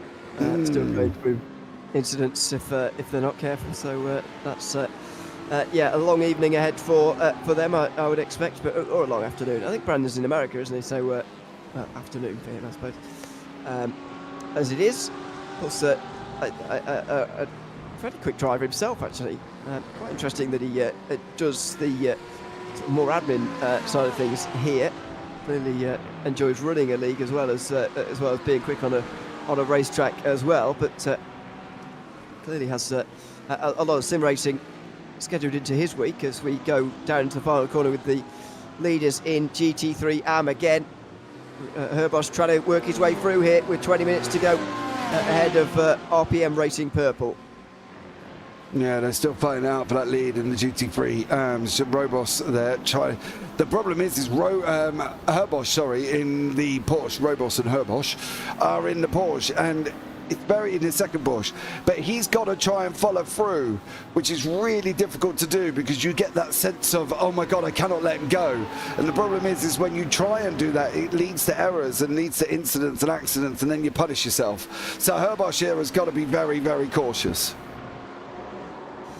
Certainly, as we're in the final stages now, got to be very, very careful. I think, as I mentioned earlier, a safety car may end the race from this stage, so everyone's got to be really super careful about what they're doing. As the leader now overall comes in, that should allow RPM Racing to restore their lead. Charlie Lund Nielsen should be at the head of the field, followed by Patrick Gannon and Yeso Yunus. I mean, what a statement it would be for RPM Racing to have all 3 podium places locked up here at the end of this race. To be fair, I wouldn't be surprised because they have led all 3 podium places since the beginning of the race. So it really would not be a surprise if they had. This is that TCR battle. This is getting really hot at the moment between Bertolucci and Sharp. I'm going to be interested to see how this one develops here as well, especially as Sim Racing Grid won the last one. I believe that was Bertolucci driving, if I'm not mistaken, for Belle-Isle, I think back. He was there, but that was a different connotation of the team. So this is another one where how they're going to separate the points here, because obviously Phantom is here, Phoenix is here, Bertolucci's gone to Phantom, we've got Phosphor. So yeah, as that Porsche tries to get around the outside of Tail Racing and costs them the lead. Yeah. So not a good idea. Look at this one. Side by side, right? So already sliding. They were already sliding. It wasn't contact initiated by the Porsche, but they were already sliding. Yeah, they were, unfortunately, on that one. So that's cost them the lead there. Tail Racing now in second position. As down towards turn 6 go. These two still at single file as they are. GT3 AM, of course, has been won by Eagle Speed Academy Esports 166 every race so far, but they're currently down in 3rd place, and maybe, especially ART Racing, Sim Racing can maybe close in here in the championship standings, but as things stand, Eagle Speed Academy Esports would still be the championship leaders at the halfway stage. Yeah, they will. It's very interesting. I'm looking forward to how this season develops. I think this whole makeup of a multi-class is not something that it's not something you see with GT3, GT4 TCRs.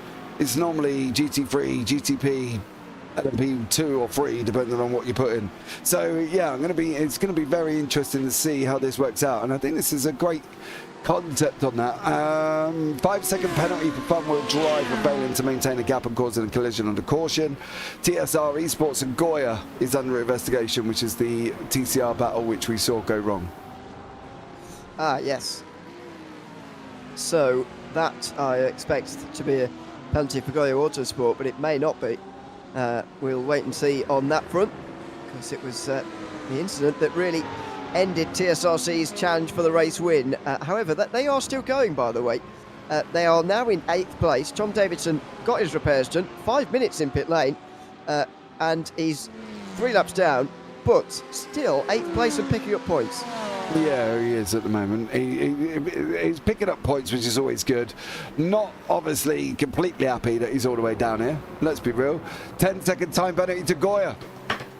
There you go. For avoidable contact. Not that that's going to really aid them at all, to be blatantly honest, because obviously Tom Davidson is on lap 102, Goya's on 105. So although it's a punishment for Goya, they kind of do get away with it because they are still in front. The spin that they had, I think Goya Autosport is the one that's going to cost them in the end. So we go back to the leading battle in GT3 AM. As far as the GT4 Championship's concerned, by the way, Tilk Freak Racing were the leaders coming in, but they are currently down in 6th place as things stand. WBM would be gaining at the moment as well, but I reckon they've still got another stop to make alongside an OCC Sports, so maybe a bit early to say who's going to win in GT4. However, it's interesting. It's still a leading battle in that class. Yeah, it is. And WBM and Ineos, you know, they've both had their fair share of incidents, right? And at the end of the day, then it'd be interesting to see if WBM can maintain this gap, start clearing some of these TCRs, start getting Ineos under pressure. We've seen them involved in their own incidents as well. So I'll be interested to see how WBM plays this now. They've got to try and break away as best they can and put as many cars between them as possible. Yeah, certainly. They've managed that for the moment. Jorge Correa with some time to make up here as they come through on some of the TCRs. I mean, look at the track map on the top right-hand side of your screen. It's not really worth saying which class is passing who at the moment. It's just a filled racetrack now with all of these cars. Everybody's everywhere, and we're seeing a real mix-up in the classes. A lot of traffic to negotiate. Sorry, go on. There you go. Greasis has got a car in front.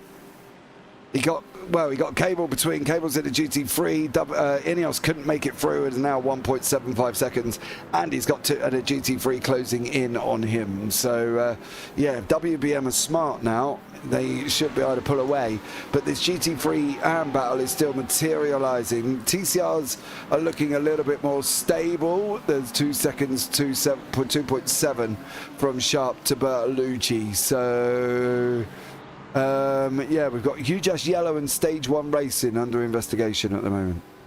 Yeah, we'll keep an eye on that. As down in towards turn 1 goes RPM Racing versus ART Sim Racing. RPM haven't quite been as strong as their teammates in this class. He spun him! Really. Oh, no. Oh, As I was looking the other way, spin. Let him go! Let him go, you hit him! Avoid the penalty! Good lad. Well, he might not avoid a penalty, to be honest. He needs to avoid a penalty. He rescinded the position. That's what I say. If you give the position back, surely you've got to avoid the penalty. Well, it depends if Race Control take that view or whether they just look at the incident in its isolation and not what's happened afterwards. This is what happened for RPM. It's not even a look down the inside, really. It's a very small bit of contact, I've got to say. Very, very small bit of contact indeed. But it is the reason that RPM went around, but ART give that place up, and that's the advantage of having 15 seconds behind you to Eagle Speed Academy, so they can slow up and wait for each other there. Yeah, and he let him pass. He got to avoid a penalty. He gave the position back. He slowed down. He didn't drive on. So great driving from Rutger Herbosch for realising his mistake. As you say, it was the slightest little tap, and yeah, I think as he's given the place back, I don't feel there's a penalty needed. We'll see if not a steward. Yeah, I was going to say, we're not stewards, so it's more than possible that they might do that, but I'm just saying, if I was them, I'd be nice to not give them a penalty anyway. Well, we'll see what side they land on that front. Are we waiting for any more pit stops in GT3? I don't think we are anymore. No. Now, whether we are in GT4 is another story. I reckon it's going to be close for WBM or Anosis here. And whether they will be pitting again or not. We've already seen Huge Gold and ART Sim Racing make their final stops of the day, but will we see the top two in as well before the end? They've been going nearly 30 laps now. It's going to be very close. Yeah, it'd be interesting. Do you really think this could be? I think there could be a couple of splashes there. Warning to SimGrid Racing Phoenix for aggressive driving for an incident between them and Huge Yellow. It's in the TCR class. Yeah, that's Phoenix. Where are you? Fourth in. David Johansson. Sorry, further down. Yeah. 12th. I'm looking at the wrong car. That's their teammates who are up in fourth. It's is David Johansson who is there at the moment. Brian Sob, meanwhile, running wide through the final corner. Still on the lead lap, although there'll be no safety cars anymore for him to bring him close to the field. And so we can say now, because we're too late for a safety car that would actually have any effect in this race, we simply wouldn't get the procedures done in time. We've had a very nice green flag run to the finish here from 54 minutes to go. Yeah, we will. We hope we have. I really don't like talking about it, Mr. O'Leary, because I do generally feel sometimes we do end up cursing things, regardless if that's a coincidence or not, to be blatantly honest. But yes, I hope we do. I hope we get to the end and it's all fine. Even if there was a yellow now, wouldn't this still be the longest green flag run of the day? Yes. I do agree with you. I'm not saying I don't agree. Don't shoot the messenger. I'm not disagreeing with you, Mr. O'Leary.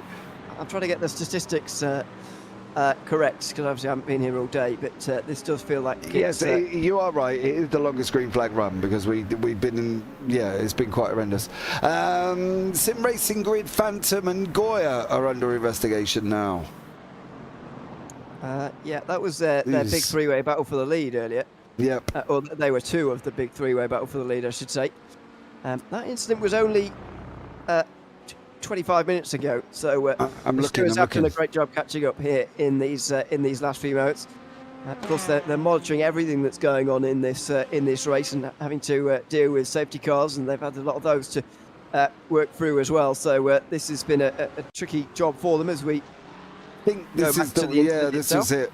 This was it. There was a move there. I don't know. I think Bertolucci could get himself in trouble for this. I don't think. Yeah, I don't know. Quite on the inside. He was quite a long way on the inside. I think Bertolucci could have and should have probably given him a bit more room. But let's see what the stewards say. Well, we're going to find out shortly as well on that one. Saladwich, big love to Team Yart. He says in YouTube chat. Here's a decision they're typing. The tension is palpable. It's like a drum roll, isn't it? You know what I mean? On this one, but they are typing. So here we go, ladies and gentlemen. What is going to come out on this?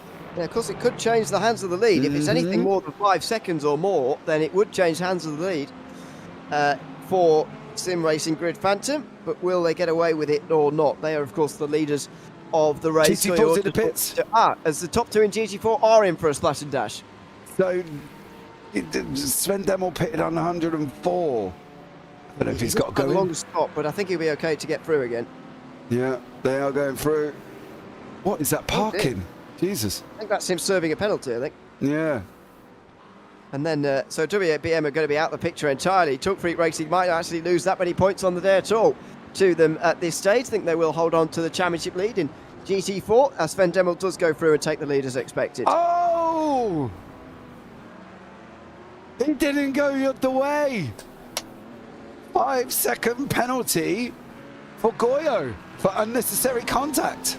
Yeah, I thought Bertolucci would be in trouble, but no, it's Goyo Autosport who have gotten in trouble for that one. So that's 15 seconds that are going to be added to their race time to add to the one earlier on. So 10 seconds for the contact with TSRC and another 5 for the one with Sim Racing Grid Phantom. So that's 15 seconds for those counting at home to add on at the end of this race. That is going to cost them a podium. It is, because they're only 11 seconds in front of Goya, and they're only, what are they at the moment? Oh, they might survive. They can't have anything else though, because they're only 22 seconds in front of Huge Ash Yellow, so they've got to be a little bit smart here. Foldskin and Giovanni Romano have come back together for Huge Ash White as we're going into 6 minutes to go. Yeah, Romano has been motoring on a little bit here in these final few moments as he tries to regain some of the places lost. I don't know if him not pitting under that caution we were talking about earlier really made that much difference in the end, but nevertheless, he is fighting for 4th place now, and of course the honour of finishing the best of the Ford Mustangs on the day. Only 6 on the lead lap now in the overall GT3 Pro standings, and that's a good couple of corners, a good run through traffic for Alex Marsh-King, who just pulls ahead for the moment. 5.5 minutes to go. There'll be 4 laps to go here for these two as well. Yeah, not long left at all, to be blatantly honest. I think that's the the thing, but it depends on what Giovanni Romano is going to be. They both are Romano up 8 in the Hugh Jass and King up 11 from the fabulous Ford skin. We've still got the battle in the GT3 AMS developing. No further action between Tail Racing and Lancer and Funny Wheel Drive. That happened literally 35, 40 minutes ago, I think that one was. So they are motoring through these protests at this moment in time. But the battle for the GT3 AMS is still on. RPM Racing Purple and Art Sim Racing is under investigation as well. Yep, absolutely. So the battle for the lead in GT3 AM is continuing, and I reckon this is going to the very end. They've of course already made their splash and dash. That happened a good 10-15 laps ago. Oh, bit of a weave to the inside, a bit of miscommunication for RPM, who do dive down the inside of one of the Caymans. ART will try and follow, but this battle has been in such a status quo now for such a long time. I just wonder whether RPM have got comfortable with the ART car being right behind them. And oh, he's got... That's a big dive, goodness me. Yeah. That's Delano in the GT4 there for Vulture Motorsports. That RPM purple car looked very slow, but it is under investigation right now as we speak. So whatever happens here will determine who's going to win this, I think. I know we say we don't want it sorted by penalty. Oh dear me, they're typing. Oh dear me. Drum roll, everybody. Drum roll. You know, we might be calming ourselves down in a few moments' time, but I think the teams will be eagerly watching this as well. Of course, it was ART who made the contact with RPM. I don't think RPM are going to get a penalty for anything. It's whether ART do or not, and this could decide the battle. They may finish this way round anyway, but it's just a warning given for that one, as you would have liked to see and have seen. So there you go. Warning for unnecessary contact, position given on back on track. So that's what we said. Yeah. So. That suggests that if they didn't have done that, then there would have been a penalty. Yeah, there would have been a penalty, which I suppose would have been just as well. Even I was saying at the time, it was a small bit of contact, and that is true. But it doesn't matter how big the contact is. If you spun someone around, I think you would be getting a penalty. But of course, if you give the position back, then you don't have to, generally. And so that's what's happened on this occasion. The leading battle in GT3 AM can go to the line. Yeah, they can finish off, and RPM Purple has got a second and a half.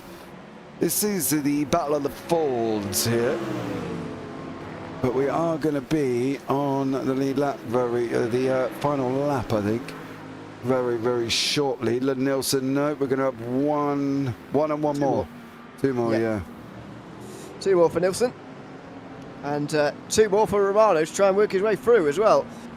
I think in these last 20 minutes especially, we've started to see, obviously in a first really long green flag run of the day, we started to see really what Jerez is like in terms of overtaking in a long form battle like this, and like the lead in GT3 AM. It is just very, very difficult to overtake. Yeah, it is, and it's the makeup of the circuit. We talk about a couple of circuits that are really tough. Seems to be a Spanish thing. It's Catalonia's horrid as well. I mean, I've said that there's not. Get out. No, I don't think so. These guys are side by side at this moment in time here. Who's going to be able to get this done down into the right-hander at the bottom of the racetrack? And it looks like Ujas is going to make it through over Alex King, and that's fourth and fifth swap positions at the moment. Yeah, late pass there for Romano up into fourth place. He had the longest of the stops in this final green flag run because he didn't pit under the final caution, which turned out to be not the disastrous decision I was expecting it to be. It turns out these guys know what they're doing, especially Hugh Jass, I see as well, who've been around for a long time in our racing now, certainly know how to play the game, and that's what they've got. They've earned themselves a fourth place finish by the looks of things here at the end of the day. They're currently, by the way, fourth in the standings, so it's pretty much going to keep them there, although they may get ahead of Stage 1 Racing and fall behind RPM Racing Blue. We'll see if they do either of those because of the point situation, but they may well just stay where they are after finishing in the position that they are in the championship. Meanwhile, Charlie Lund-Nielsen is on the final lap of the race. Just one more to bring it home now. Yeah, and on that final run for Lund-Nielsen, currently at this moment in time, and he's got half a lap to go. He's heading down into the left-hander, or the right-hander, sorry, at the base of Jerez there currently as well. Bit of a weird name for a corner, but never mind. As he goes on, so yeah, not long there at all left for Charlie Lund. Nope, getting himself and the team possibly another victory. Opening round of the season, it was RPM Racing Red, this very team, who took the opener at Portimao. They left it over to their teammates to try and win at Belle Isle, but they weren't able to achieve it. Stage 1 Racing beating RPM Racing Black to the line as the red car had a bit of a stumble and lost some points, lost some ground in the championship. But with this victory here, they would move themselves to just 1 point behind their teammates in RPM Racing Black in the championship now. And what an important win it could turn out to be. Out of the final corner, and at round 3 of the FTR Endurance GT Series, the 4 hours of rep goes to RPM Racing Red in a 1-2-3 for the team. It's a dream day for RPM Racing, who lock out the podium overall. Yeah, great job from them. They got 1, 2 and 3. So great job. And to top it all off as well, in the GT3 AMs, they also won. So RPM taking a full house at this moment in time. Absolutely. Full house as far as they're concerned anyway. Over the line for Ian Bertolucci, by the way, who's going to win for Sim Racing Grid Phantom in TCR. Just behind him, Sven Demmel is going to take the victory for Hujas Gold in the GT4 class. As out the final corner comes RPM Racing Purple in GT3 AM. They will take that victory there as well. All 4 class leaders going across the line in pretty close proximity to one another, but as you say, RPM with a great day, and Sven Demmel there dominating pretty much the second half of the race to hold on for Hujas in the BMW. Yeah, Ingel Speed taking third there as well. Sven Demmel winning the GT4s for Hujas Gold. So great job from him, with Michalowski in second place there for ART Sim Racing 4, with WBM White the third driver there as well. But yeah, great job from all of them, and Bertolucci wrapping up the TCRs. Absolutely. That's pretty much everybody over the line. They flash the lights at one another, some in celebration. I imagine some will be a little bit less pleased with the way that this race has gone. That's the way it goes though. The trials and tribulations of a season. And now, as I mentioned earlier, we are halfway through this season. Next up, we'll be racing again in 5 weeks' time at Sonoma on the 7th of December. It will be all live here, of course, on the JP YouTube channel, so make sure you join us for that one as well. But that will cross us over into our second half of the season. Yeah, it definitely will. It's going to be a very exciting second half indeed, isn't it, Mr. O'Leary? And should we have a look and see who we got coming up? Yep, exactly. Sonoma in 5 weeks' time. Then the Christmas break, which will give us many weeks off, actually. 25th of January, we'll be back again, though, for Zandvoort. And then it's the 2nd of February, so it's a double header at Zandvoort and Mid-Ohio to round out our season here in the FTR Endurance GT Series. Should we have a look at the race results just before we go as well? Because it's a great win. Yeah. Oh, we're still waiting for them, are we? No, we are there. Let's do it by class. TCR's up first. Okay, fine. The Sim Racing Grid car takes the win after some nervous waiting towards the end on penalties. They win by 4.8 seconds. A 5-second penalty, of course, would have handed it to Tail Racing. Go Autosport will drop back from that, but they just missed out on getting far enough ahead of Sim Racing Grid, their second car. I think, and this is all, of course, unofficial results. However, I think they may well drop down to 4th. Hujas finished in 5th, and Fun Wheel Drive finishing the final drivers on the lead lap. It was the number 44 1 lap down, followed by TSRC Esports involved in that incident. The Hujas Blue car finishing in 9th place and Yacht in the final spot inside the top 10. The other Tail Racing car, the Civic, finishing in 11th out of Sim Racing Grid Phoenix, and Scuderia Groch, who retired after that crash with TSRC Esports in the final hour. Yeah, definitely on that one. But GT4s. GT4 won by Huge Ass Gold, dominant from Sven Demmel towards the end, then nearly 3 seconds ahead of ART Sim Racing. WBM White finished in third place at Talk Freak Racing, and Vulture Motorsports running out the top 5. Treehouse Racing just missed out on that with a Gnosis GT4 finishing 7th. Terror Racing, WBM Racing, and Huge Ass Black round out the top 10. Eagle Speed Academy 1 lap down. Sim Race Sweden retired towards the end there as well. In GT3 AM, it was a great battle between RPM Racing and ART Sim Racing, but RPM win ahead of ART, who just about hold on from Eagle Speed Academy towards the end there. Their other car finishes 4th, 1 lap down, along with Squadra Veloce Bravo. DDK by Eagle Speed Academy 4 laps down with Equipment Geek Racing, with Sunday Drivers and Digitrax retiring in the first half of the race. And the And then final one. finally, in the GT3 Pros, 6 seconds the margin for an RPM lockout. 1, 2, and 3. Huge Ash White passing Fabulous Ford Skin Racing to finish 4th ahead of 5th. Then the final team on the lead lap, ART Sim Racing in 6th. DDK by Eagle Speed Academy finished ahead of Digitrax on the 1 lap down. MRC Endurance Team and Stage 1 Racing round at the top 10. Last time winning team, of course, Stage 1 Racing, 10th and 13th between them. And Notice Esports and Blue Chip Racing also who didn't make it to the finish.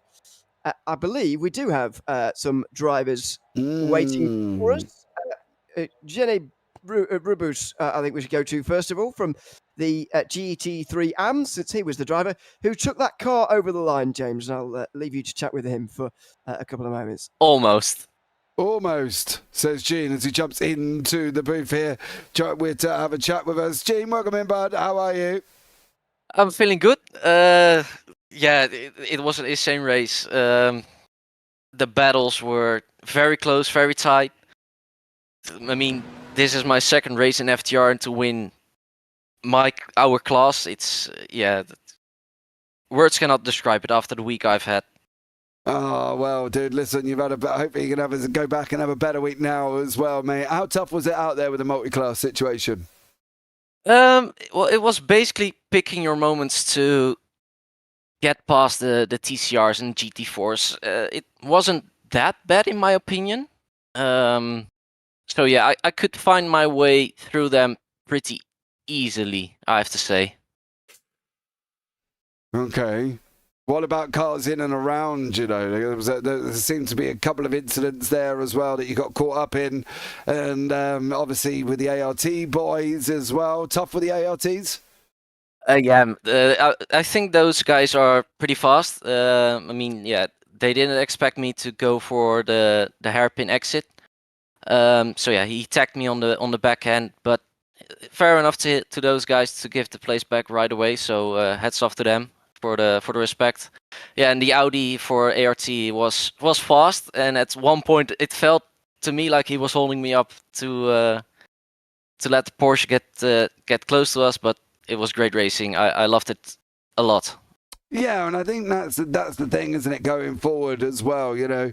There's been great racing all the way through. Yeah, there's been some ta-ta-tas and a little bit of contact, but it's been nothing malicious within your class as such. You know, going forward's going to be a different story. We've got Sonoma next time out.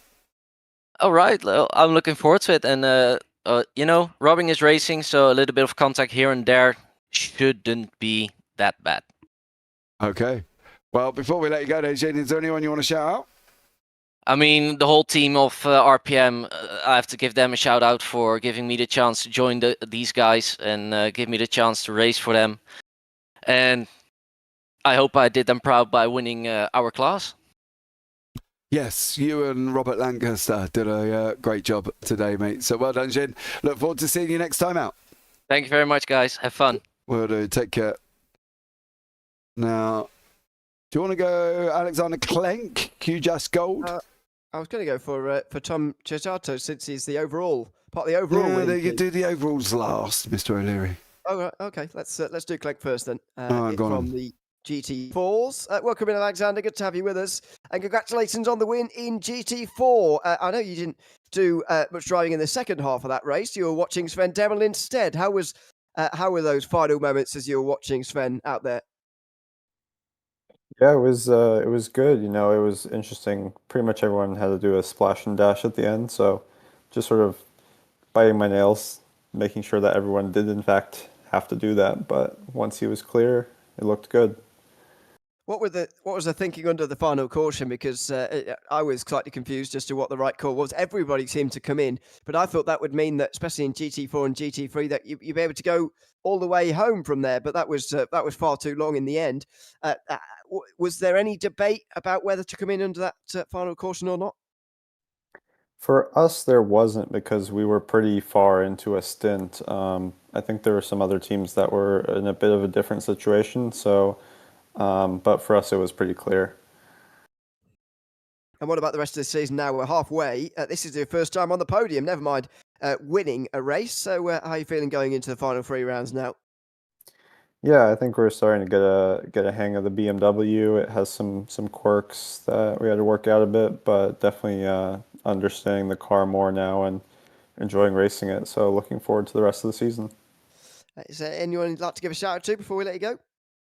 Yeah, just shout out to the team, HJ, everyone on it. Great race again today, guys, and thanks for the organization from everyone for running these races.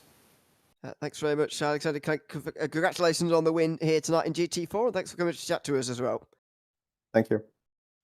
Thanks very much. That was Alexander Clank from the Huge Ass Gold team. And as James says, we do the overall leaders last. And so Tom Chisato can now join us. Tom, welcome in. Good to have you with us. And congratulations on winning for RPM Racing Red.